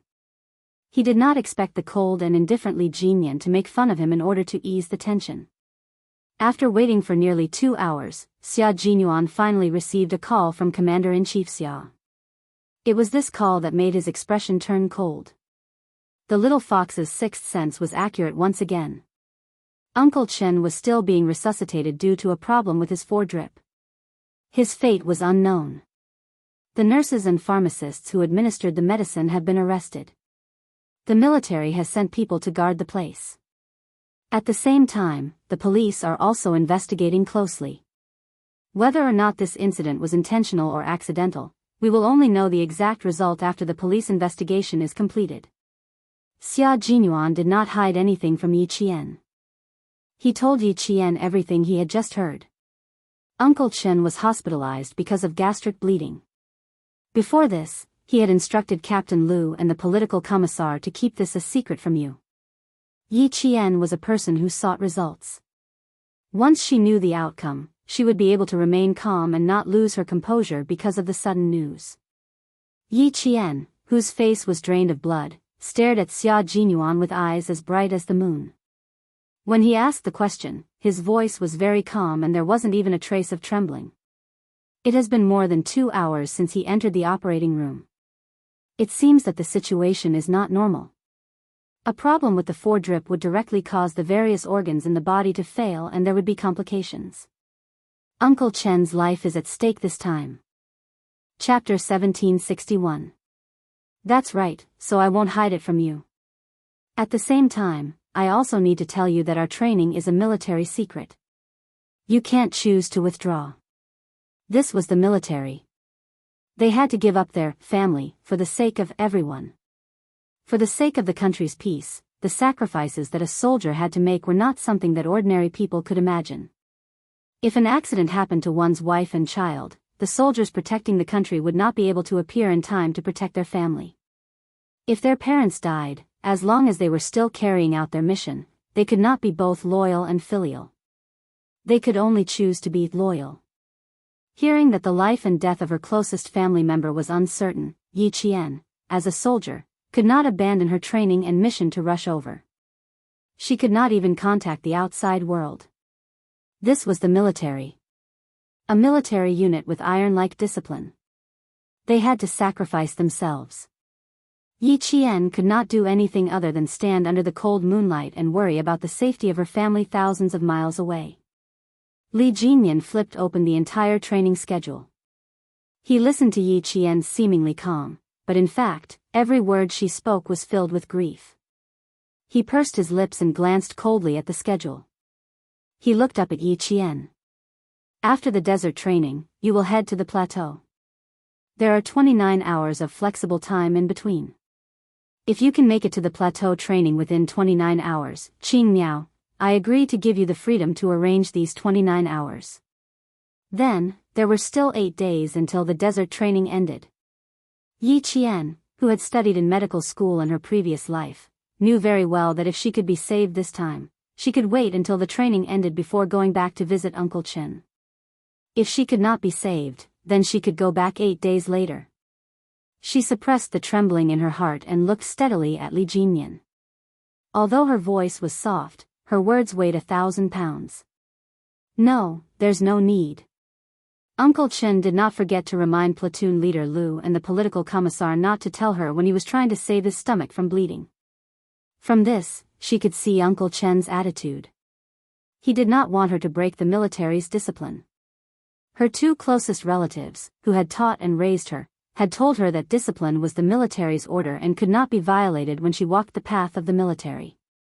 Whether it was in the era of bitter war or the current era of peace, the military had always been strict with political discipline. Military orders must be obeyed, and military discipline is not to be taken lightly. This was what Uncle Chen had told her on the first day of training. If she rushed back now, Uncle Chen would definitely be disappointed. She didn't want to disappoint her family.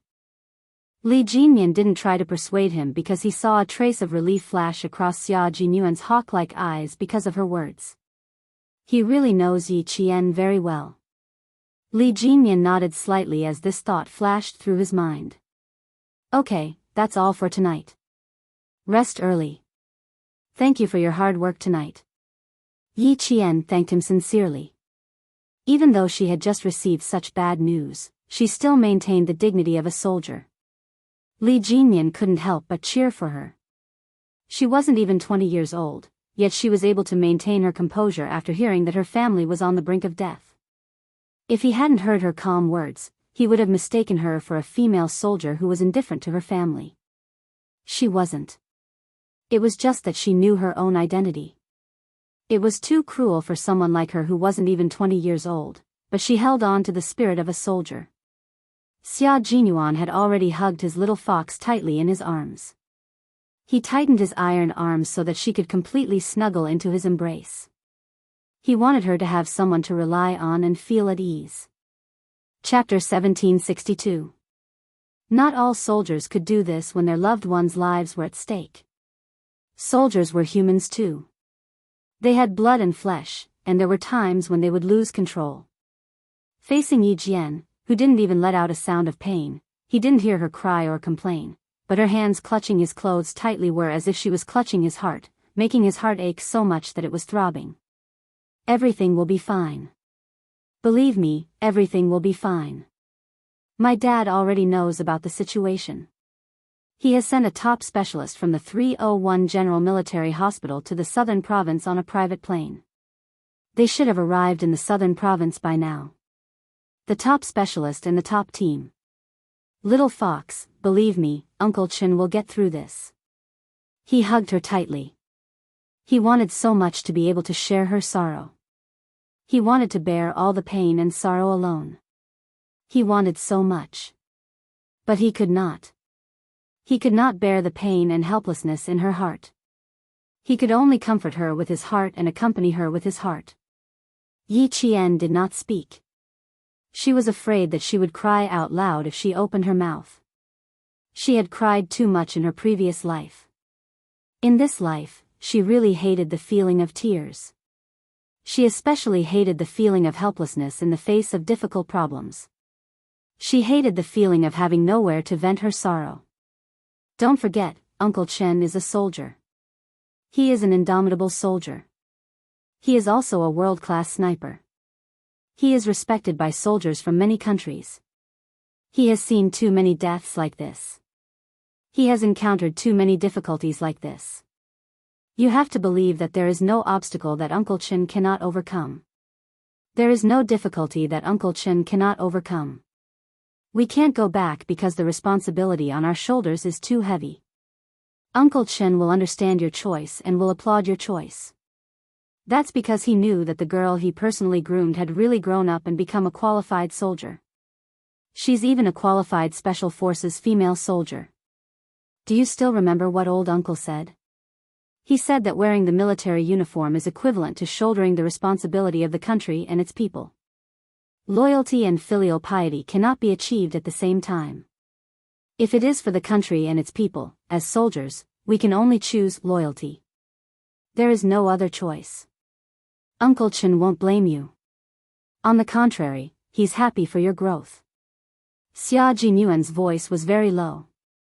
Every word he said reached Yi Qian's ears and her heart. She gradually loosened her grip on his uniform. In front of them, Li Jinyan and a few other comrades stood quietly, silently watching the two people hugging in front of them. Seeing the tall male soldier like a towering mountain protecting the female soldier whose breathing was filled with sorrow, they all heaved a sigh of relief in their hearts. The whale retracted his gaze and sighed softly. Just as his gaze fell on Li Jinyan, he seemed to have thought of something. Then, he let out a heavy sigh. The two sighs made Li Jinyan look over. She's very strong. Yes, Qing Miao is indeed very strong. Even the male soldiers may not be able to do this, J5 added. The only ones who knew what had happened were him, the whale, and the two captains. The whale wanted to rub his chest.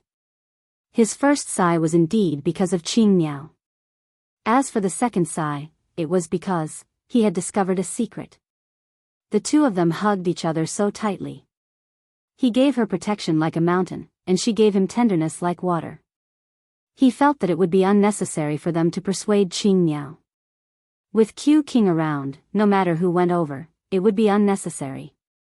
Chapter 1763. Big Whale was a married man. His life was rough, but it was not so rough that he could not see what was going on in front of him. They were clearly a couple. Qing Miao and Q King were clearly a couple. It seemed like they had been a couple for more than a day or two. Couples who had only been together for a day or two would not be so intimate. They had definitely been together for a long time, so there was no Demon King. His second sigh was because there was no Demon King. Qing Miao and Q King were a couple, so the Demon King had to step aside. Q King will take care of Qing Miao, so we don't have to go. J5 did not pay any more attention to it. Some things did not make people happy as more people tried to persuade them. Qing Miao was a female soldier who was used to being alone. If too many people went over, it would make her feel uncomfortable. Big Whale, who had originally proposed to go and comfort Yi Qian, nodded. We can leave now. Leave it to Q King. I believe he will enlighten Qing Miao. In the future, he would definitely not mention pairing Qing Miao and the Demon King together again. Li Jinyan took the lead and left. As he walked past Big Whale, he said calmly, now you know how wrong you were in the past. He had tried to pair himself with Yi Qian many times in front of Xia Jinyuan. Xia Jinyuan did not throw a tantrum at Big Whale on the spot. He was considered well-mannered. You already knew? Big Whale was shocked. How did he know? Know what? Li Jinyan glanced at his shocked comrade under the moonlight. He did not say anything to ease his comrade's doubts. His slender legs strode away, and he returned to his unit to rest. As for when Xia Jinyuan and Yi Qian would return to camp, no one knew except for the sentries. The next day, Yi Qian went into training with the other male soldiers as usual. Other than his eyes being slightly red and swollen, there was nothing else out of the ordinary. They had arrived at the entrance of the desert. It seemed that even the satellite signal was not good. Yi Jian did not receive any more news about Headmaster Chen. It was as if the news of Headmaster Chen's critical condition 2 days ago was just a nightmare. How she wished that it was just a nightmare. When she woke up, nothing would happen. Now, other than seriously completing her daily training, she would quietly wait at night, waiting to see if the military would bring her any more news. For days had passed. Other than that night when they learned that the military had arranged for top experts to lead a top medical team to the southern province, there was not a single word about it. It was as if they had forgotten about it. Yi Jian looked up at the starry sky in the desert. It was so bright that there was not a trace of haze. Every star emitted a pure and untainted light. Looking at the vast sky, Yi Jian could not help but smile. Uncle Chen, you can definitely pull through. I believe you can definitely pull through. No more news from the military was the best news for her. Xia Jinyuan quietly looked at the slender figure standing not far away. When he saw her looking up at the starry sky, he couldn't help but look up as well. It was beautiful and vast. Standing in the desert and looking at the starry sky seemed to make one forget all their troubles. He didn't know if she had forgotten all the troubles and sadness in her heart. Xia Jinyuan didn't go over to disturb her. He gave her some space and waited silently. The starry sky in the desert was always more beautiful than the starry sky in the city. There were too many hustle and bustle in the city with flashing neon lights. There were also too many sins. No one could see clearly in the colorful lights. Everyone was wearing a mask, and no one knew what they looked like under the mask. Chapter 1764. Walking to the smoking room of the hospital, Yi Jifan took out a cigarette box with trembling hands and took out a cigarette. When he took out the lighter again, the lighter fell to the ground with a "pa" sound. However, he didn't seem to notice it as he continued to take out the lighter in his pocket, doing completely unconscious actions. There were other people in the smoking room. Seeing this, the bent cat kindly picked up Yi Jifan's lighter and said, "You dropped your lighter. Here." The kind-hearted man reached out his hand for a long time but didn't see any reaction from Yi Jifan. He couldn't help but pity him and comforted him, "Calm down. Don't panic. Here, I'll light a cigarette for you. My wife is still giving birth and I'm very nervous. I ran over here and smoked a few cigarettes to calm down." Yi Jifan then realized that someone was talking to him and lighting a cigarette for him. He quickly said, "Thank you." He lowered his head and lit the cigarette. However, he didn't have any interest in talking to a stranger whose wife was giving birth. He lit the cigarette and stood in the corner. It was obvious that he didn't want to talk. He wasn't in the mood to talk. After returning from a meeting in another city, he didn't even go home and specially ran to the hospital. He first saw grandmother Yi lying on the bed, then ran to Chen Dongfeng's room. Only then did he find out that Chen Dongfeng was no longer in the hospital. However, he didn't know anything. He didn't receive any news from the hospital at all. Even the people who worked for him didn't give him any news. After such a big thing happened, if the people who worked for him didn't give him any news, then there was a problem. He couldn't get through to the people who worked for him because their phones were turned off. He then called the director in charge of grandmother Ye's treatment. The call went through, but the other party didn't know the situation. It wasn't until just now that he called the director that he found out that Chen Dongfeng was transferred to another hospital that night. The top experts from the 301 General Military Hospital came with a medical team. The higher-ups of the provincial hospital were all alarmed. Then, they took Chen Dongfeng and left, on a private plane. What was Chen Dongfeng's background? What kind of background did he have? It wasn't an exaggeration to say that this was the treatment of the highest leader. For the first time, Yi Jifan regretted his decision. He regretted that he acted too hastily. He didn't expect Chen Dongfeng's background to be even more powerful than Uncle Zhen's. He thought that Uncle Zhen was already the best. After all, even the commander-in-chief was here.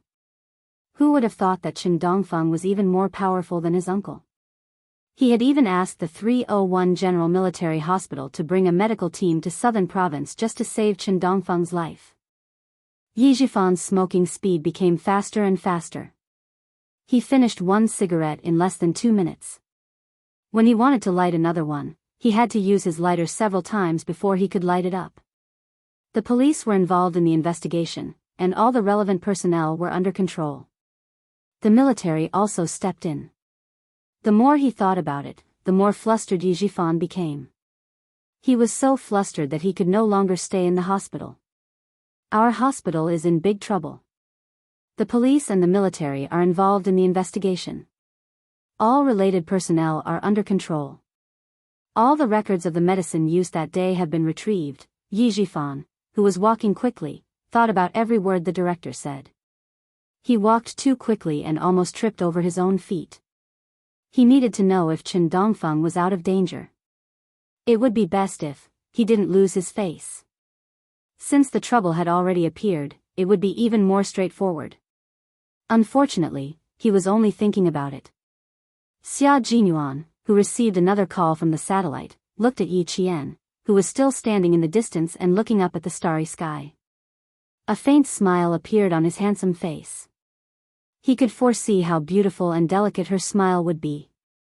It would definitely be like the national peony in full bloom. Chapter 1765.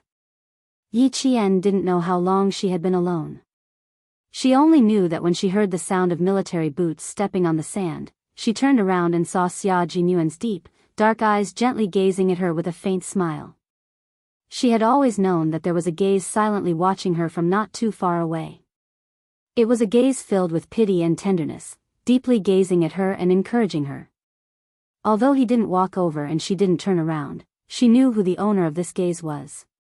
Because no one could gaze at her as tenderly as he did, and no one could know when to give her space to be alone like he did. He understood her so well and could always give her just the right amount of support and encouragement. Yi Qian turned around and looked at the young major who was approaching her. Her gaze was locked on his gentle, dark eyes. Gradually, Yi Qian smiled slightly. Just as Xia Jinyuan thought, that blooming smile was like a peony in full bloom under the moonlight. She was so beautiful that it made people bow down to her. She thought that she already knew what kind of good news he wanted to tell her. The cold moon was like a curved hook, pouring out cold and lustrous light. Under the moonlight, his comrade, his lover, was looking at him with curved eyebrows. Her eyes were like crescent moons. Xia Jinyuan walked in front of her and lowered his eyes slightly to look at this female soldier who had always been so strong that it made his heart ache. He bent down slightly, took the helmet from her hand, and put it on for her. Uncle Chen has never let anyone down. This time, it will be the same. How can he be defeated so easily when he has someone he cares about in his heart?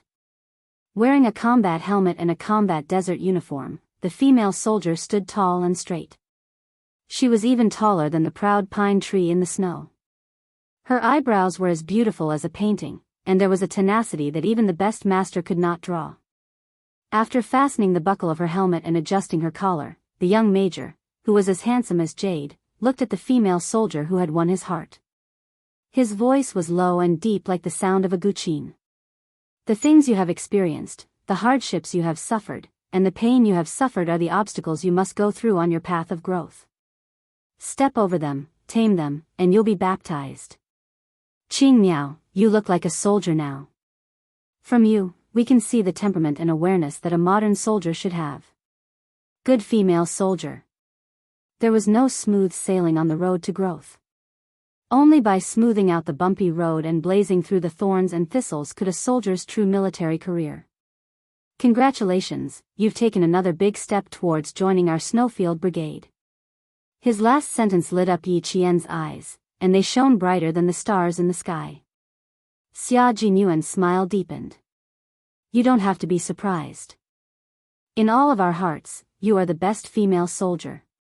This time, Yi Qian's performance could be said to have exceeded everyone's expectations. Even Major General Lu said to himself, give Yi Qian 3 days to come back and visit her family. However, he did not answer for Yi Qian. He only said, I will tell Yi Qian the truth about the situation, and let her decide for herself. However, Major General, based on my understanding of Uncle Chen and Yi Qian, they will not choose to leave. Uncle Chen was the hero of the generation. He was not only a guide to Yi Qian's military career, but also a spiritual coordinate for Yi Qian to become a qualified soldier.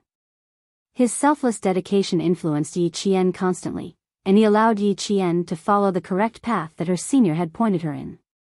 Chapter 1766. How could Yi Qian, who was under the influence of the two seniors, leave the secret training she was undergoing? How could she violate military discipline? If Yi Qian really chose to leave and go back to Uncle Chen, then Uncle Chen would be completely disappointed in Yi Qian. The child he had taught for nearly 10 years had actually abandoned the military and abandoned her responsibilities to come back for him. Uncle Chen would be heartbroken to see such a female soldier like Yi Qian. Therefore, when he told Yi Qian that there was a problem with Uncle Chen's drip, he quietly waited for Yi Qian to make a decision. Those few seconds of waiting were even more nerve-wracking than when he was on a dangerous mission. He had never been so nervous since he joined the military. Li Jinyan said that she would have 29 hours of free time after the training was over. At that moment, he almost gave up, but he endured it until his teeth almost broke. Qing Miao never needed others to make decisions for her. She was smart and knew how to make her own decisions. When he heard that she had chosen to stay in the end, he had the urge to cry. She made the choice that a soldier should make. This was the most correct choice. As for him, he didn't know how to feel anymore. Looking at the sadness in her eyes and hearing her teary voice, even though he knew that she had made the right choice, he didn't feel relieved at all. He only felt heartache for her and for the soldiers who had no choice but to make a choice for their country. There was no such thing as a peaceful life. It was just that someone had carried the burden for you and moved forward. Living in a peaceful era, you couldn't see the darkness because someone had blocked the darkness in a place you couldn't see.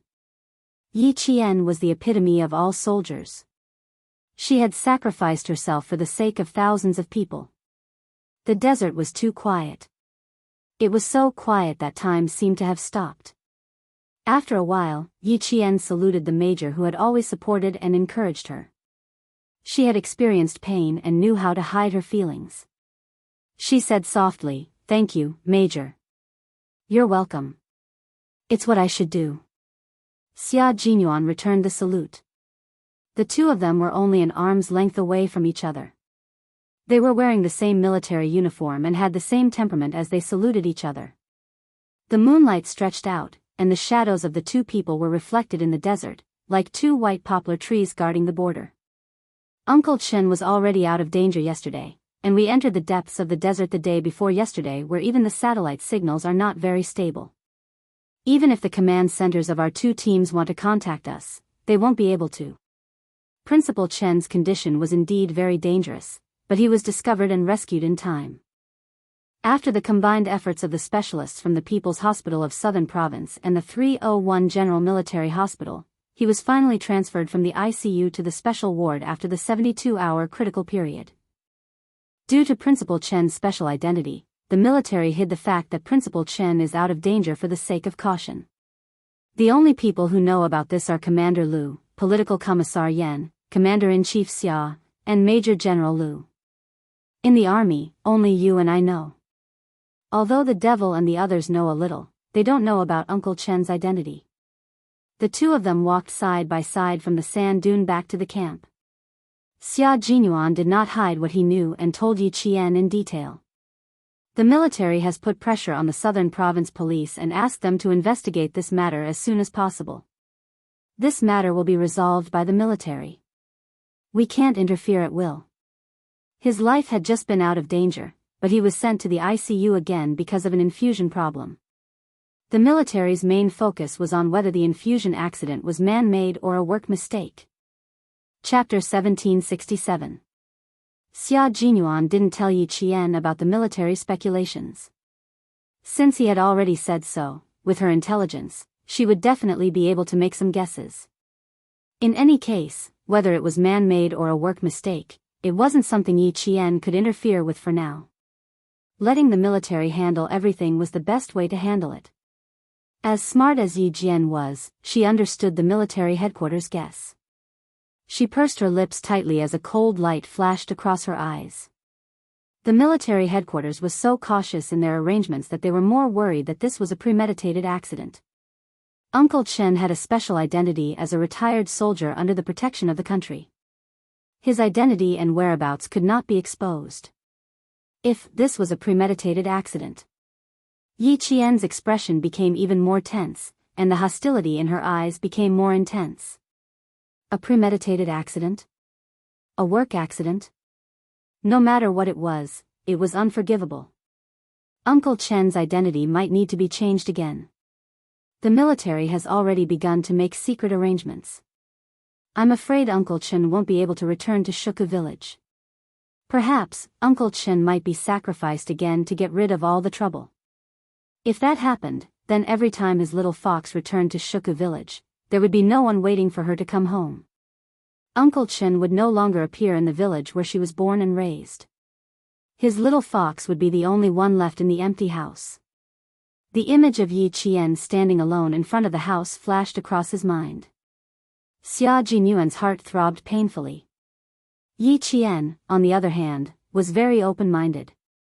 As long as Uncle Chen was still alive, wherever he was home. Sensing the change in the man's emotions, Yi Qian said softly, I just need Uncle Chen to be alive. Wherever Uncle Chen is, that's my home. Perhaps it was because the villagers of Shuku village had misunderstood her in her previous life, but after being reborn, she didn't have much attachment to the village. If one day Uncle Chen couldn't return to Shuku village, then she wouldn't think about returning to Shuku village either. In her heart, a place with family was home. Her smile was still so gentle, and the determination in her eyes made Xia Jinyuan's heart flutter. He raised his hand and patted her helmet gently. Come back to Beijing with me in the future. I believe Commander-in-Chief Xia will welcome my future daughter-in-law with great enthusiasm. I will give you a complete family. You will have relatives who care for you and a husband who loves you deeply. In the future, you will also have a family of children who will dote on you. From now on, wherever Xia Jinyuan is, that will be your home. It was late at night, and the sentinel was standing guard with a steel spear in his hand. Behind him were his comrades who had fallen asleep. The desert training would end in 3 days. The closer it was to the end, the more they needed to conserve their strength. The night was still long, but the soldiers in training only had less than 5 hours of rest. It was almost the end of the year, and the pressure on the Southern Province Police was getting heavier by the day. The incident at the Southern Province People's Hospital made them feel even more pressured. It was originally classified as a medical accident, but the involvement of the military made things more complicated. Most importantly, they didn't even know the identity of the victim of the medical accident. The military only gave their director one sentence: whether it was a man-made or a work accident, please investigate thoroughly. If it was a man-made accident, they had to find out if there was a personal grudge. They had to ask the person involved and understand the person's social network. Then, they had to go through the streets and alleys based on the person's oral account and go through a series of investigations to find the suspect. Now, they hadn't even met the person involved. They had to investigate from the hospital. Although the progress was a little slow, at least they had the latest results.